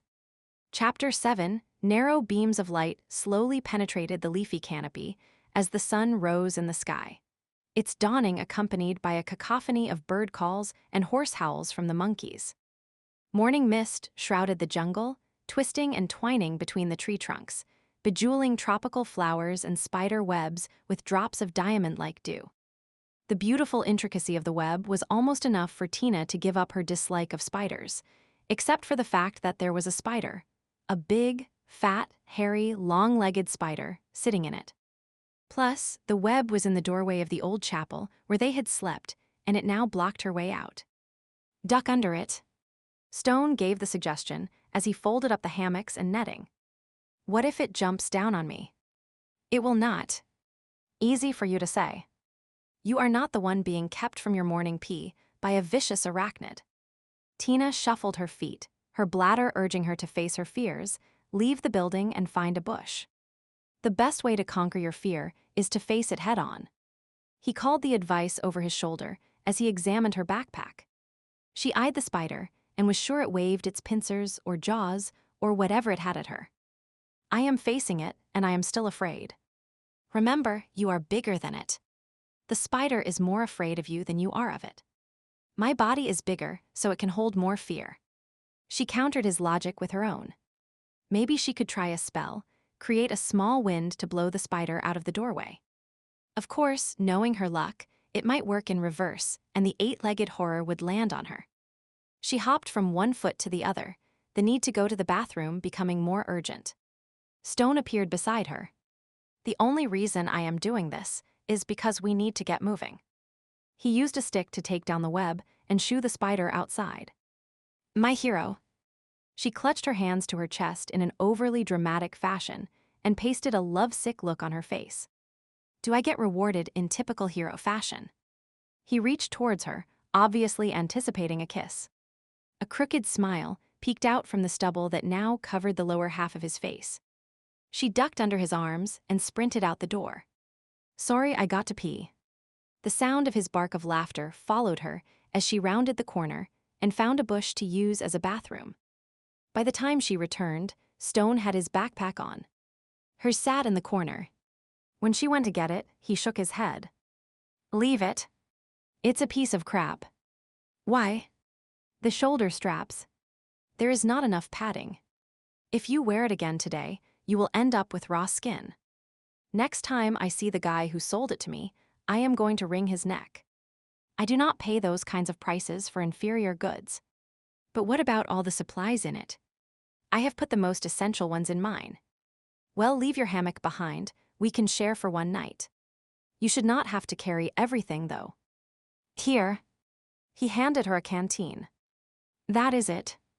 Believe me, Christina, I can handle the weight. And given how rough the trail will be today, you will be glad that is all you have to worry about. She shrugged, slipped the strap for the canteen over her shoulder, and grabbed the doll which he had neglected to pack. You forgot Clarice. Clarice? She waved the doll at him, and he rolled his eyes. Come on, we need to get started. Tucking the doll in her waistband, she followed him towards the river. There is a trail along the riverbank. We'll be using it most of the way rather than forging our own. She nodded. The easiest path is usually the safest path. The idea of walking straight through the thickest growth, swinging a machete left and right is pure Hollywood. You have been reading the survival guide I gave you. If something catches my interest, I pretty much have a photographic memory, she explained. And if it does not catch your interest, then I am dumb as dirt. He chuckled. Your memory must come in handy. Yes and no. Like I said, if something interests me, I pick it up pretty quickly. The problem is, not a lot of things hold my interest for very long. Which is why you have taken such a wide variety of college courses. She shrugged. I figure eventually I'll find something that feels right, something that is not too repetitive. I am surprised you have stayed working at Club Mystique for so long then. Well, after all these years, it's sort of like home. Besides, Gwyneth's there. Gwyneth? He looked over his shoulder at her. We have a love-hate relationship. She is a relative of sorts, my mentor on how to be a witch. Somehow, I had the impression you were not that in touch with your witch side. I am not really. My parents sent me to live with her when I was in my early teens. They are very into the whole witch scene and completely despaired of me. I am something of an embarrassment. How so? Stone brushed past a low-hanging cluster of leaves. She followed his suit, idly swatting at the swarm of bugs that rose into the air in response to moving the vegetation. My witch skills are substandard. Each witch is born with a certain specialty. Some are good with spells, others excel at levitating objects. Most members of my family are gifted in several areas. Me, I am mostly a lowly vision and prophecy witch. Why is that considered lowly? Well, first of all, almost any witch can have a vision. It's not considered that special.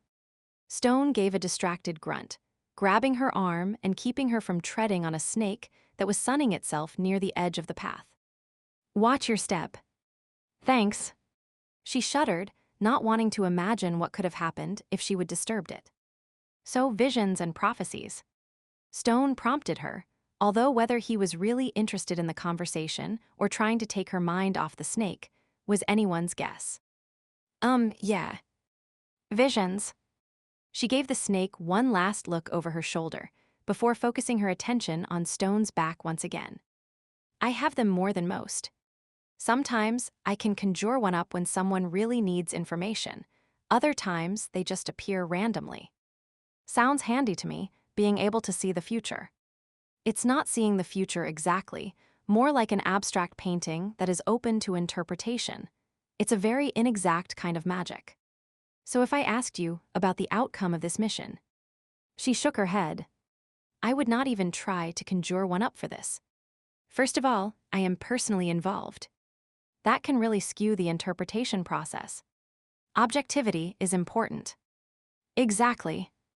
Visions can be very disconcerting, and one about yourself is even more so. She accepted Stone's steadying hand as she climbed over an exceptionally large log. As much as possible, I try to just forget about them. They are a curiosity, nothing more. And do all witches feel that way? Some do. Some do not. She chuckled. Gwyn had one a few days ago, and you should have seen the sour look on her face. She tried to pass it off as being about me, but I pointed out it could also have been about the club. See, it's all in how you interpret it. So Gwyneth is a lowly prophecy witch as well. Tina snorted at the very idea. Of course not. She is multi-talented and quite respected in some circles. My parents hoped she would be able to do something with me. Sadly, I was beyond even her tutelage. You changed your hair color, so you must have some magical skills. I can manage a few simple spells. That is pretty much the extent of it. So I cannot ask you to make these vines disappear. He nodded towards the tangle that partially blocked the path. Not if you value your life. Knowing my luck it would go wrong, and they would wrap around you until you looked like a mummy. I think I'd better rely on my machete then. Good choice. She watched him deal with the recalcitrant vines. Gwyn thinks the problem is that I do not practice enough, and maybe she is right. It really does not interest me that much. Stone set down his machete and wiped the sweat from his brow. Time for a break. Tina passed him the canteen, since there were no coconuts in sight to provide a drink. So what about you? What about me? I have spent the first part of the trek telling you all about me. Now it's your turn. Not much to tell. A closed look came over his face. I trained to be an enforcer, then set out on my own. She waited a beat, but he did not add any details. Somehow I sense you skipped over some details. Clever of you. He capped the canteen. We'll eat at our next rest break. Only a couple more miles to go. And that is the end of that conversation, she murmured to herself. From the way Stone's back stiffened, she was sure he would hurt her. Too bad. The rest of their journey passed in near silence, Stone speaking only when necessity required it. The tributary they would been following joined up with the main river.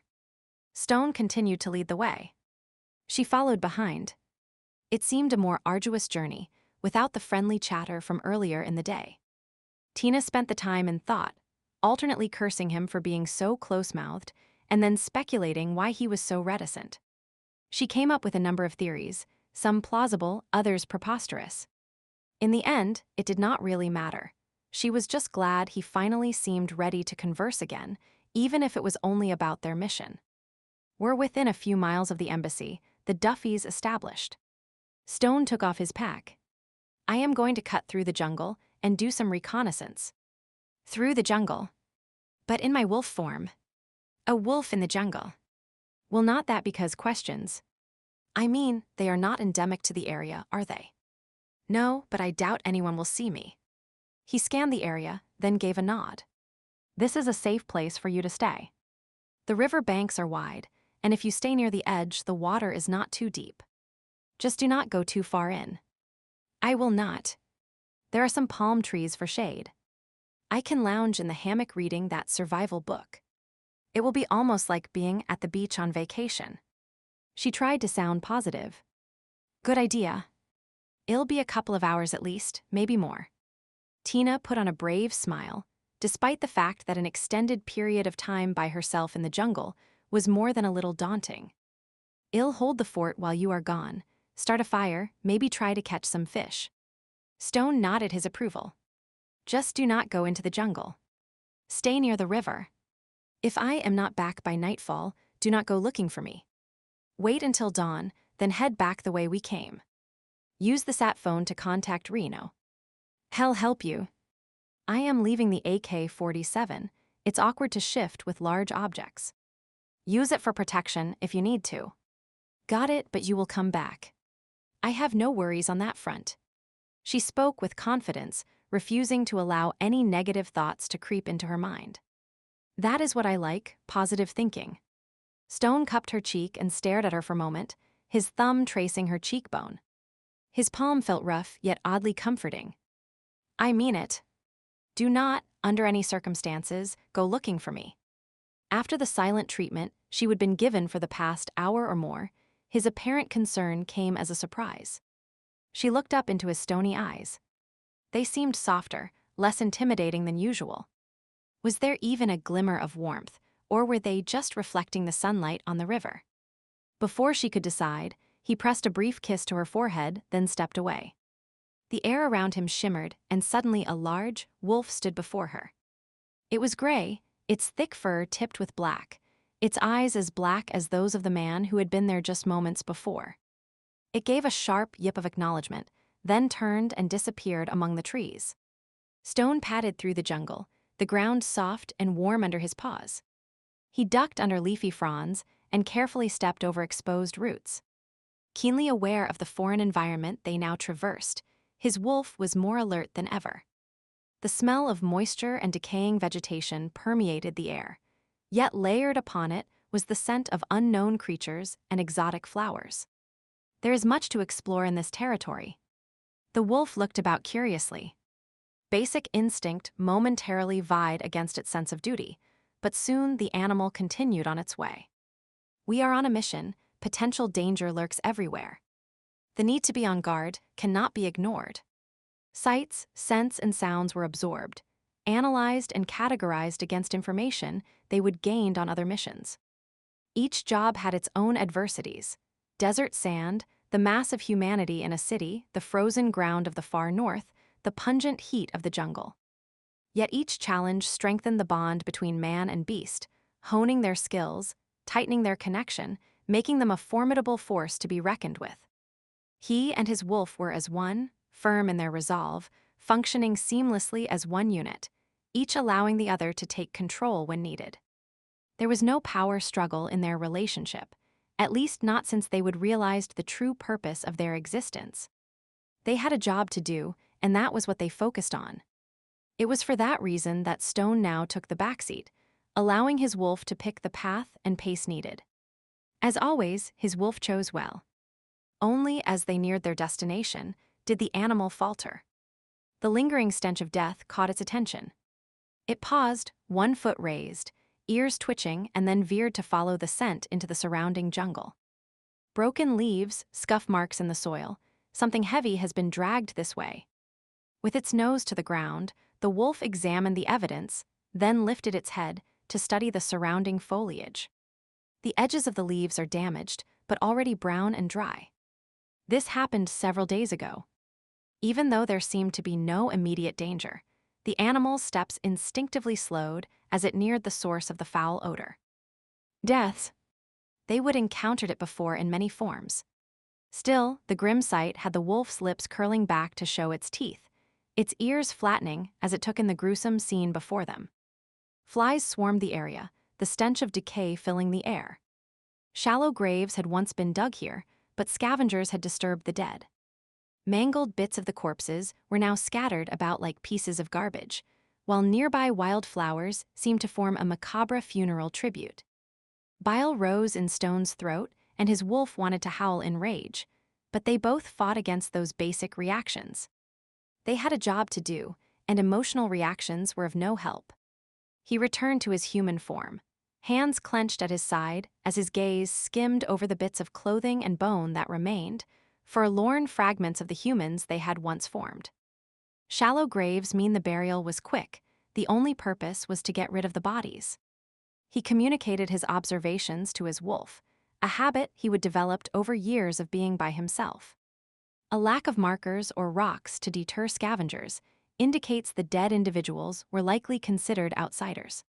His wolf twitched its ears and drew his attention to the scattering of the remains. Animals have been raiding the site, digging up the bodies, fighting over various bits, and carrying off whatever pieces were not immediately consumed. Only scraps of clothing and bone are left.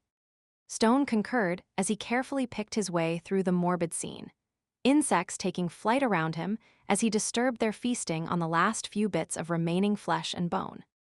The ecosystem of a rainforest was decidedly efficient, but not for those with a weak stomach. He examined the shreds of cloth and bone, viewing them as inanimate objects that could provide essential clues. His efficiency would be compromised, if he allowed himself to think of them as members of a young, idealistic family with hopes and aspirations. His wolf was not quite as detached, a constant rumble rising from its throat. "We need to avenge their deaths." "We will," Stone reassured the beast. "Just as we have on other missions. When the time is right, we'll mete out justice." A skull, half buried, caught his attention and he crouched to take a closer look, gently brushing the concealing leaves away.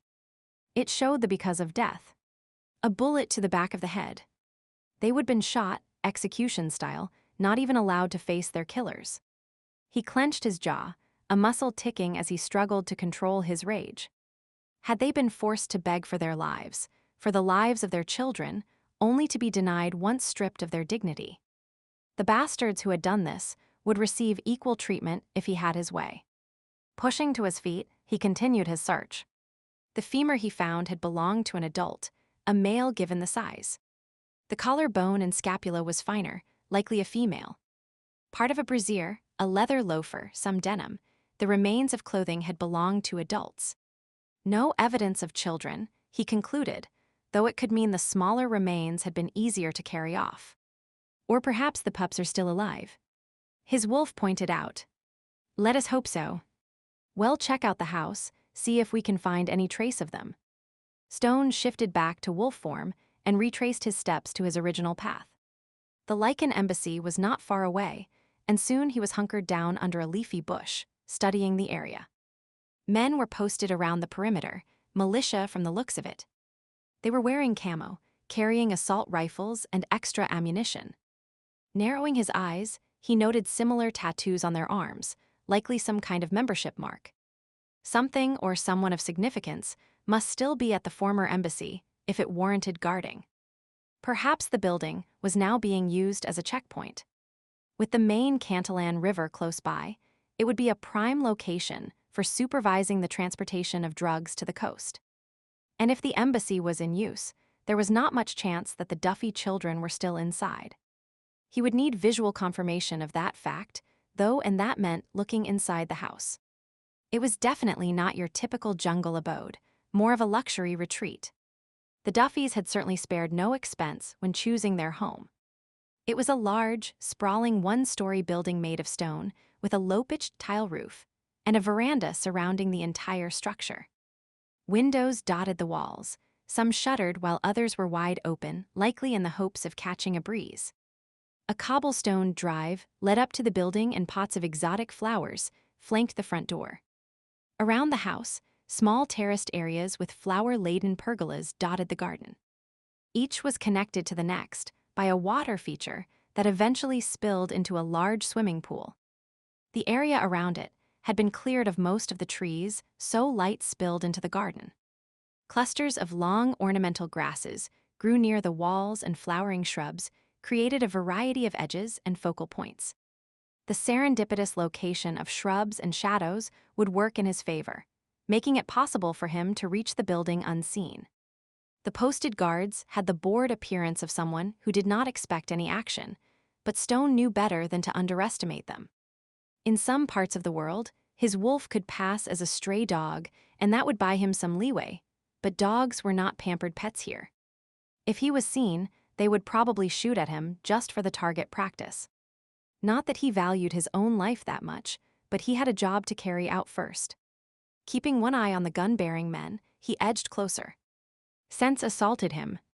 Food, smoke, stale sweat, at least a dozen different humans and 2 young Lycans. He gave a satisfied nod. The children had somehow managed to survive. Now all he had to do was locate exactly where they were. Inching along on his belly, he used the tall grasses and shrubs as cover, pausing by each window to rise on his hind legs and peer inside. The first room was empty. The second was not. A guard stood at the door. 2 others were flanking a man whose hands were bound behind him. A 5th man sat at a desk, his fingers steepled, his face disapproving. The bound man was speaking. "No ease me culpa. It's not my fault. I swear. El Barco, the boat, it must have had a leak. It was your boat, so it was your duty to ensure it was well maintained." The man leaned back in his chair. "The products were wet when they were delivered. I had them wrapped in plastic like I was told. It was the men at the dock. They dropped them, still blaming others. It's a character weakness, not taking responsibility for your actions. I was responsible. I was. The man was visibly shaking now. Silencio. That is your opinion, not mine. The seated man looked at the others in the room. I think he needs to become a lesson for the rest of the transportation crew, do not you? They nodded and grabbed the man's arms. No. Por favor. Mi familia. I have children to support. Mi esposa, my wife, she is having a baby any day. The man pleaded, struggled. Stone and his wolf trembled with the need to act, to leap through the window and free the man. He could not, though. The 3 guards were armed, and the man at the desk likely was too. He would be shot, the bound man would still die, and no one would be left to look for the Lycan pups. A knot formed in his chest as he tried to think of a way to save the man without compromising his mission. Perhaps the gods heard him, for the man's next words provided a window of hope. I have not had any target practice lately. I think he would make an excellent one, do not you? Tie him up in the she would outback hasta mañana, until tomorrow. Well, gather some of the locals to watch the show. That way, they will see what fate awaits those who do not uphold their end of our business deals. Still begging for mercy, the man was dragged from the room, and Stone vowed to find a way to free him before he left. As the door shut, the man at the desk pulled out a deck of cards. Cards. Not ordinary cards. It looked like a tarot deck. And there were several dishes sitting on tables around the room, smoke slowly rising from them. Could this be Emilio Mendoza? The man was supposedly very superstitious, trying to ward off danger and evil spirits with herbs and incense. A few dried leaves will not protect him from justice, his wolf scoffed. Stone concurred. He would ensure the bastard got what he deserved eventually, but first he had to find the pups and get them out. Then he would be able to go after Mendoza. He dropped to all fours and continued his search. The next 2 rooms were empty. On his 5th stop, he hit pay dirt. 2 children were sleeping in a crib, their arms around each other despite the heat. He cocked his head studying them. They looked healthy, though shadows showed beneath their eyes, and dried tears stained their round cheeks. Their breathing was steady and deep. Too deep. A brown, medicinal-looking bottle sat on the table beside them. Had they been drugged to keep them quiet? Perhaps. Why they would have been allowed to live, he had no idea. Children had to be a hindrance to a drug operation, unless he bit back a snarl at the thought of the young ones being victims of human trafficking. It was a known fact that drug cartels were expanding their range of business. He sat down and considered his options. Coming in guns blazing held a certain appeal, but the odds were still against him, and the children could be caught in the crossfire. Stealing them away in the night was the best option. And if they had indeed been drugged, that would play in his favor. No terrified cries when a strange man scooped them out of their bed. To ensure he knew what he was up against, he finished investigating the other windows and found 4 more people inside the house. Those 4, plus the guards inside and out, Mendoza, and who knew how many people coming and going equaled a sizable force that he was up against. It would take stealth and careful timing, but the rescue was possible. About to leave, he heard the approach of a vehicle from the opposite direction. A rough track cut through the jungle, connecting the house to a nearby village.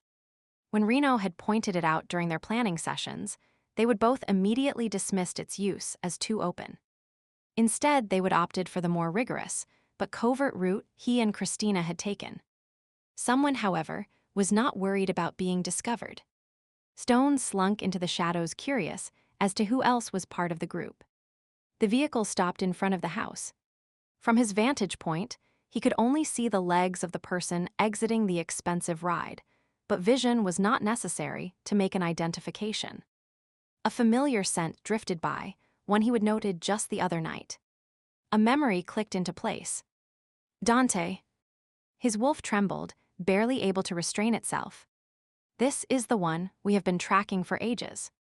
To be so close and yet unable to attack. Wait, Stone murmured. The time will come. First, we need to know what the bastard is doing here. Dante came into view looking more tan than the last time Stone had seen him, but otherwise much the same. Strands of gray streaked his dark hair, his face still showed signs of hard living, lines bracketing his mouth. He did appear more fit than before, or perhaps it was just the effect of well-tailored clothes. Stone narrowed his eyes, subtle differences now becoming apparent as he climbed the few steps of the veranda. The man's walk was more confident, his back straighter. The desperate, calculating look Stone had always associated with Dante had been replaced by cool shrewdness. Curious. The door opened and Mendoza exited. Dante. Emilio. The two men shook hands, then sat down at a small table situated near a flowering vine. The heady scent of the blossoms was overwhelming, and a number of bees and hummingbirds darted about trying to partake of the sweet nectar. A lovely location. Dante reached up and plucked a bud, twirling it between his fingers. Much nicer than your previous one. I thought so. It's well situated for my business. With the river so near, you can supervise your shipments. My thoughts exactly. I am surprised Reyes did not use this place. Perhaps that is why you managed to overtake the area. You are obviously more of a visionary than he is. Flattery, Dante. Just an observation. He gave a negligent shrug. And the owners of this place are no longer a factor. Dante nodded. He gave the flower bud a final twirl before allowing it to drop to the ground. I must admit, I was surprised to hear from you so soon. I thought you would be solidifying your grip on your new territory. Reyes had the basic infrastructure in place. Los agricultors grow la marijuana. There are people who ship it down the river to La Costa. If you grease the right palms, the port authorities look the other way. It sounds like you have things under control. See, I am focusing my efforts on the sex trade right now. Las mujeres, los niños. The younger they are, the better the price. You do keep your eye on the dollar, do not you? You are a fine one to talk. You know as well as I do that la trata de personas, human trafficking, is very profitable. Mendoza winked at Dante. It only requires proper contacts, see. Dante nodded. I am glad we have been able to form a working relationship. Which brings me to the purpose of this visit. Something was dropped into my hands that I felt you could help me with. Indeed. Yes, I have 2 pequeño packages. With the connections you have, I am sure you could find buyers for them. Dante inclined his head. Possibly. Where did they come from? They were left behind by the original owners of this place. Someone appeared with refreshments, and Dante took a long, slow drink. I'll have to check the condition of the items. My associate will want a guarantee that we're getting what we're paying for. Stone frowned. His associate? Who is Dante working with now? They are in the back room. They have not caused you any trouble. The liberal use of cough syrup has kept them tranquillo. Be careful how much you give them. If they are impaired in any way, the price goes down. The pleasant smile left Mendoza's face. Apparently, he was not used to being chastised. Then, I suggest you arrange for pickup sooner rather than later. Mis Garda espaldas are not suited to babysitting. We want our products moved through the system quickly. Stone mentally cursed. He would been correct. The pups were about to become victims of human trafficking. But Dante knew they were Lycan. What was the bastard up to? Understood. A fast turnover is desirable for both of us. Then when? Once I have done a visual confirmation, my associate, Sister Denise, will arrive tomorrow to take them off your hands. Sister Denise. Stone frowned as a nasty suspicion began to take root within him. And payment. You will get your percentage once the sale is made. I could demand payment first. Dante set down his drink very slowly. And I could walk away, leaving you with nothing but 2 snotty brats. Exact. Emilio laughed and leaned back in his chair. Nothing ventured, nothing gained. No hard feelings. None at all. Let me see the goods, and I'll be on my way.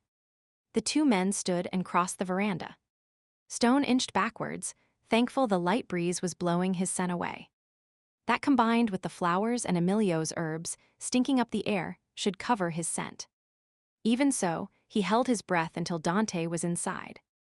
There would been no pause in the man's step, no sign that Dante knew another Lycan was in the area. Time for a strategic retreat. He would free the man and the Shiwa tonight. Doing so any earlier might endanger rescuing the pups. A missing prisoner would put everyone on alert. Stone faded back into the jungle, his mind rapidly calculating the time and distance he had to travel, the steps that needed to be taken. Head back to the base camp, collect Christina, return here after nightfall. Yes, he would definitely need her assistance. Speed would be of the essence. Once the children's absence was noted, a search would be launched. He would have to quickly put as much distance as possible between the drug lord's gang and themselves. The possibility that the pups might fall into the hands of Dante and Sister Denise made his blood run cold. Chapter 8. Tina sat on a rock by the river, idly swatting at bugs and attempting a few spells and hexes. With nothing else to do, it seemed as good a way as any to pass the time. Gwyneth would be so proud, she thought wryly. The woman was always after her to practice. So far, she would manage to cause a small curl of smoke to appear in the fire pit she would dug. It had not burst into flames like it was supposed to, though, and she would soon given up since the effort was giving her a headache. Using a match or a lighter was so much easier. After that, she would switch to hexes, not because they were easier but because, if they worked, the results were more satisfying. Hers, unfortunately, usually went horribly wrong, probably because she only attempted them when she was angry. There would been an incident in high school when she would try to hex a teacher over a bad grade, and instead had caused the student council president's shoelaces to tangle together. The poor guy had fallen and broken his nose. And then there would been the time someone had rear-ended her in the parking lot. Every drum in the school's marching band, which happened to be practicing in the nearby football field, had suddenly burst rather than the offending driver's tires. Hexes were her downfall. Boredom, however, had her giving them another try. Surprisingly, she managed to hex a bee, causing it to circle a flower a dozen times rather than immediately landing. Yay! She cheered, pleased with her accomplishment. Take that, Mr. Bee. Her concentration broken, the hex dissipated, and the bee landed on the flower, seeming not to care that she would bested it just moments before. Today a bee, tomorrow the world. Tina laughed at her own silliness. Buoyed with success, she was ready to try another. She looked around for something else to hex. There was a well her shoulders slumped. Nothing really worthy of a hex was in sight. Sure, the bugs circling her deserved to be hexed, but their close proximity made her leery of trying in case it somehow backfired and she injured herself. Maybe it was better to stop while she was ahead. She stretched and stood up. The sun was lower in the sky now. Would Stone be returning soon? The idea of having a meal ready for him struck her fancy, and she spent some time gathering fruit. Then, recalling how he would had caught some fish for dinner the previous evening, she decided to try her hand at the task. Stone's supplies were in a neat pile near the hammock, his large rifle leaning against the backpack as if guarding the contents. Carefully, she slid it aside, hoping he had the safety on. She had no idea how to use a gun.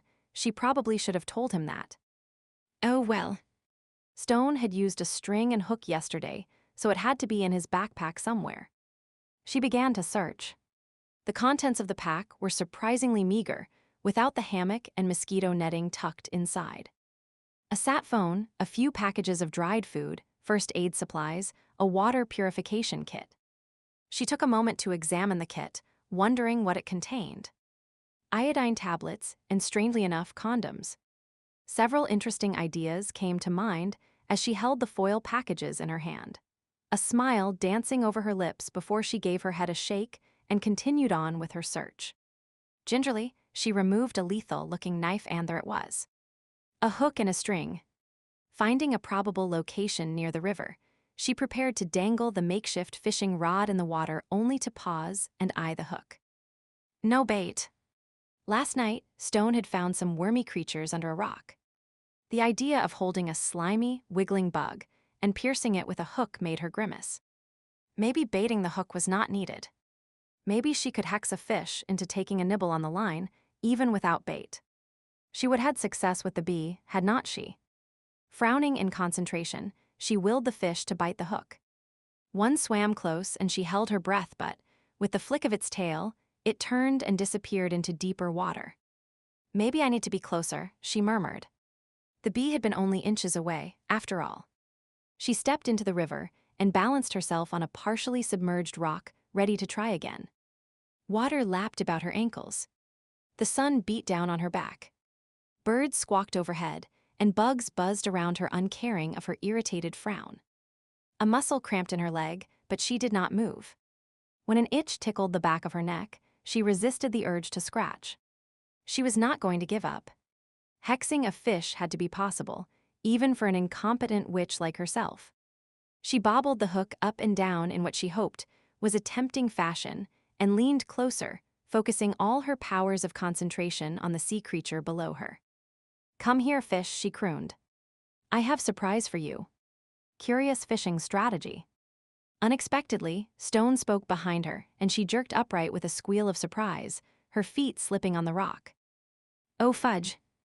Arms flailing, she tried to regain her balance, the fishing line and hook swinging wildly through the air. "Damn it." Splash. Stone's cursing coincided with her landing in the water. Sputtering, she bobbed to the surface and pushed her wet hair from her face. "Geez, did you have to scare me half to death?" Stone did not respond. Instead, he glared at her, his mouth clamped over a spot on his forearm. "What are you doing?" She waded towards the shore. "What do you think I am doing?" He mumbled the words, his mouth still clamped on his arm. "How should I know?" Squeezing water from her hair, she made her way to where he stood. "You managed to catch something with your hook." "I did." "Where is the fish?" She glanced about and then noticed the line was in his hand, the hook dangling empty from the end. Understanding dawned. "Oh. Sorry." He grunted and removed his mouth from the wound, poking at the injured flesh. "Can I get you a bandage?" I read in that survival book that injuries can get infected really quickly in the tropics. "No need. It's a small puncture, and my lichen metabolism will take care of it. Must be nice to heal so easily." "It helps. It's not foolproof, of course." He seemed to shake off any irritation from being harpooned by the hook, his face returning to its usual implacable expression. A lichen can still get sick and die. Severe injuries can lead to scars or permanent injuries, especially if the individual is in a weakened state. She eyed the scar on his face and recalled the ones on his back, wondering not for the first time where it had come from. He did not elaborate, returning instead to the topic of her fishing fiasco. "Fish do not generally respond to verbal coaxing, you know. I was trying to use a hex to get it to bite onto the hook. Most people use bait." "I know, but the idea of impaling a worm seemed gross. So you decided to impale me instead." "It was an accident." She sighed. "My hexes always go wrong." He looked at his arm again. "So it would seem. I was going to make you fish for dinner. Now we only have fruit. We'll survive. No time anyway. We need to break camp." He headed towards where their supplies were. "We do." She followed behind him. "That means you must have found the Duffies." He nodded. "The reports were correct. Only the kids are left. We have to get them out as soon as possible." Something about his tone caught her attention. "What is wrong?" He turned so quickly, she almost ran into him. "You mean beyond the fact that some fucking drug lord named Mendoza is selling poison, has the surrounding communities living in fear, has murdered 2 Lycans, and is planning on selling the pups to human traffickers?" Tina winced at his sharp words but stood her ground, her hands planted on her hips. "Sorry. I know it was a stupid comment, but do not take your bad mood out on me." Stone looked away and rubbed the back of his neck. After a moment, he apologized. "Sorry. You are right. It's just situations like this, Seeing innocent lives endangered by bloody bastards, he compressed his lips, a muscle working in his jaw. She reached out and placed her hand on his arm. "It's okay. I understand." He gave a quick nod. "So what is the plan now?" Several hours later, Stone crouched near the base of a large tree, Christina behind him. They would made better time than he would thought they would.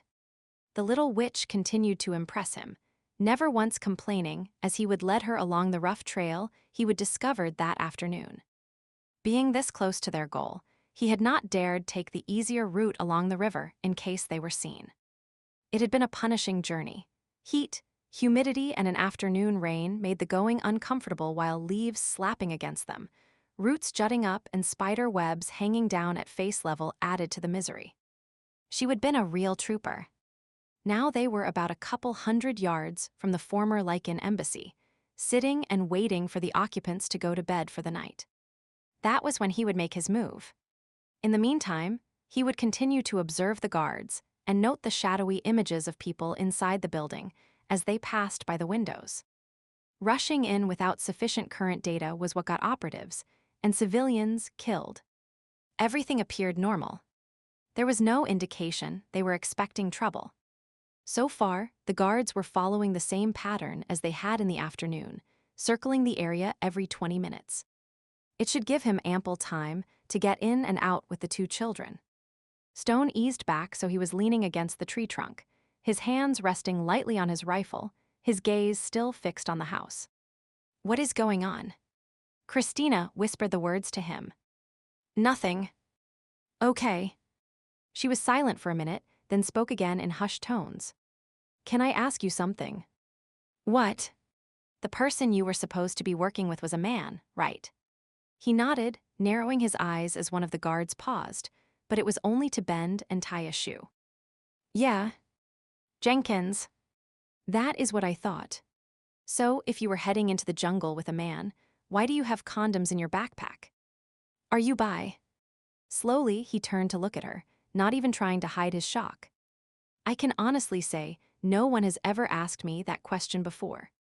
And the answer is no." "Oh. So why the condoms? Are you like a Boy Scout and always prepared?" "They are for water." "Water?" "Yep." He shifted his eyes back towards the house. "A condom can be used to collect water. They are waterproof, they stretch, and they do not take up any room in a backpack when traveling light is important.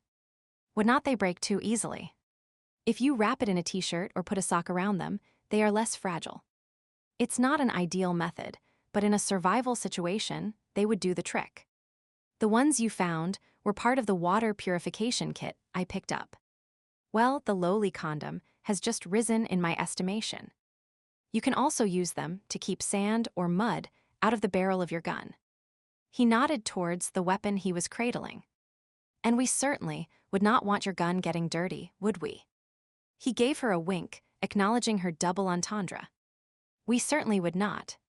Tina grinned and settled back against the tree. Stone returned to observing the guards. He could sneak up on them one at a time, quietly break their necks and dump the bodies in the jungle. It would be a fitting end for them, allowing them to be eaten by scavengers just as the Duffys had been. Unfortunately, it also increased the chance of discovery, since one of the guards was bound to notice his compatriots were slowly disappearing. "Why do you do this?" Tina shifted beside him, leaning lightly against his side. He stiffened for a moment at the contact and then relaxed. It was a nice feeling, knowing he was not alone. It also made him nervous, as it gave him another person to be responsible for, another innocent life he could accidentally lose. "Stone." She prompted him, and he realized he had not answered her question. "Why do I observe first?" "So I know the pattern of movement. No, I mean this." She waved her hand about. "Why do you travel all over like a soldier of fortune?" "Believe me, there is not much fortune involved." "You are avoiding my question again." In the dim light, he could see her looking at him again, and guilt pricked his conscience. She was risking her life to help him. Perhaps she deserved some kind of an answer. "Virtus." She scrunched up her face. "The Roman god or the Latin word?" though they both have elements in common. It was the name I gave the organization I created. He flicked a glance her way. Its purpose was to help anyone in need who fell between the cracks of the Lycan Link bureaucracy. That sounds very noble. He snorted. Nobility has nothing to do with it. This is what I am. What you are. A sigh escaped him. Chambre vertueuse. She furrowed her brow as if thinking. I have heard that term before. It's an old Lycan designation. I am a member of the Guardian caste, one of the Chambre vertueuse or Guardians of Justice. Okay, now I remember. I read it in a book, something about a Shomer wreaking vengeance on a town for their evil ways. I thought it was a myth. She cocked her head. Why did you choose that instead of just being a regular enforcer? It's not a myth, and being an enforcer is a job. Being a Shomer is not a choice. It's part of you, part of your genetic code. Only a few Lycans are born in each generation with the heightened sense of justice that a guardian has. And you are stronger and faster than other Lycans, right? Some might think so. Sometimes it's just how people perceive us. He gave a one-shouldered shrug. In the heat of the moment, it might seem we can do extraordinary things, but when adrenaline kicks in, a lot of people are capable of great things. I think it's more a case of dedication, honing your skills, exercise. She reached up and squeezed his bicep. So if I exercise enough, I can get muscles like this. He gave a crooked grin. You never know. You know, he hushed her with a finger pressed to his lips. A nod towards the buildings they would been observing revealed the compound was now shrouded in darkness save for a lone flickering light spilling from one window. After a moment, it too was extinguished. It would appear the occupants had turned in for the night. Almost time to make my move. His Lycan vision was good, but he dug in his backpack and took out a pair of night goggles to help him survey the area once more. Some operatives might rely solely on their Lycan abilities, but he would never been one to turn up his nose at technology if there was a chance it would increase the odds of a successful mission. Pinpointing the exact location of the guards was crucial if he was to slip past them. I'll give it another 10 minutes, then slip in and get the pups. Will not they be terrified if a strange man grabs them in the middle of the night?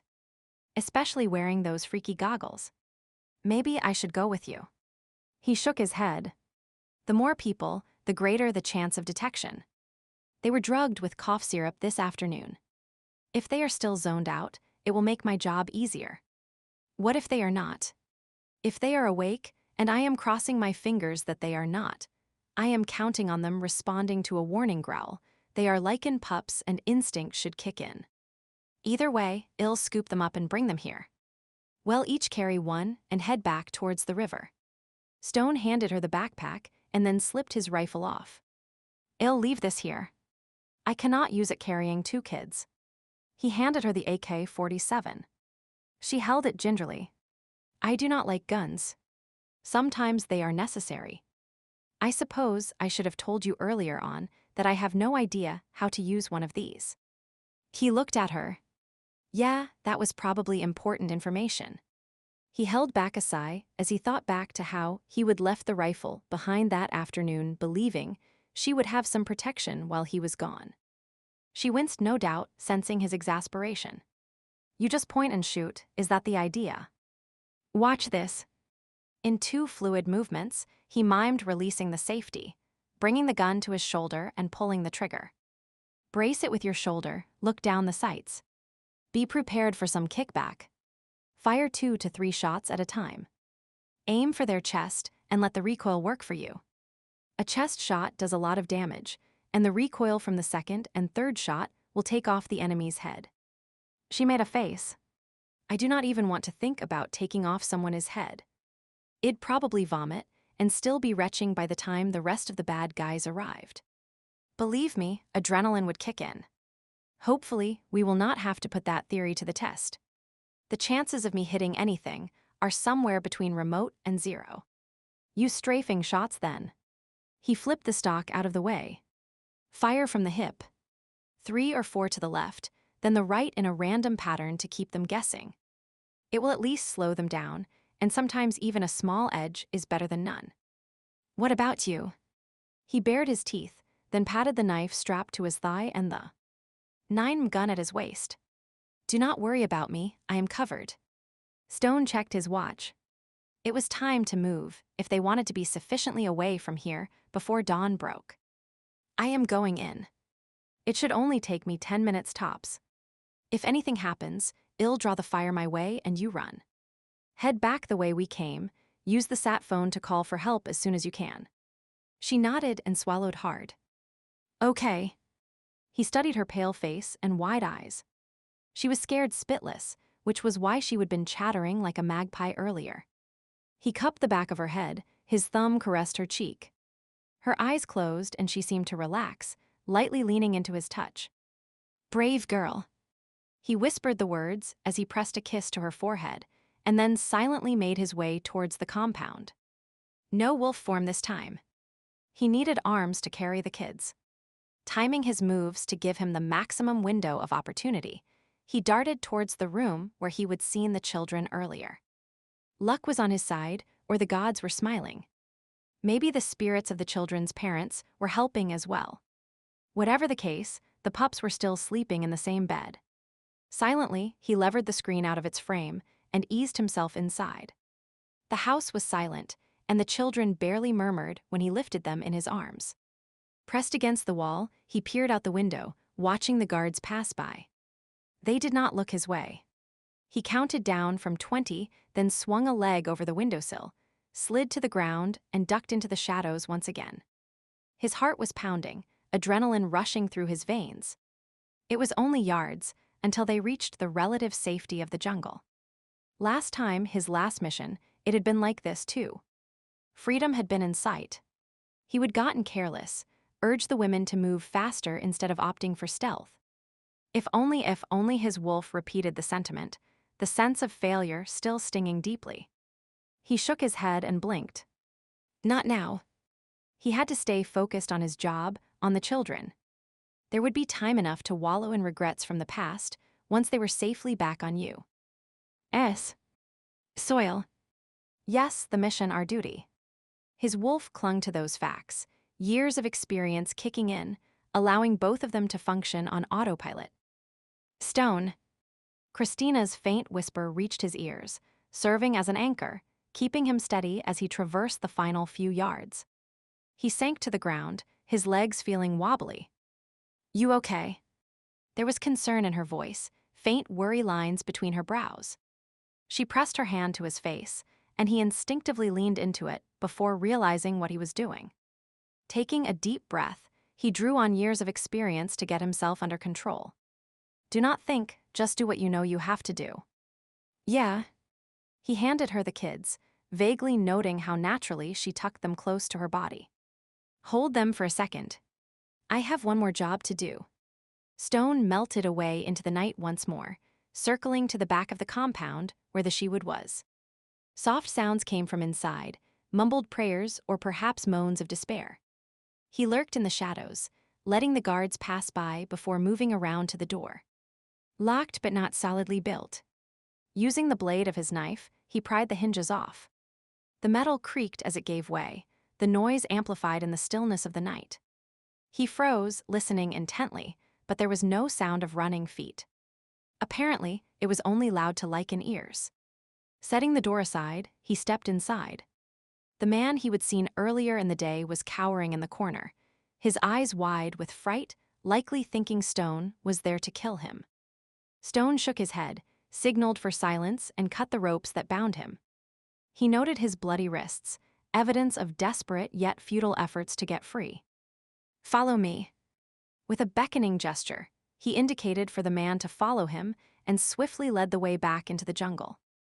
Run. Get your family and head across the border. He whispered the instructions, hoping the man spoke enough English to understand.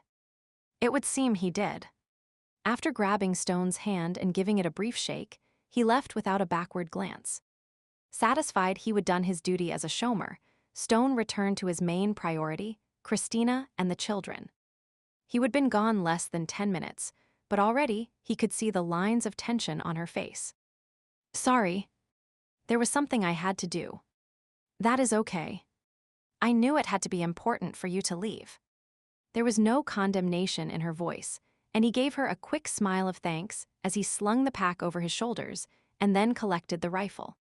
Taking the heavier of the two children, he jerked his head towards the jungle. Let us get out of here. Stone led the way down a narrow trail he would located that afternoon. Originally, it had likely been used by animals and a few locals as an easy route to the river. He would noted it showed signs of increased usage recently. The vegetation near the edges now sported broken leaves and branches, while the smaller plants appeared to have been walked on. With Mendoza using the river as a transportation route, this trail would become a main access. Thankfully, it was night, and no one was likely to be using it. Forging a trail of their own would have been slow going, and time was of the essence, not only because of the chance of being followed, but because of a storm that was brewing. Thunder rumbled in the distance, and dark clouds were beginning to obscure the small bit of moonlight that had managed to penetrate the overhead canopy. He wanted to pick up his pace, but could sense Christina struggling behind him.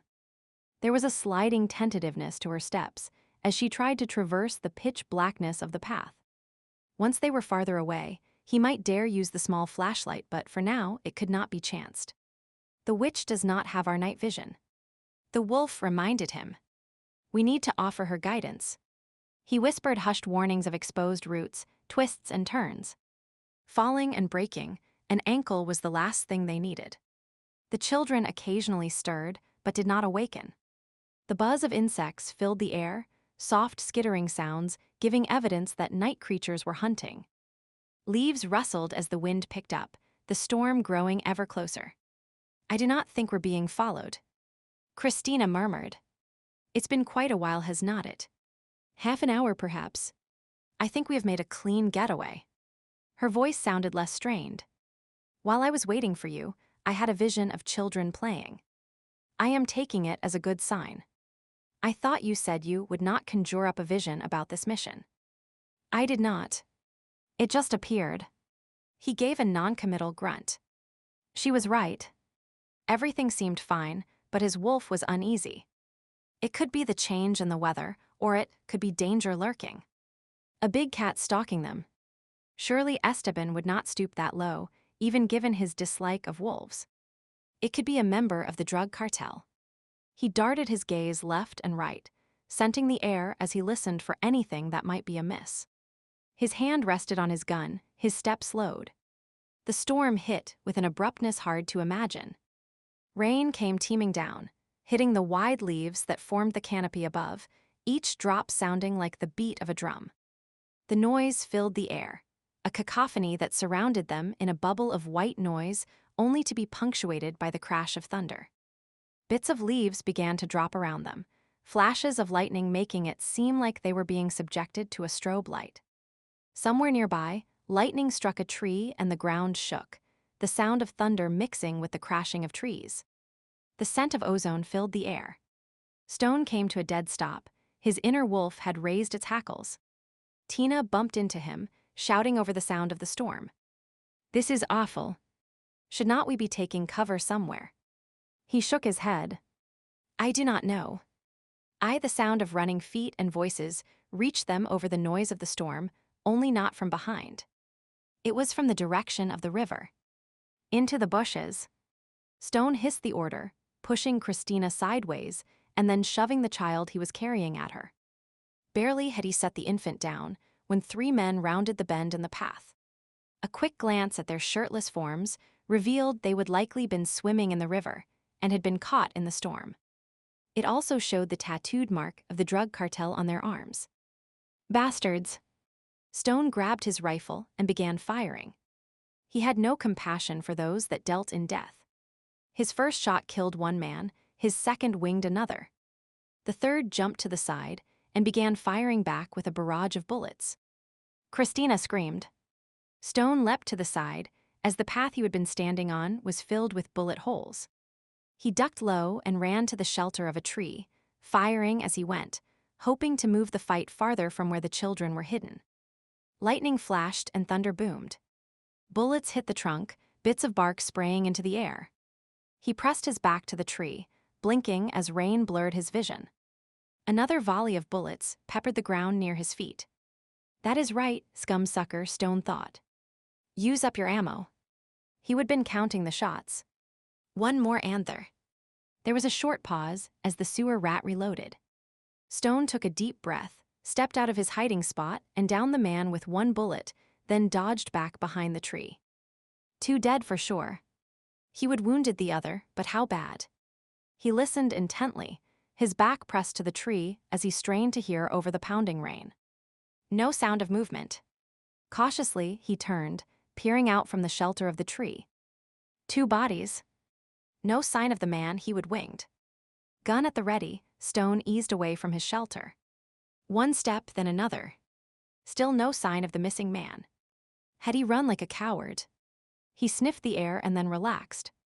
The 3rd man had left the area. It's safe to come out. He called to Christina as he bent over the first dead man, removing his gun and ammunition. We'll have to move quickly. The 3rd guy will be heading back to camp, sounding the alarm. Stone looked towards the bushes, but Christina had not left the shelter yet. Christina. He raised his voice to be heard over the pounding rain. She did not reply. A chill rushed over him as he recalled her scream. Christina. His feet felt heavy as he forced himself to walk towards the bush, to bend and part the leaves. No. Not again. His silent prayers fell on deaf ears. Christina lay in the mud, face ashen and eyes closed, the children huddled by her side, looking drowsy and bewildered. He dropped to his knees, his hand hovered over her, and then he slowly reached out and stroked her wet hair from her face. The metallic scent of blood filled the air. Chapter 9, a dark numbness surrounded her. Pleasant and safe, it blocked out all thought, all sensation. She floated in a comforting cloud of nothingness, content to simply exist. Something was disturbing her serenity, though, trying to draw her away from the tranquility. A hand stroked her cheek, calloused yet gentle. She leaned into the touch, and the cozy cocoon, into which she would retreated, began to recede. Sensation slowly returned. The sound of thunder, the feel of rain drops on her face. Her clothing was wet and clinging to her skin. She frowned as she realized she was lying on the ground, bits of rock pressing into her back. She stirred, tried to move. Her body felt numb, heavy. A moan escaped her as pain began to push to the forefront of her consciousness. Christina. That was her name, only no one ever called her that unless she was in trouble. No one except Stone. She forced her eyes open. He was leaning over her. A flash of lightning illuminated his features enough that she could see the rain dripping from his face, note his features set in a hard mask. You have been shot. Do not move. Shot. The word sent a wave of fear through her, and recollection crashed down with all the power of the storm that raged around them. The men. The gunfight. Huddling with the children. The sudden feeling of something hitting her leg with the force of a baseball. She would fallen backwards, hit her head. The children. She rolled her head to the side and saw them near her. One was still sleeping, the other was awake, a thumb tucked in its mouth, its eyes wide. Do not worry, baby. She reached out and stroked its cheek. Poor thing was likely in shock. The child grabbed her hand, and Tina urged it closer until it was snuggled to her side. Stay still. Stone growled the words at her, and she lifted her head to see what he was doing. He had his knife out, slicing her blood-soaked pant leg open before probing the area around the wound with his fingers. No exit point. The bullet still lodged in your leg. The idea made her queasy, and she swallowed hard, hugging the child closer. Will you have to take it out? No. There is a major artery in your thigh. I could damage it, and you would bleed out. He rummaged in his pack and pulled out the small first aid kit. Not much in here. I can disinfect it and put a pressure bandage on it. That will have to do until we can get you to a doctor. Thankfully, it was dark enough that she could not see the wound clearly.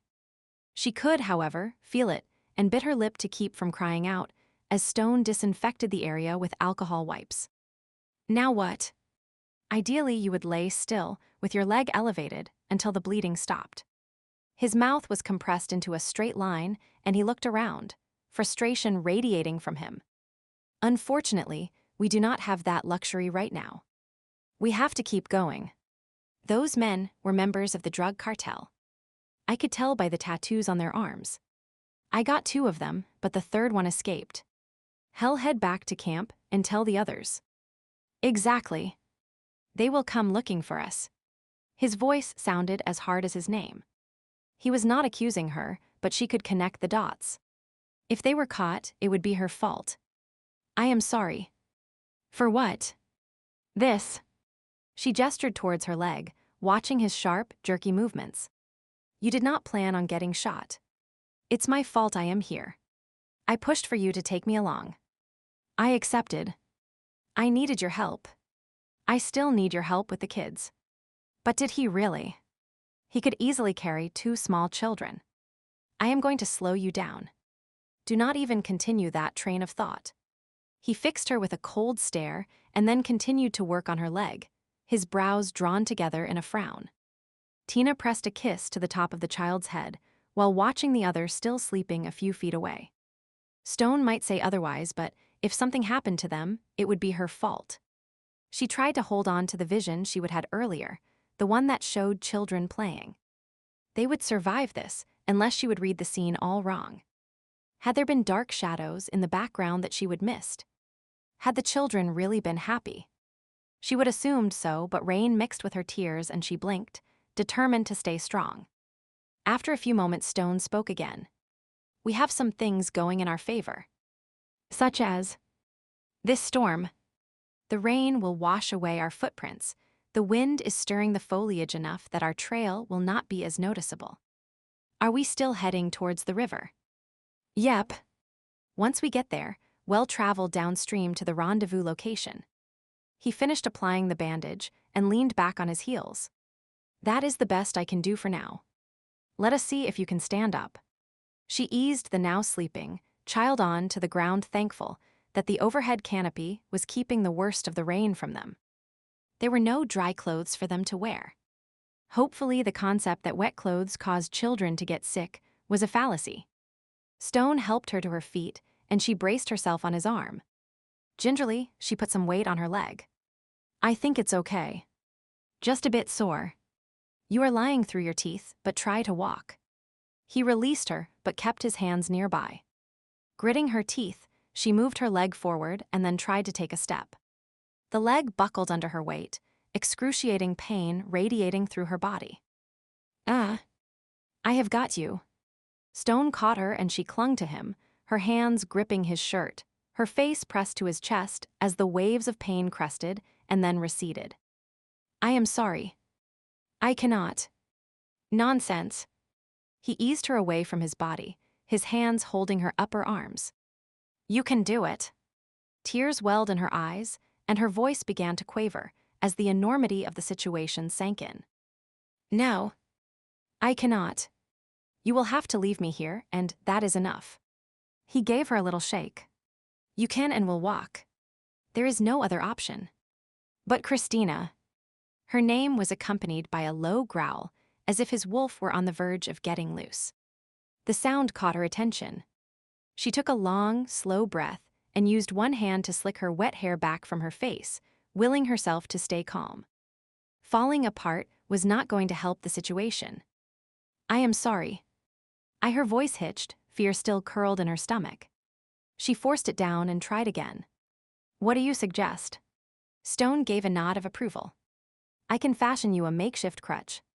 Well, go as slow as possible. While she had grave doubts about his plan, she did not voice them. Sounds good to me. He helped her sit down, her back against the tree, and propped her leg up on his backpack. Wait here and find a branch for a crutch. Aye, aye, sir. She saluted him with an attitude she did not really feel. He seemed to appreciate her effort, flashing her a quick smile before disappearing into the night. As she waited, she looked at the children huddled nearby. Their eyes were still closed, their breathing even. Whatever drug they would been given had not worn off yet. It was for the best, though. They had no idea of the danger they were in. Every minute brought them closer to being discovered by the drug lord's flunkies. Stone returned, a suitable branch in his hand. He ripped his shirt into strips and wrapped it around the upper portion of the stick to form a pad. She smiled weakly. Is not it supposed to be the woman who rips her petticoats to provide the hero with a bandage? Any time you want to rip off your petticoats for me, I will not complain. He gave her a wink as he helped her up and handed her the makeshift crutch. The material will provide some padding for your armpit. Thanks. I am sure it will work great. Not likely, but it will have to do. Stone hitched the backpack over his shoulders, checked his weapons, and then hefted the sleeping children into his arms. All set. She nodded and began following him down the path. It was slow going. The ground was wet and slick with mud. The foliage, heavy with water, drooped low, partially blocking their way, forcing them to push through the wet leaves. At least the rumbles of thunder were growing more distant, though the rain continued. How far they traveled Tina had no idea, only knowing that when Stone finally stopped, she felt near collapse. We're almost at the river. Stone glanced at his watch, frowning. That is good, right? He shrugged. Yes and no. Following the river is the easiest route, but it leaves us more exposed. We're not traveling as fast as my original plan had called for. At this rate, we'll be discovered before we make it back to the jeep we left at the border. What do we do? The sick feeling curled in her stomach again. We're going to head into the jungle, find a place to hole up and rest. You told me to never go into the jungle. That it was too dangerous. The jungle or the drug cartel. That is our choice. Not much of a choice there, Stone. I know. He readjusted his hold on the children. They murmured sleepily. We need to find a place to stay before these guys wake up. If they start crying, it will give us away for sure. She pressed her lips together, struggling not to cry herself. Stone must have noticed, for his tone softened. We'll be fine. I'll contact Reno with the sat phone, apprise him of the situation, and tell him we're going to use our backup plan. He'll arrange for a chopper to pick us up. He cast a look in the direction they would come, and Tina followed his gaze. How long would it take before Mendoza's guards caught up with them? Stone hunkered in front of the small fire he had made. It crackled and popped, small sparks drifting on the up-currents created by the heat. He was tired and hungry. His clothes were filthy and damp, chafing his skin. Small scratches marred his arms and face, while his muscles faintly ached. Just another day at the office. He fed a few more twigs into the flame. After the rain last night, dry combustibles had been at a premium, but he would manage to find some, even making Tina give a weak laugh as he would demonstrated how to use a condom as tinder to start a fire. Now he was willing the water in the coconut pot he would fashion to boil quickly. The thick vegetation meant the minute amount of smoke produced was not likely to be seen, but he still did not want to take any chances. In normal circumstances, he would have foregone a fire completely, but he needed to cleanse Christina's wound, and sterilize strips of cloth was all he had to offer. The alcohol wipes in the first aid kit were already gone. A glance her way showed her face was flushed. Was it the heat or a fever from infection? The damned jungle was the worst place to be injured. But she has great strength of spirit. His wolf gave a nod of approval. She has not complained once. True. Instead, she was entertaining the children, who seemed quite fascinated with her, and the ridiculous rag doll she would insisted on bringing along. They were tugging at the colorful ribbons, and then the equally colorful strands of her hair. Surprisingly, they had not cried or even made a sound since awakening. Perhaps shock had rendered them mute. Whatever the case, he was not complaining. Luck was on his side at the moment, and that seldom happened. He counted his blessings. After they would veered off the path last night, he would manage to find them some shelter in a crevice between a few large rocks. Using palm branches, he would fashion a roof and a crude mat so they were not directly on the damp ground. Their tracks seemed to have been sufficiently obscured by the steady rain from earlier on. The storm had wreaked enough havoc with fallen branches and leaves that their trail would be hard to distinguish from the disruption nature had caused. As an added bonus, there was no sign yet that they were being followed. Yeah, luck was on their side. He only hoped it held out long enough for them to make it out alive. The water was finally hot, the strips hopefully sterilized. He set them aside to cool and put a new pot of water on to boil.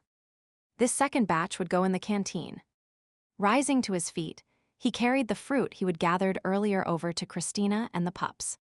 The children stilled as he approached, pressing themselves closer to Christina. "It's all right," she crooned, giving them each a hug. "Stone has food for us." One popped a thumb in its mouth and looked at him with wide eyes, while the other hid its face against Christina's shoulder. He crouched and cleared his throat. "Yeah, I am one of the good guys. See?" He held out a coconut he would cut open. "This is good for you to drink." The one with a thumb in its mouth blinked at him, while the other hazarded a peek from between its tiny fingers. "It's good," Christina encouraged, gently turning the pup, a girl child, to face him. Stone held back a sigh of relief when the tot finally took his offering. He did not know what to do with kids. They were too small and fragile and innocent, completely out of his experience.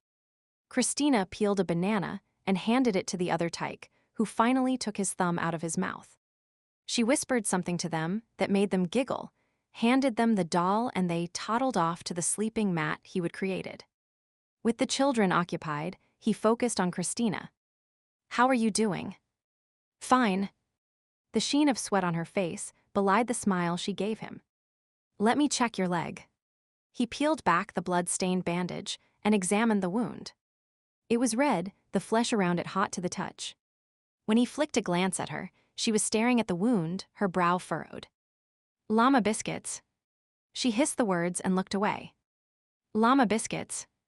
Once again, her unique swearing methods caught him off guard. "You cannot just say shit." "Nope. It shows no imagination, so it's llama biscuits." She took a deep breath and then gave a weak smile. "Red is not good. It clashes with my hair. You can carry it off." He reached out and lightly tugged on a lock of her hair.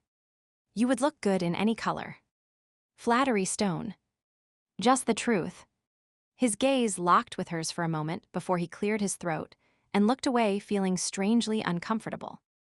"I wish you had been around in high school." "Why is that?" He moved to get the bandages. "Anthony Spallini." "What about him?" "He was a high school jock. I had a crush on him. Already, I do not like him." He crouched beside her and began to clean the area. A hitch in her breathing and the clenching of her fists was the only indication she gave that she was in pain. "Brave girl," he murmured. "Thanks." She exhaled slowly. "So tell me about the jerk. How do you know he was a jerk? Is not that how the story always goes?" "Probably. He was a bit of a jerk, but it was also my fault for building a fantasy around him. He never promised me anything, and Sam tried to warn me." "Sam?" "That is the Chicago Alpha." He took a fresh strip of cloth and continued to gently cleanse the area. She watched him for a moment before returning to her narrative. "Yeah. Sam and I went to high school together.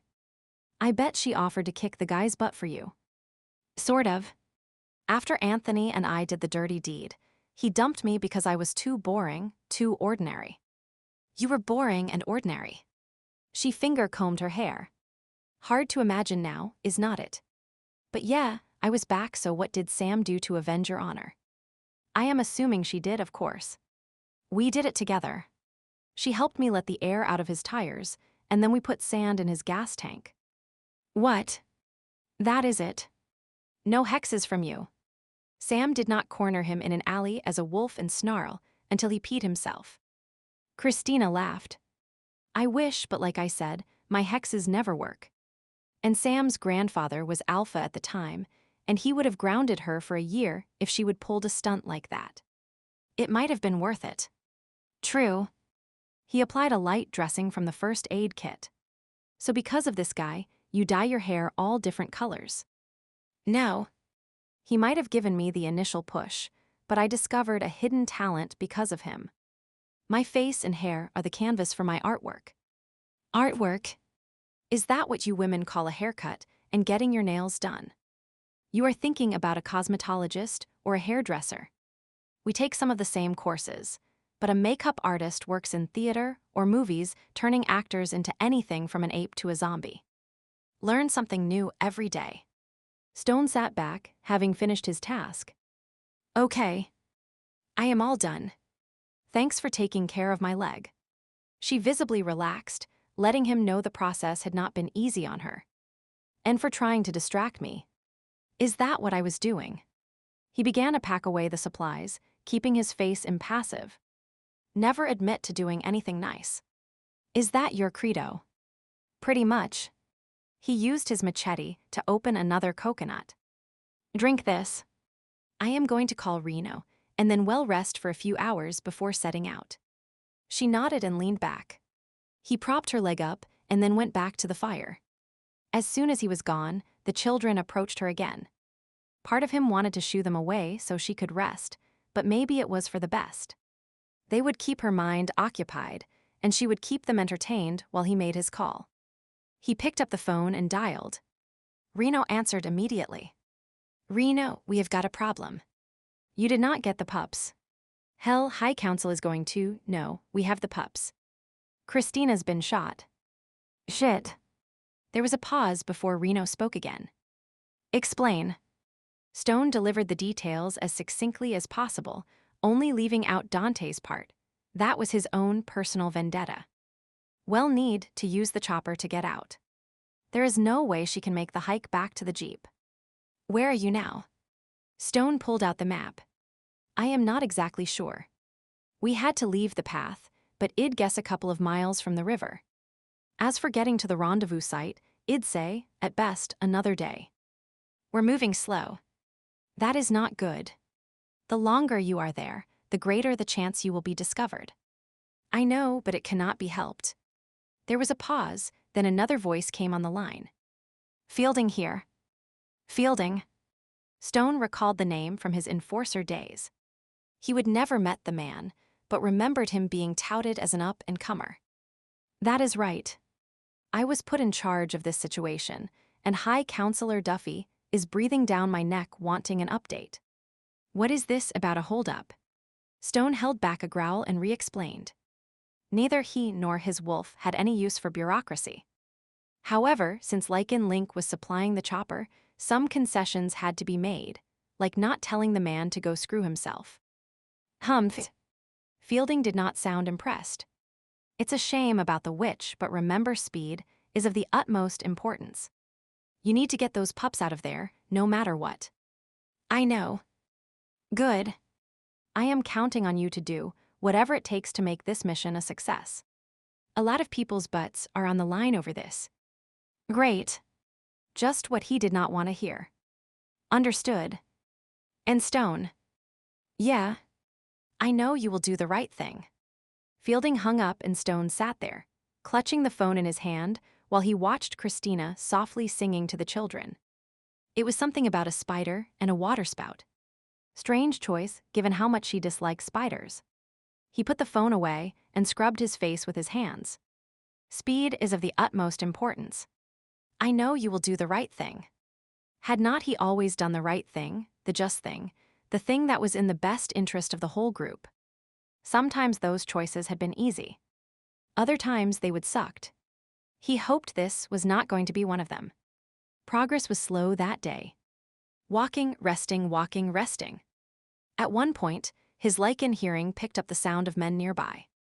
He would hidden Christina, and the children then shifted to his wolf form to investigate. It was two of Mendoza's men. Rather than wasting precious time waiting for them to leave the area, he would dealt with them and then drag the bodies into the river. Dead men told a lot of tales. If the corpses were found by Mendoza's militia, it would be like a beacon pointing the way. He would let the crocodiles hide the evidence for him. When he would return, Christina had not questioned him on what had happened. Her face, however, had seemed paler, her eyes wide. No doubt she would heard the snarls and screams. It's safe for us to move on now. He looked her directly in the eye, not offering any explanation. Justice was not always pretty, and he made no apologies for it. He was used to being judged harshly. She swallowed hard, then awkwardly rose to her feet. "Thanks for keeping us safe." He nodded, and they continued on their way. Mendoza was still looking for them. It had been too much to hope the bastard would have just given up. That kind did not like to lose. With that in mind, Stone pushed his small entourage as much as he dared, balancing the need for speed against Christina's stamina and how weary the children were of being carried. They were still mute, but the wiggling of their small bodies in his arms indicated when they needed a break. While they might not be comfortable around him yet, they respected him as an alpha figure, looking up at him with big eyes and nodding in understanding when he spoke. It was more than he would initially hoped for. When he finally called a halt, Christina nearly crumpled to the ground. "Sorry. I pushed you too hard." He cursed at himself as he set up their camp. The children could sleep in the hammock. He and Christina would share the linta he would fashion for them out of the plentiful palm and banana leaves. "Do not blame yourself. We needed to keep moving." Christina wiped her sweaty face with the edge of her shirt, strain showing in her features. He nodded in agreement, knowing she was right. It did not mean he liked the fact, though. Dinner was mostly fruit. There was no time for fishing, and he was meting out the rations just in case. Under Christina's direction, he wiped the children's faces and hands before putting them to bed in the hammock, placing the doll, Cyrus, alongside them. As he tucked the mosquito netting into place, he paused to study the tiny beings. Paul Jr. and Lily. Chubby cheeks, curly hair. Dark lashes framing wide eyes. What would have happened to them if Dante had gotten his hands on them? "It is good that we were here to save them," his wolf stated. "They are fine pups." Yes, fine pups indeed. They would have been much easier to deal with than he would expected. "Stone, is there a problem?" Christina called to him from where she lay. "No." With a final glance, he moved away from the hammock and sat down beside her. The small fire he would lit flickered, casting a glow around them. Christina shifted her position, wincing with the movement but not complaining. "We're like an old married couple out camping with the kids," she quipped. He made a non-committal sound. Were they?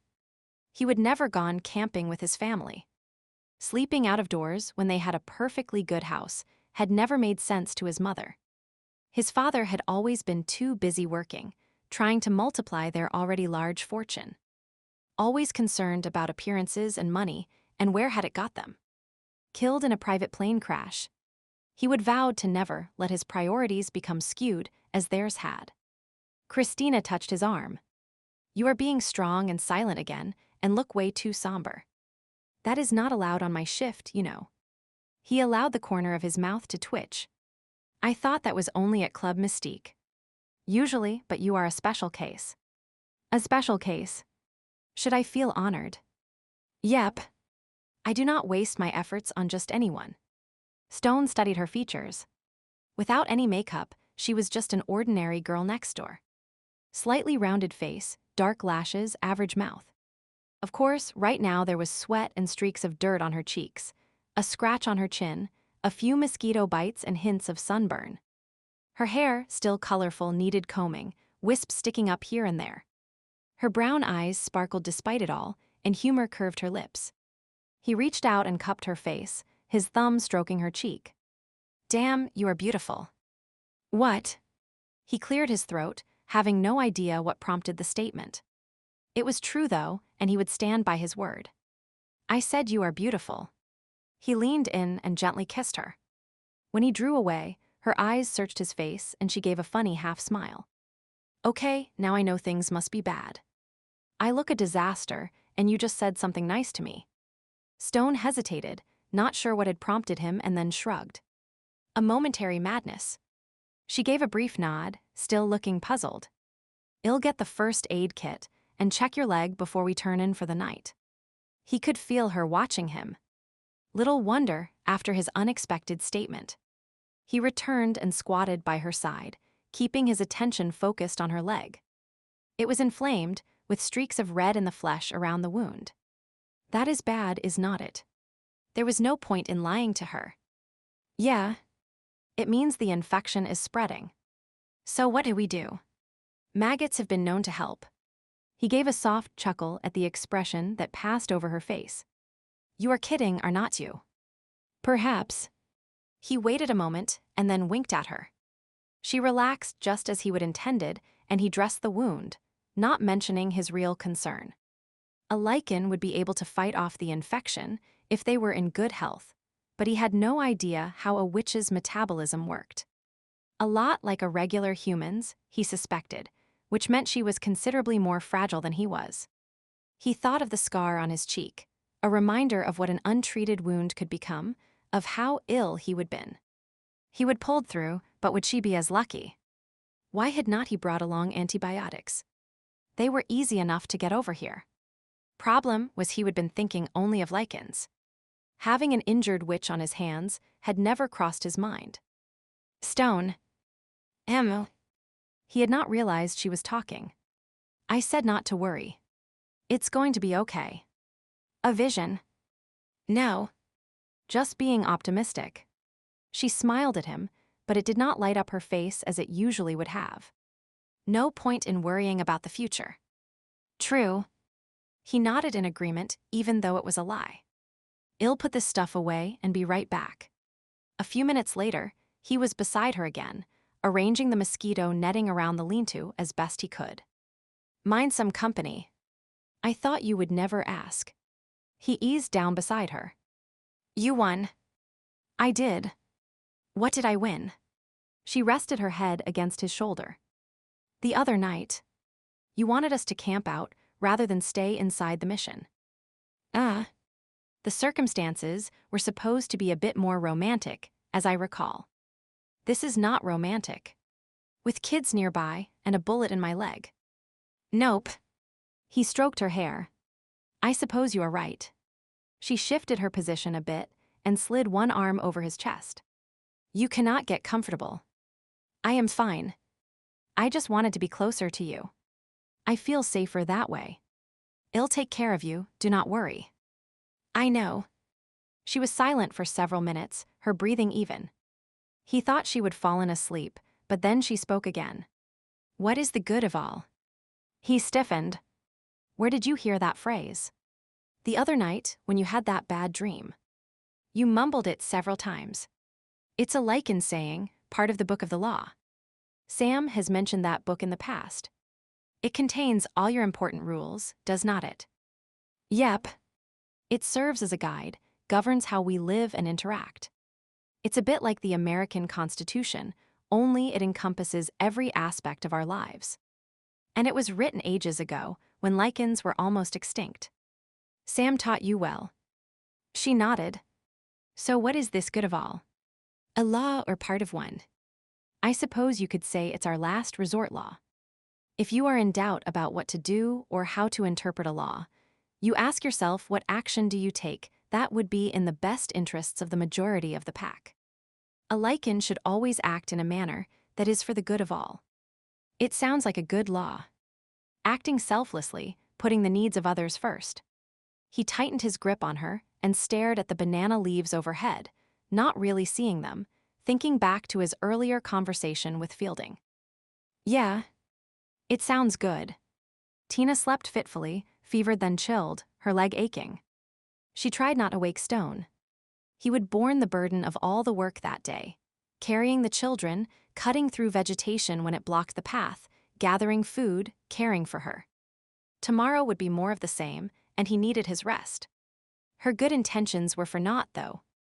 Every movement had him waking to check on her, wiping her face, offering her a drink. I am sorry, she apologized when once again he awoke in response to her shivers. Quit apologizing, he growled. Hey, do not grumble at me. She tried to smile, even though her teeth were chattering. Nurses are supposed to be friendly and chipper. I thought they were battle axes who woke you up to give you a sleeping pill, took your blood, and then gave you a cold bedpan. He pulled a spare t-shirt from the backpack and laid it over her, then spooned his body to hers. His warmth seeped into her, and she began to relax, the shivers that had racked her earlier easing. I guess I am in luck. No bedpans in the jungle. Nope, just bushes. He stroked his knuckles over her cheek, her hair. The soft touch was soothing. At some point, She must have dozed off, though it seemed like only moments later that she was too warm. Irritably, she shoved away the material that covered her and pushed at his arm, the heat from his body seeming to scorch her. Something metal was pressed to her mouth, and water spilled onto her lips. She cracked her eyes open, even the dim light seeming too bright. "Gwyneth will be so pissed off at me," she murmured. "Why is that?" A damp cloth was wiped over her brow. She swallowed with difficulty. "Because there is probably some spell that would cure me if only I'd taken the time to study it." "Perhaps." Stone's face swam before her eyes, her fevered mind morphing his face into a wolf's and then back again. She furrowed her brow, trying to think. There was an idea floating about in her head, but it would not stay still long enough for her to latch on to it. "Arawu. What are you doing?" "Howling." "Arawu. You are delirious, burning up with fever." He unbuttoned her shirt and loosened her waistband. "I am turning myself into a wolf. If I was a Lycan, I would not be worried at all. I'd just heal myself, would not I?" The movement of Stone's hand stilled. "If you were a Lycan." "Yeah." She closed her eyes, suddenly exhausted. A gray cloud began to envelop her. "Christina." "Emu." It was too much of an effort to wake up. "Christina, listen to me." His hand cupped her face. "I have an idea, but it might not work." "Idea?" She nuzzled his palm. "I am going to give you some of my blood to drink." "Blood?" Her mouth did not seem to want to cooperate, the words sticking in her throat. "Witch, not vampire. I know you are a witch, and that is why this might not work, but I need to try something." He worked an arm under her shoulders, lifting her so she was cradled in his arms. "Lycans have superior healing abilities. There is a slight chance that ingesting some of my blood might buy you some time." She blinked at him blearily. A beam of moonlight flooded the small clearing they were in, bathing Stone in a cool, silvery light. "Turn into a werewolf?" "No, you would have to have a Lycan gene for that. This is for healing only. I do not know if it will work, or even if it's ever been done before." He was crazy. She wanted to tell him that, but it really was too much effort. Her eyes drifted shut, and she dreamed of a wolf and a witch surrounded in silvery light. They were playing together, frolicking in the forest until suddenly the wolf gasped in pain and blood began to rain from the sky. Droplets landed on her face, dripped into her mouth, metallic, salty. She made a face and tried to spit it out, but there was too much. It filled her mouth and she swallowed it, coughing, trying to turn her head away, but it was no use. The witch faded from existence, leaving only a wolf howling at a blood-red moon. Chapter 10. Christina's fever had finally broken during the night. Whether it was from the blood he would given her or her body's own immune system, he did not know. Whatever the case, she would have been more lucid in the morning, chatting with the children as he would struck camp. The wounds still festering and red, but no worse in appearance. He checked her leg before they began their journey. "Stone."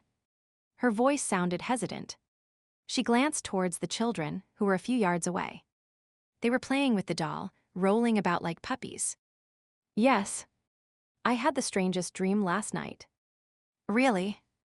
"Yeah, I was a werewolf howling at the moon." He snorted. "And your howls are pathetic." "I was not really doing that, was I?" He could not keep his lips from twitching. "Sorry, but yes, you were." She let her head drop back to the ground. "I am so embarrassed. Weird shit happens." At least the bit about it raining, blood was not true. Well, she levered herself up on her elbows. "It did not rain blood. Even I know that is not possible." He held out his wrist. The flesh was still scarred from where he would cut it. "I did not do that." "You are right." "You did not." "I did. My howling was so bad you cut your wrists." Her eyebrows shot upwards. "That is pretty extreme. Could not you have just covered your ears, or left me a bad review?" "No. I gave you some of my blood to drink." "Hey. I am not some blood-sucking leech of a vampire, you know." "I realize that. I was hoping it would help the healing process. Not meaning to insult you, but drinking blood." She made a face. "Yuck." He shrugged. You are still here. Not healed, but better than you were last night. She was silent for a moment. Okay. Then thanks. He rose to his feet, her leg now bandaged. Time to get moving. Do not forget Cyrus. He sighed. I'll make sure she comes along. Some time later, Stone heaved a sigh of relief as the trees began to visibly thin. Just yards ahead of him was the clearing where they would rendezvous with the chopper. His arms were beginning to feel the strain of carrying the two small children and a backpack, as well as supporting most of Christina's weight. He had briefly thought of abandoning the pack, but if they should miss the scheduled pickup, its contents might make the difference between survival and death. Almost there. He offered the reassuring words to the trio. The toddlers clung to him silently, still showing no signs of talking. Christina offered him the briefest of nods. Her jaw was set, lines of strain showing on her face. The improvement he would seen that morning appeared to be wearing off. He was sure it was only fear of Mendoza's men behind them that kept her going. Readjusting the children in his arms, Stone forced himself to continue his unnaturally short stride so that it matched Tina's hobbling pace. Her arm gripped his waist, and she leaned on him heavily, her fingers tightening around his belt with each step. Damn, she had more courage than many a Lycan. They finally reached the edge of the clearing, and Stone carefully set the children down. He helped Tina ease herself to the ground at the base of a tree, noting how the children nestled themselves closer to her. She would be a great mom someday. The idea created a strange sensation inside him, a softening of feeling he could not allow. A mate at our side, his wolf murmured, and eventually pups. They would frolic at our feet. We would teach them the way of the world, to respect the law, other creatures, to seek justice for all. Stone frowned.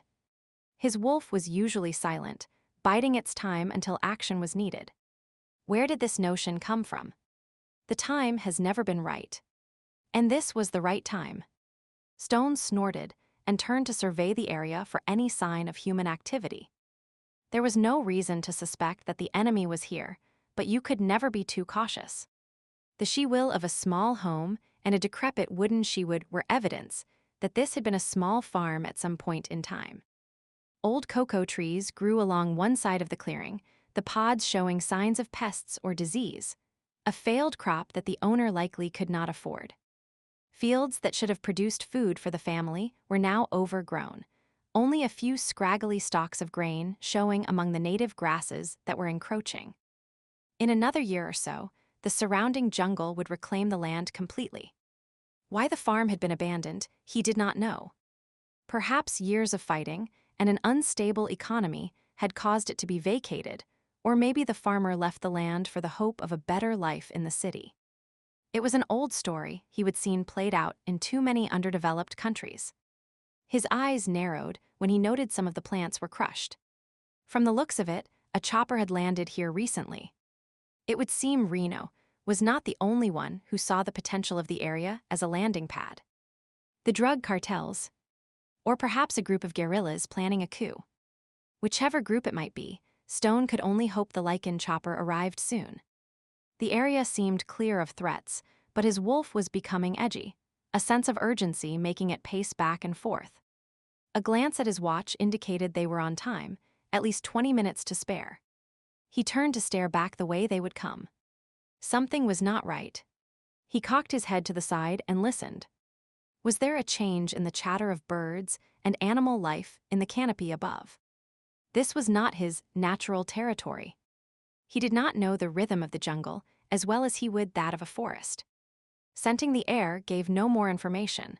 The slight breeze was blowing away from him, and the heavy, humid air meant scents did not travel as easily.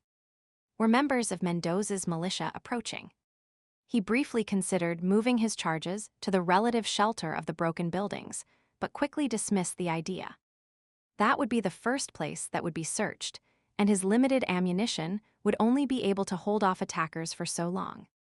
No, he would move his small entourage to the far side of the clearing so that when the chopper came, it would be between them and any approaching threat. If, heaven forbid, rescue did not come, they would then slip deeper into the jungle and try to lose their pursuers once again. Bending down in preparation for picking up the children, Stone started to explain his plan to Christina, only to discover that she would slump to the side, her eyes closed. Christina. Christina.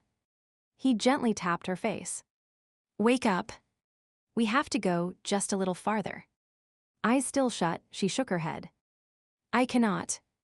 Yes, you can. Here. Stone took the canteen and pressed it to her lips so she could take a drink. She sighed in gratitude, briefly opening her eyes, only to shut them again. Christina, stay with me. The chopper's due any minute. Do you hear me? Yeah. She licked her lips and nodded, making an effort to hitch herself up. Stone eased her into a sitting position, noting how hot she felt. So much for Lycan blood being able to heal a witch. Torn between caring for his young charges and helping Christina, Stone decided he would have to move them in stages. The clearing was roughly circular, and he wanted to get to the far side, but did not dare cut straight across it. They would be too exposed. Instead, he would move around the circumference, taking the children a short distance, setting them down, and then coming back to get Tina. It would take several trips, but he did not want to leave any of them alone for too long or have them too far away. Stay awake, he instructed her. I am going to move the kids over there first. He indicated a spot about a quarter of the way around the clearing. Then I'll come back to get you. Stone smiled as reassuringly as he could at the children, before picking them up and carrying them to the place he had shown Tina. Once there, he instructed them to stay put, that he would be right back. A solemn nod from both let him know they understood, though fear showed in their eyes when he stood to leave. He paused, then crouched down and cupped their faces in his hands, caressing their cheeks with his thumb while trying to convey to them that everything would be all right. I'll only be gone a moment, do not worry, he told them. I just have to get Christina. He remembered the doll tucked into his pocket and pulled it out, placing it in the arms of the oldest child. Here, Clarice will keep you company while I am gone. A few minutes later, he touched Christina's shoulder. I am back. She would fallen into a light sleep and gave a start before recognizing it was him. Hey, Stone.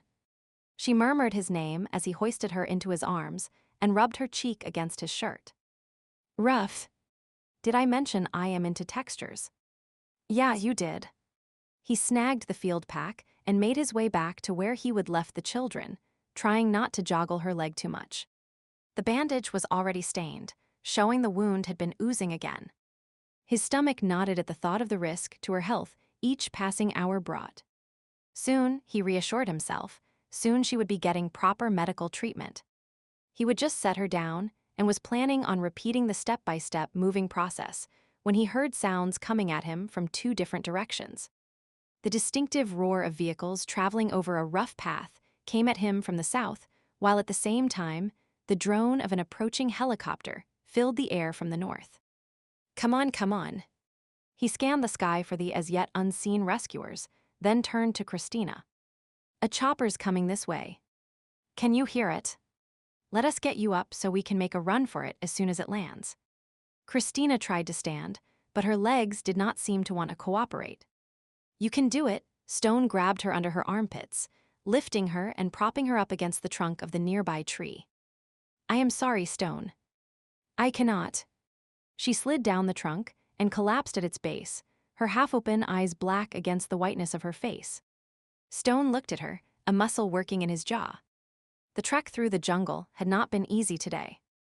They would fought their way along the overgrown path, the razor-sharp edges of leaves causing a myriad of small cuts and scratches. Little rivers of sweat and tears had left their marks on her dusty cheeks, and her hair was sticking to her forehead. His eyes drifted down to the dried blood, still encrusting her pant leg. She would given her all. Now she was done. It was completely up to him now. All right. I'll carry you to the chopper when it lands. Her eyes fluttered open. But you take the children first. He opened his mouth to protest, but she shook her head. For the good of all. I remember you telling me that last night. She stared directly into his eyes, the glazed look of fever seeming to fade away. Two of them versus one of me. The children go first. He conceded the point. And then I'll come back and get you. I know you will, she smiled weakly, closing her eyes again. Stone stood in the shadow of the trees, alternately scanning the sky and the jungle. The sound of the chopper grew louder, almost drowning out the sound of the approaching men. He could just make out the sound of their shouting. Obviously, they were aware of the helicopter's arrival. A few random shots were fired, and Stone's stomach knotted, memories of the past threatening to overtake him. The women. Addisa. Safety just yards away when the jeeps had appeared. Gunfire, he shook his head. No, not now. The pups were depending on him. Christina was depending on him. He crouched ready to grab the children and run as soon as the chopper was even close to the ground. Glancing at Tina, he saw her eyes were open. She was staring at him intently, as if trying to memorize his features. Stone reached out his hand and touched her cheek. She clutched his hand, pressing a kiss to it. His heart began to pound, almost as loud as the sound of the approaching helicopter. A feeling of warmth spread throughout his chest, as if his insides were melting. Just then the helicopter appeared over the clearing and began to descend. The surrounding foliage started to buffet back and forth from the force of the wind it created. Stone leaned forward and gave her a hard kiss before reaching for the children. I'll take the kids to the chopper and be right back for you. Stone, I want you to know that her voice trailed off. Never mind. What? She shook her head. I'll be fine. Go. He took a step, paused, and looked at her one more time, something tugging at his insides, telling him to stay with her, to make whatever they had between them last. Eli. Pardon. He shouted over the sound to the chopper. Eli. My name. It's Elijah Stone. Elijah. She smiled as she said his name, as if savoring the sound. I'll never forget you, Elijah Stone. A shiver ran over him, a queer quivering feeling that filled every corner of his being. Christina, the sound of gunfire erupted, and he jerked his head towards the noise. Jeeps spilled into the opening, men jumping from them even before the vehicles had stopped. Stone grabbed the children and raced towards the chopper, instinctively bending low as he ran under the whirling blades. As he crossed the opening, he could see bits of soil erupting into the air as the bullets hit the ground around him. Arms reached out of the chopper, taking hold of the children and him, dragging them inside. Stone set the children down and pulled back. I have to get my partner. No time, man, a voice yelled at him, tugging at him to enter the chopper. Let us go, his wolf snarled. The witch. We said we would return for her. No. I have got to go back. Stone strained against the two men, who were now intent on keeping him in the machine. He braced his hand against the doorway and started to break away. A bullet whizzed by his head and grazed his hand, causing him to lose his grip and giving a momentary advantage to the men inside. They are firing at us. We have to take off, shouted the pilot.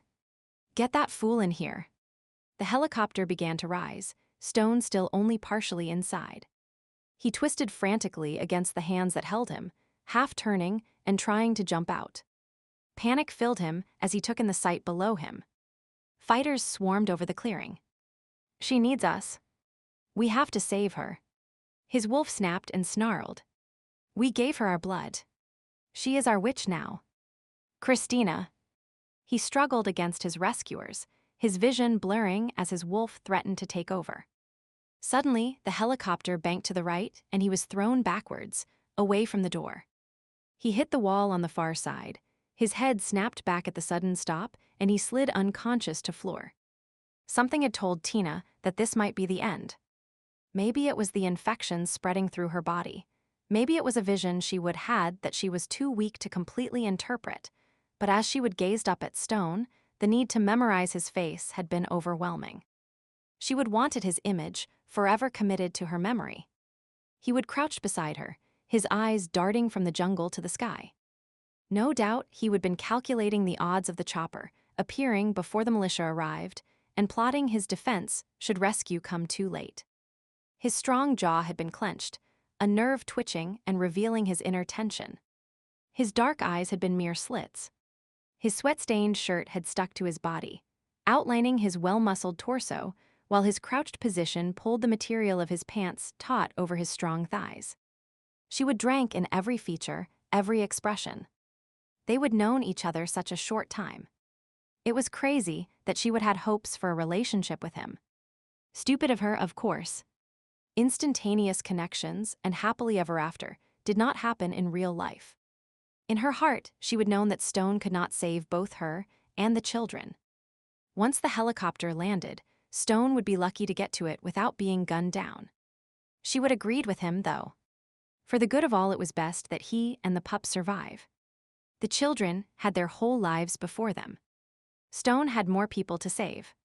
She was just an ineffectual witch. In the grand scheme of life, this was for the best. He might have believed that he would come back to get her after seeing to the safety of the children. In her heart, however, she would known it was goodbye. She would watched as bullets had hit the ground behind him, as the children had disappeared into the waiting helicopter, as arms had grabbed at Stone as he would try to turn to come back for her. Then the helicopter was lifting off, Stone still only partially inside. Was that his voice she heard, calling her name? Or just her fevered mind playing tricks on her? Goodbye, Elijah Stone. As the chopper banked to the right, she lost sight of him. She closed her eyes, not trying to hold back the tears that now trickled down her face. The sound of gunfire and shouting filled the void left by the retreating helicopter, making it impossible for her to block out what was going on around her.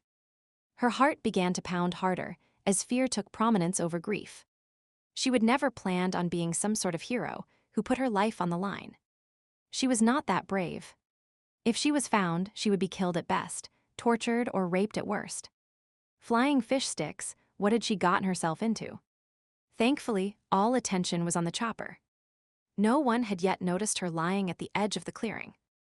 The will to survive gave her strength she did not know she had left. Grabbing the field pack, she slid back along the ground, deeper into the cover offered by the lush foliage. Scooting backwards on her bottom, her progress was slow, but it was her only chance. If luck was with her, they might not even realize she was there.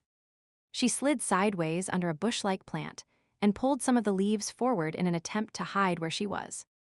Of course, even a simple search would reveal the path she had taken. The bent leaves, the marks left in the dust by her heels, would all act like arrows pointing out her location. A thought came to mind, the bee she would hexed into going in a circle. Could she create a small whirlwind to blur her tracks? It was worth a try, and if the hex went wrong, well, she could hardly be worse off than she was. She focused her energy, staring at the intended target and whispering the needed words. For a moment, nothing happened, and then there was a gentle stirring of the leaves and soil. Not much, but possibly enough. The sound of the helicopter faded, and Tina stopped the spell. The grass stilled, the dust settled. She strained to hear what was happening back in the clearing. The gunfire had stopped, as had most of the yelling. She could still hear angry voices. It did not sound like they were fanning out in a search pattern. Maybe they did not know she was here. Had any of them ever seen her? Her brain could not seem to recall. A loud discussion was occurring. After what felt like hours, a decision must have been made because it sounded like they were getting back in their vehicles and driving away. Had they all left? She thought so, but was not sure. Staying hidden would be the best course of action. Someone could have been left behind to watch in case the chopper returned. It would not, but they might not know that. Leaning back against the thick base of the bush, Tina mentally traveled with Stone and the children to safety. Stone had told her they would head to Santa Marietta, a nearby island where some Lycans would be waiting for them. There the children would receive medical treatment and, once declared healthy, be sent back stateside to their grandparents, High Council member James Duffy and his wife Beatrix. Stone would be treated for any injuries sustained. Once he was declared fit, then what? Would Lycan Link demand he appear for a debriefing?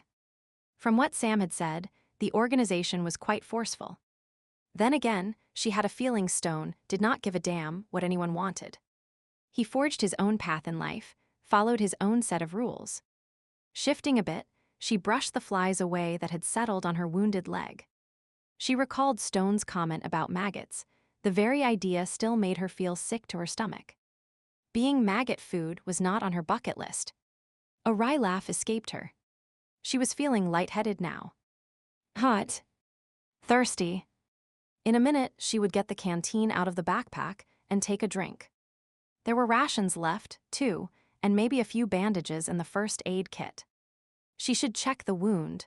Crawling on the ground might have gotten dirt in it, but she was tired, and if she was going to die anyway, what did it matter? As long as she did not die at the hands of the drug cartel. Would her body ever be found, or would it just decompose and become part of the jungle? She let herself slide sideways, so she was lying on the ground and gave into the waves of darkness. Her last vague thoughts were of Sam and Gwyneth, and the verbal abuse Stone would have to take if he were the one to tell them of her fate. Chapter 11, Stone awoke slowly, bright light assaulting his eyes, causing him to blink.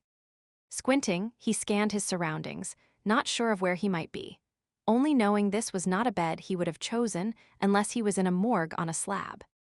White ceiling, white walls, curtains around the head of the bed, a small locker. Damn.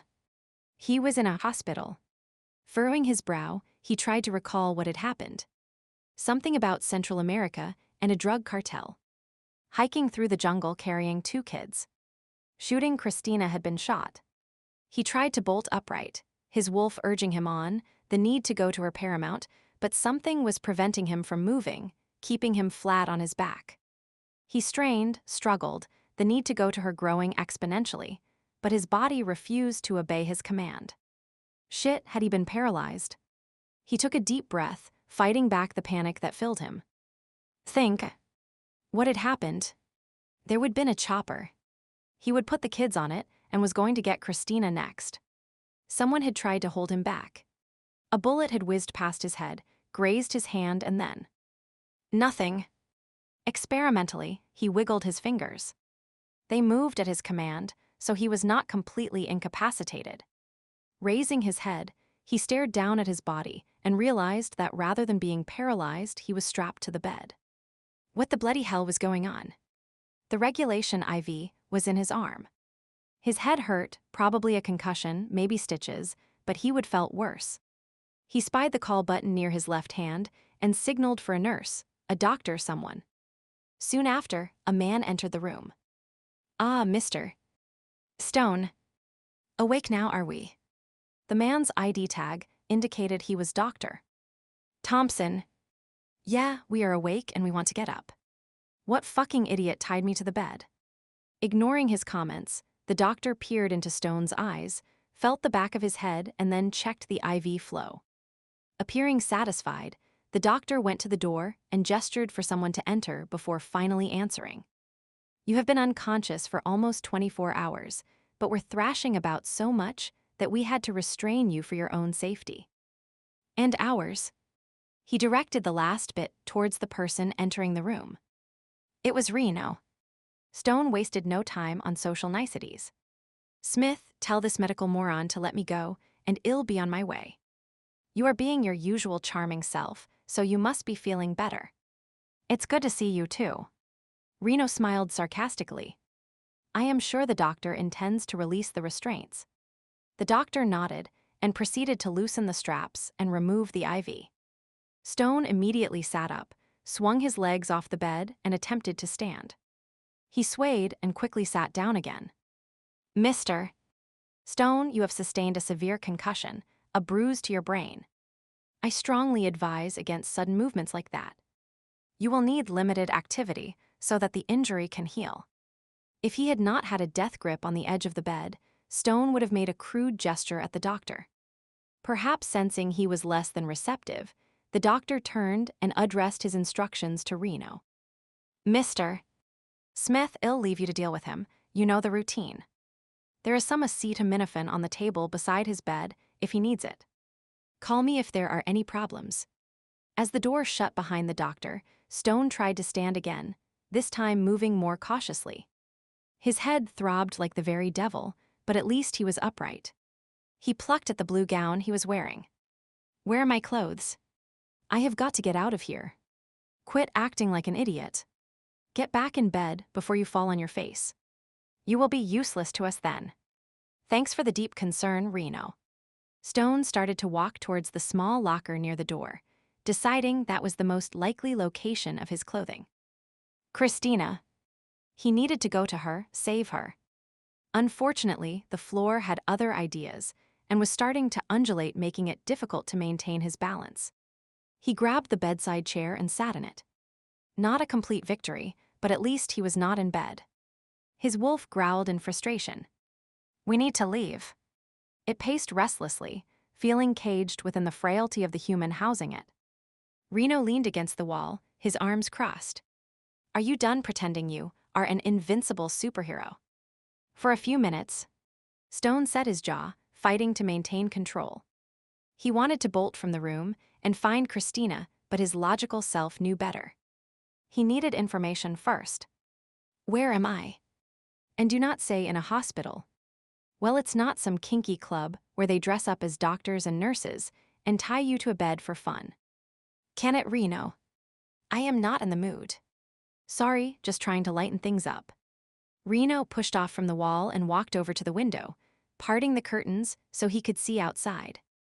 You are in Santa Marietta at a private hospital. A few of our people work here. We use it as a medical training ground, so to speak. It's off the beaten path and mostly unsupervised by the government, so it suits our needs. We managed to rearrange the roster to ensure you had Lycan personnel handling your case. What about? Christina's name seemed to stick in his throat, fear and faint hope warring within him. The pups. They are here in the pediatric ward, none the worse for their experience. Whether Reno was avoiding the issue or being intentionally obtuse, Stone did not know. He bit back a rude comment and temporarily followed the other man's lead. Have they spoken yet? No, but the doctor in charge of their case says that is not unusual. Good. He waited a beat, but Reno did not say anything. What about the witch? His wolf urged. We're wasting time. She needs us. Stone concurred. His patience was at the end. Christina. The words had barely left his lips when Reno turned, shaking his head, his expression grim. The chopper did not. One fragile thread of hope quivered in his chest. Maybe no. Reno shook his head again. Only you and the kids made it out. The risk factor was too high for them to go back to retrieve a body. Body? His wolf snapped to attention, ears back, teeth bared. Lies. She cannot be dead. No. Stone surged to his feet, swayed and sat down again. A bonfire of rage exploded inside him, clouding his thinking, spilling from his lips. You fucking bastard. You do not know that there is only a body. He glared at Reno, fists clenched. Did they see her die? She is strong. They should have circled back. She might have. Reno just kept shaking his head, a look of pity on his face. Christina is dead, Stone. There is no way she could have survived. Stone clamped his mouth shut and looked away, breathing hard. His head waged a battle with his heart. She could not be dead. And yet he was an experienced mercenary. He knew the odds, but damn it, this time he did not want to accept it. His wolf continued to snap and snarl while Stone fought for control. Christina is dead. The words reverberated through him, echoing in his head, blocking out everything else. Reno was saying stuff, still speaking. He tried to listen, to pull his thoughts together, but could only manage monosyllabic replies. I know you two were close. Yeah. It's always hard when a mission goes sour. Right. This is your fault, his wolf muttered. Stone nodded. You are the one who left her behind, the animal added. You should have fought harder, jumped from the chopper. He tightened his fists. The bullet barely grazed my hand, he silently said. I should not have jerked away. I have experienced worse pain than that. For her, you should have endured anything. You lost control of the situation, and because of that she is gone. Your fault. His wolf curled its lip, disgusted with him, and turned away. Stone. Did you hear me? Reno's voice penetrated his thoughts. He blinked suddenly, remembering he was not alone. Damn. Reno shoved his hands in his pockets and cleared his throat. I hate to do this to you so soon, but High Council is blowing a gasket wanting to know what went down in Cantala. I have been stalling while you had your beauty sleep, but it's wearing thin. The chopper team gave me their version, now I need yours. What happened? What happened? It was a clusterfuck. Stone forced himself to relive the past few days, each word feeling like another nail in his heart. When your guy, Jenkins, did not show up, turns out he had food poisoning and was puking his guts out. Yeah, well, I do not care if his toenails were coming out his nostrils. If he would been there, Christina would not have ended up getting shot. The chopper pilot did not see her. His version is that she did not make it to the rendezvous. Another thought he might have seen something on the ground, but could not confirm it was a person. She made it. She was at the clearing, waiting to be airlifted out.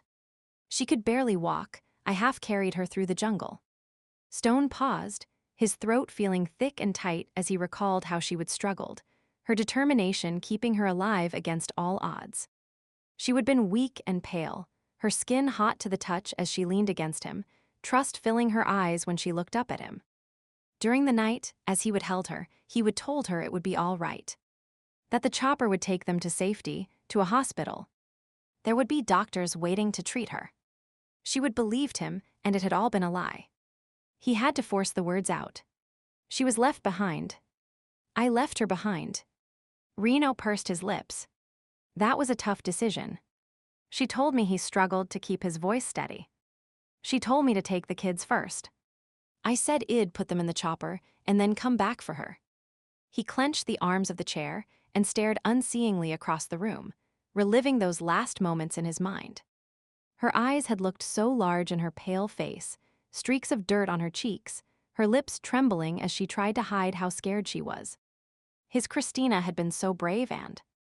Once again, Reno's voice jerked him back to the present.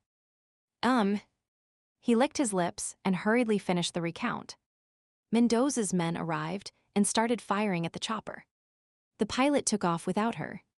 I tried to jump, to stay with her, but he shook his head. Damn.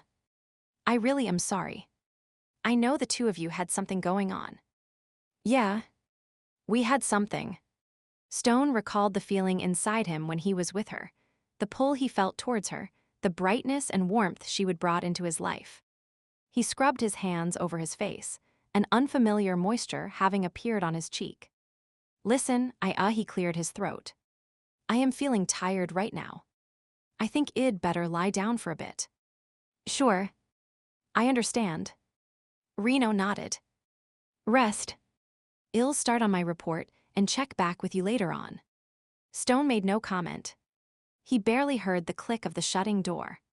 There was a roaring sound in his ears, a sick feeling churning within him. His body was shaking uncontrollably. The edges of his vision seemed to grow dark. He held on to the chair as if it were an anchor, taking deep breaths, fighting to maintain his composure. Christina was gone. He would never again see her eyes sparkle or be able to chuckle at her innovative curses. He would never kiss her or hear the soft sounds she made during sex. Never feel her curved against his body, her warmth filling an emptiness inside him. No more colorful hair. No more crazy makeup or outlandish clothing.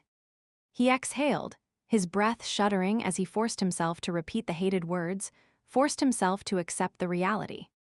Dead. Christina was dead. If Mendoza's goons had not found her and killed her, then infection would likely have done her in. An image of her alone, fevered and in pain, rose before him. How long had she waited for him, believing his promises? When had that hope finally faded? When had she realized he was never coming back, that she would been left alone and no rescue was coming? She must have been so scared, terrified even. Abandoned, sick, no one to comfort her. The sting of a whip had nothing on the pain that filled him now. His Christina had died alone, thinking she was forgotten. Could anything be worse? I did not forget you, Christina. I swear I tried. His voice cracked. The whispered words echoed in the sterile, empty room as dampness stained his cheeks. Maybe it was the fates punishing him for forgetting his place in life. He was a chômeur virtuose. He could not afford to feel. Christina's death might be his punishment for daring to care. There should be no tears pricking his eyes. He was supposed to be strong for those who were weak, who could not help themselves. If he started to crumble, who would they have to turn to? He loosened his grip on the chair and carefully rose to his feet, his chin jutted. Stone by name and stone by nature. She trusted us to keep her safe. His wolf spat out the words. You left her behind. The words were like a knife to his heart, causing every bit of life to bleed out of him. Even his wolf condemned him. The animal and he had always been as one. Now there was an empty void. Now you are alone, just as she was. The creature turned its back in disgust. He walked to the bed and eased himself down. He would acted for the good of all. That fact brought him no comfort. She would died. He would left her behind to die. It was his fault. His guilt. He had no one to blame for the gaping wound where his heart should be. No one except himself. The pillow was cool beneath his head, a sharp contrast to the fire of guilt that burned in his soul. Putting an arm over his eyes, he tried to block out the world. He felt like shit. Reno exited the room, and the door swung shut behind him. He stood quietly in the hall, staring at the floor, mentally preparing himself for the call he was about to make. He would have to inform Tina's next of kin. Even though she had not been a Lycan, he could not allow her disappearance to remain a mystery. That would be too cruel to those who loved her. Sam would know who he should contact. That was not going to be a fun conversation. The paperwork was going to be a bugger to fill out as well. Stone was still associated with Deirdre, so his name was bound to raise red flags in the system. And Tina being a witch meant cross-species referencing.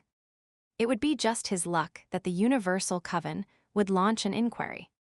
While the Coven and Lycan link legally acknowledged each other on paper, it was more a theoretical concept than an actual feeling of respect. Yeah, things were going to get messy, and it was anyone's guess who the shit would stick to the most. Stone, himself, Fielding, or High Counselor Duffy. Most likely gravity would take over, and the lower on the command chain you were, the more trouble you would be in. He rubbed the back of his neck. Perhaps it was time to give up working for Lycan Link. Permanently settle in Colding's Pass, start a family. Brandy and he had not really had that discussion yet. Maybe when this case was done. With a sigh, he headed back to his hotel room. Paperwork or phone calls. Both jobs were going to suck. Gwyneth sat in her office, located at the back of Club Mystique. She was trying to work her way through the monthly finances without using witchcraft, and it was putting her in a bad mood. A simple spell would balance the books, but it would throw off someone else's bank account, and that hardly seemed fair unless it belonged to some miserly millionaire. Unfortunately, at this moment, she did not know of anyone deserving of a financial whammy, and she did not want to take the time to go looking for one either. Witchcraft was not as simple as some believed. The energy of the world was finite. If you manipulated matter in one place, it had repercussions elsewhere. Not every witch took that into consideration, of course. Some liked to throw magic around as if it were some toy with no more effect than a child blowing bubbles on a spring day. However, she had been around long enough to know that was not the case. And so she sat at her desk, frowning at the spreadsheet on the computer. When the phone rang, she was both pleased for a reason to abandon the task and perturbed that her concentration had been broken. Hello. Gwyneth O'Donoghue. Speaking. This is Reno Smith. I am with Lycan Link. She scowled, anticipating a problem. There has been no issue at the club with Lycans. If someone has filed a complaint, no. That is not why I am calling. Then, she leaned back in her chair. Reno Smith. The name was vaguely familiar. It's about Tina. I believe she is a relative of yours. She is, but she is of legal age. If she has found herself on the wrong side of one of your laws, I'll not be responsible for her. If you play with dogs and wake up with fleas, you pay for your own flea collar. Smith did not immediately respond. Gwyneth was not concerned. She was well beyond caring whom she might offend. So, what is the problem? I am busy. I am sorry. There is no easy way to say this. I regret to inform you that we believe Tina is dead. For a moment, the news kept her in stunned silence, as if cold water had been poured over her, stealing her breath. Then her brain kicked in again, questions ticking off faster than she could articulate them. What do you mean, Tina is dead? Who told you this? What proof do you have? I am sorry, madam, but to the best of our knowledge, she perished in the jungle in Kantala. Utter nonsense. She was in Mercosta on vacation, with friends from school. You must have her confused with someone else. I wish that were the case. She was with Elijah Stone. He's the one that sat at my bar, drinking water every night. I never earned a penny off him. Yes. Stone was at the club, which is where I believe he met Tina. Gwyneth frowned, recalling the vision she would had of a witch and a wolf. She would put it from her mind, the only proper course of action for a vision, of course. They were nebulous annoyances for the most part. Apparently, they met again in Mercosta, and she agreed to accompany him on a mission into Kantala. What kind of a mission? I am not at liberty to reveal the details. Suffice to say, she was shot by a member of a drug cartel and did not make it onto the rescue helicopter. Gwyneth narrowed her eyes. Why did not she make it? I noticed you have not mentioned she died from the wound. No, madam. The wound was not initially fatal. However, by the time they reached the rendezvous site, she was seriously ill and could not make it onto the chopper. And this Stone did not think to help her. At her insistence, he was helping others in the group. Due to extreme danger to the rest of the team, the chopper left before she was inside. Gwyneth sat silently, taking all the information in. I am sorry. Reno cleared his throat. I only met her a few times, but she seemed to be an interesting individual. Yes. Interesting. She frowned, one finger idly tapping the desk as she thought. You say Stone was with her. That is correct. And where is he now? Can I speak with him? He's in a private hospital in Santa Marietta. This was not his fault, though. He did everything he could. Yes, I am sure. She waved her hand dismissively. You did not answer my question. May I speak with him? I'll put your request to him and see what he says. Gwyneth lowered her voice to barely above a whisper and spoke slowly and distinctly. I do not appreciate the tap dancing you're doing, Mr. Smith. Tell Stone if he knows what is good for him. He'll contact me or I'll hex him from here to eternity. She hung up before the other man could reply. Venomous toads, what had Tina been mixed up in? Why could not she have been content to study the craft like a good little witchling? Gwyneth stood up and paced the room, not trying to control her bad mood. Her eyes began to turn purple as magical energy spewed from her. Outside, the sky darkened as an inexplicable storm suddenly began to brew over the city. Stone stirred restlessly in the bed. In his dreams, he was in a helicopter, hovering over a field. Christina was below, she needed him. He could even hear her voice, filled with fear and pain. She was calling to him, begging him to save her, to keep her safe. The sound tore at his heart. He struggled to go to her, but something was holding him back, keeping him frozen in place while a horrific scene played out before him.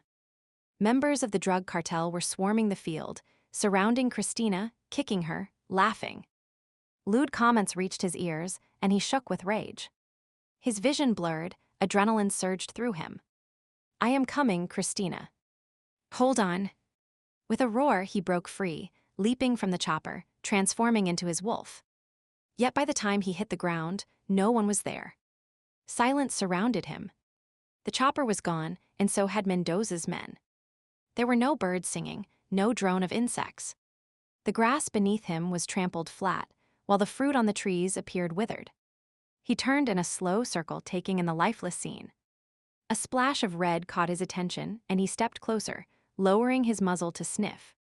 It was blood, Christina's blood, a twisting trail leading into the jungle. Nose to the ground, he began to follow it only to find himself ankle-deep in sand and sinking deeper with each step. He could not allow it to stop him, though. He forged ahead, but then Addisa blocked his way. Is it for the good of all, Elijah? She needs me, he explained. Addisa arched a brow. Does she need you, or do you need her? He shook his head. This was not the time for word games. Christina was calling to him, her voice filled with fear. He looked beyond Addisa. A soldier had Christina pinned to the ground. No. He jerked upright and stared wide-eyed about the room, for a moment unsure where he was. Reality slowly returned. White walls. The hospital. His heart rate began to slow, as did his breathing. He was still shaking, drenched in sweat, the covers twisted around his body so that he could barely move. His hands responded sluggishly to his command to free himself, and once the sheets were out of the way, he swung his legs out of bed. The tile floor was cold against his bare feet, yet it was reassuringly solid and real, the chill chasing away the ghosts that plagued his dreams. He made his way to the window and parted the curtains. It was light out, maybe mid-morning. After Reno had left yesterday, he would stare dry-eyed at the ceiling for hours before resorting to taking the sleeping pill that had been left for him. He would thought sleep would give him some peace, help block the scene that kept replaying in his head, muffle the sound of Christina's voice. Yet every time he closed his eyes, he saw her looking up at him with her trusting eyes. "I'll come back for you," he had said, and she would replied, "I know you will." It had been a lie. He had not gone back. He would left her behind, either to the mercy of Mendoza's men or to die alone in the jungle from a deadly infection. Pressing his forehead against the glass, he tried not to think of the fate she would suffered, but it was impossible to hold back the images that raced through his mind. Suddenly, he could not bear to be alone in the room. He needed to go somewhere, see something, talk to somebody, anything that would occupy his mind for a few minutes. Looking around, he found the standard hospital-issue robe on a hook by the door and pulled it on, then walked out into the hallway. There was no guard posted to keep him inside. Why he would thought there would be one, he did not know, but he would take advantage of the situation. Left or right? It did not really matter, he just had to get away. He chose to go left. Walking down the hallway, other patients and staff barely glanced his way. His was just another anonymous face in the busy medical facility. Another hallway, right this time, then a left. Stone kept walking with no destination, just the need to keep moving. Unexpectedly, he found himself outside a door labeled Pediatrics. Reno had said the pups were there. He hesitated, his hand hovering over the door handle before pushing the heavy door open. This time as he walked, he took note of his surroundings. Doors in bright primary colors, the walls decorated with cartoon figures, even the staff wore uniforms made of cheerful printed fabrics. As he moved down the corridor, he noted children in robes sitting with their parents. Some were reading books, others were playing games. A few were just being rocked, while words of comfort were whispered in their ears. Near the end of the hallway was an open area, perhaps a playroom. Stone was not familiar with how the children's wing of a hospital was set up, but it seemed a logical conclusion. The area was quiet and empty except for two children who were sitting silently, staring down at the carpet. A TV was playing in the background and several toys were around them, but they did not seem to notice. Stone paused just outside the door. It was the pups, looking considerably cleaner than last time he had seen them. He swallowed hard. At least they were okay. Christina had not given her life for nothing. "Come to check on your little friends." Reno's voice sounded by Stone's ear, startling him. "Oh yeah, I guess." He shoved his hands in the pockets of his robe. "I was just getting some exercise and ended up in pediatrics, so I thought I'd see how they are doing. I have just been talking to the nurses. Arrangements have been made for them to fly back to the States tomorrow. They have been given a medical clean bill of health. Psychologically, the picture is not as clear. Once they are back in a pack, hopefully they will start to communicate again. Reno, they might have seen their parents murdered. They have been handed off from stranger to stranger, a new face every day. What the hell do you expect?" He paused and took a deep breath. There was no point in getting angry at Reno. This debacle was not his fault. "Sorry." "No problem. I know they have had a rough go of it and—" Reno did not finish his statement. Stone followed the direction of his gaze. The children were standing beside him, the youngest, the girl, Lily, leaning against his leg. Startled, Stone froze momentarily before hesitantly reaching out and gently rubbing his hand over their heads. "Hey, it's good to see you guys again." When they did not leave, he squatted so that he was at eye level and spoke softly to them. "Wow, you're all cleaned up now and..." He searched desperately for something else to say. Looking around the room, he noticed the toys. "You have got some great-looking stuff to play with here." They did not respond, just staring at him with solemn eyes. Damn, he was no good with kids. I hear that you will get to take a plane ride tomorrow and go see your grandma and grandpa. It will be good to go back home and visit them, will not it?" Paul Jr. had silently stood through Stone's monologue, a thumb tucked in his mouth. Lily had watched his face intently, the rag doll Christina had purchased clutched to her chest. The sight of the doll made his throat tight. He was about to stand when Lily leaned closer and whispered one word to him. "Tina." For a minute he was sure he was hearing things, but a soft sound from Reno let him know he was not. "I am sorry." Stone struggled to know what to say. "Shira sent here, but she loves you and I know she is glad you are okay. That was really important to her." "Excuse me, sir.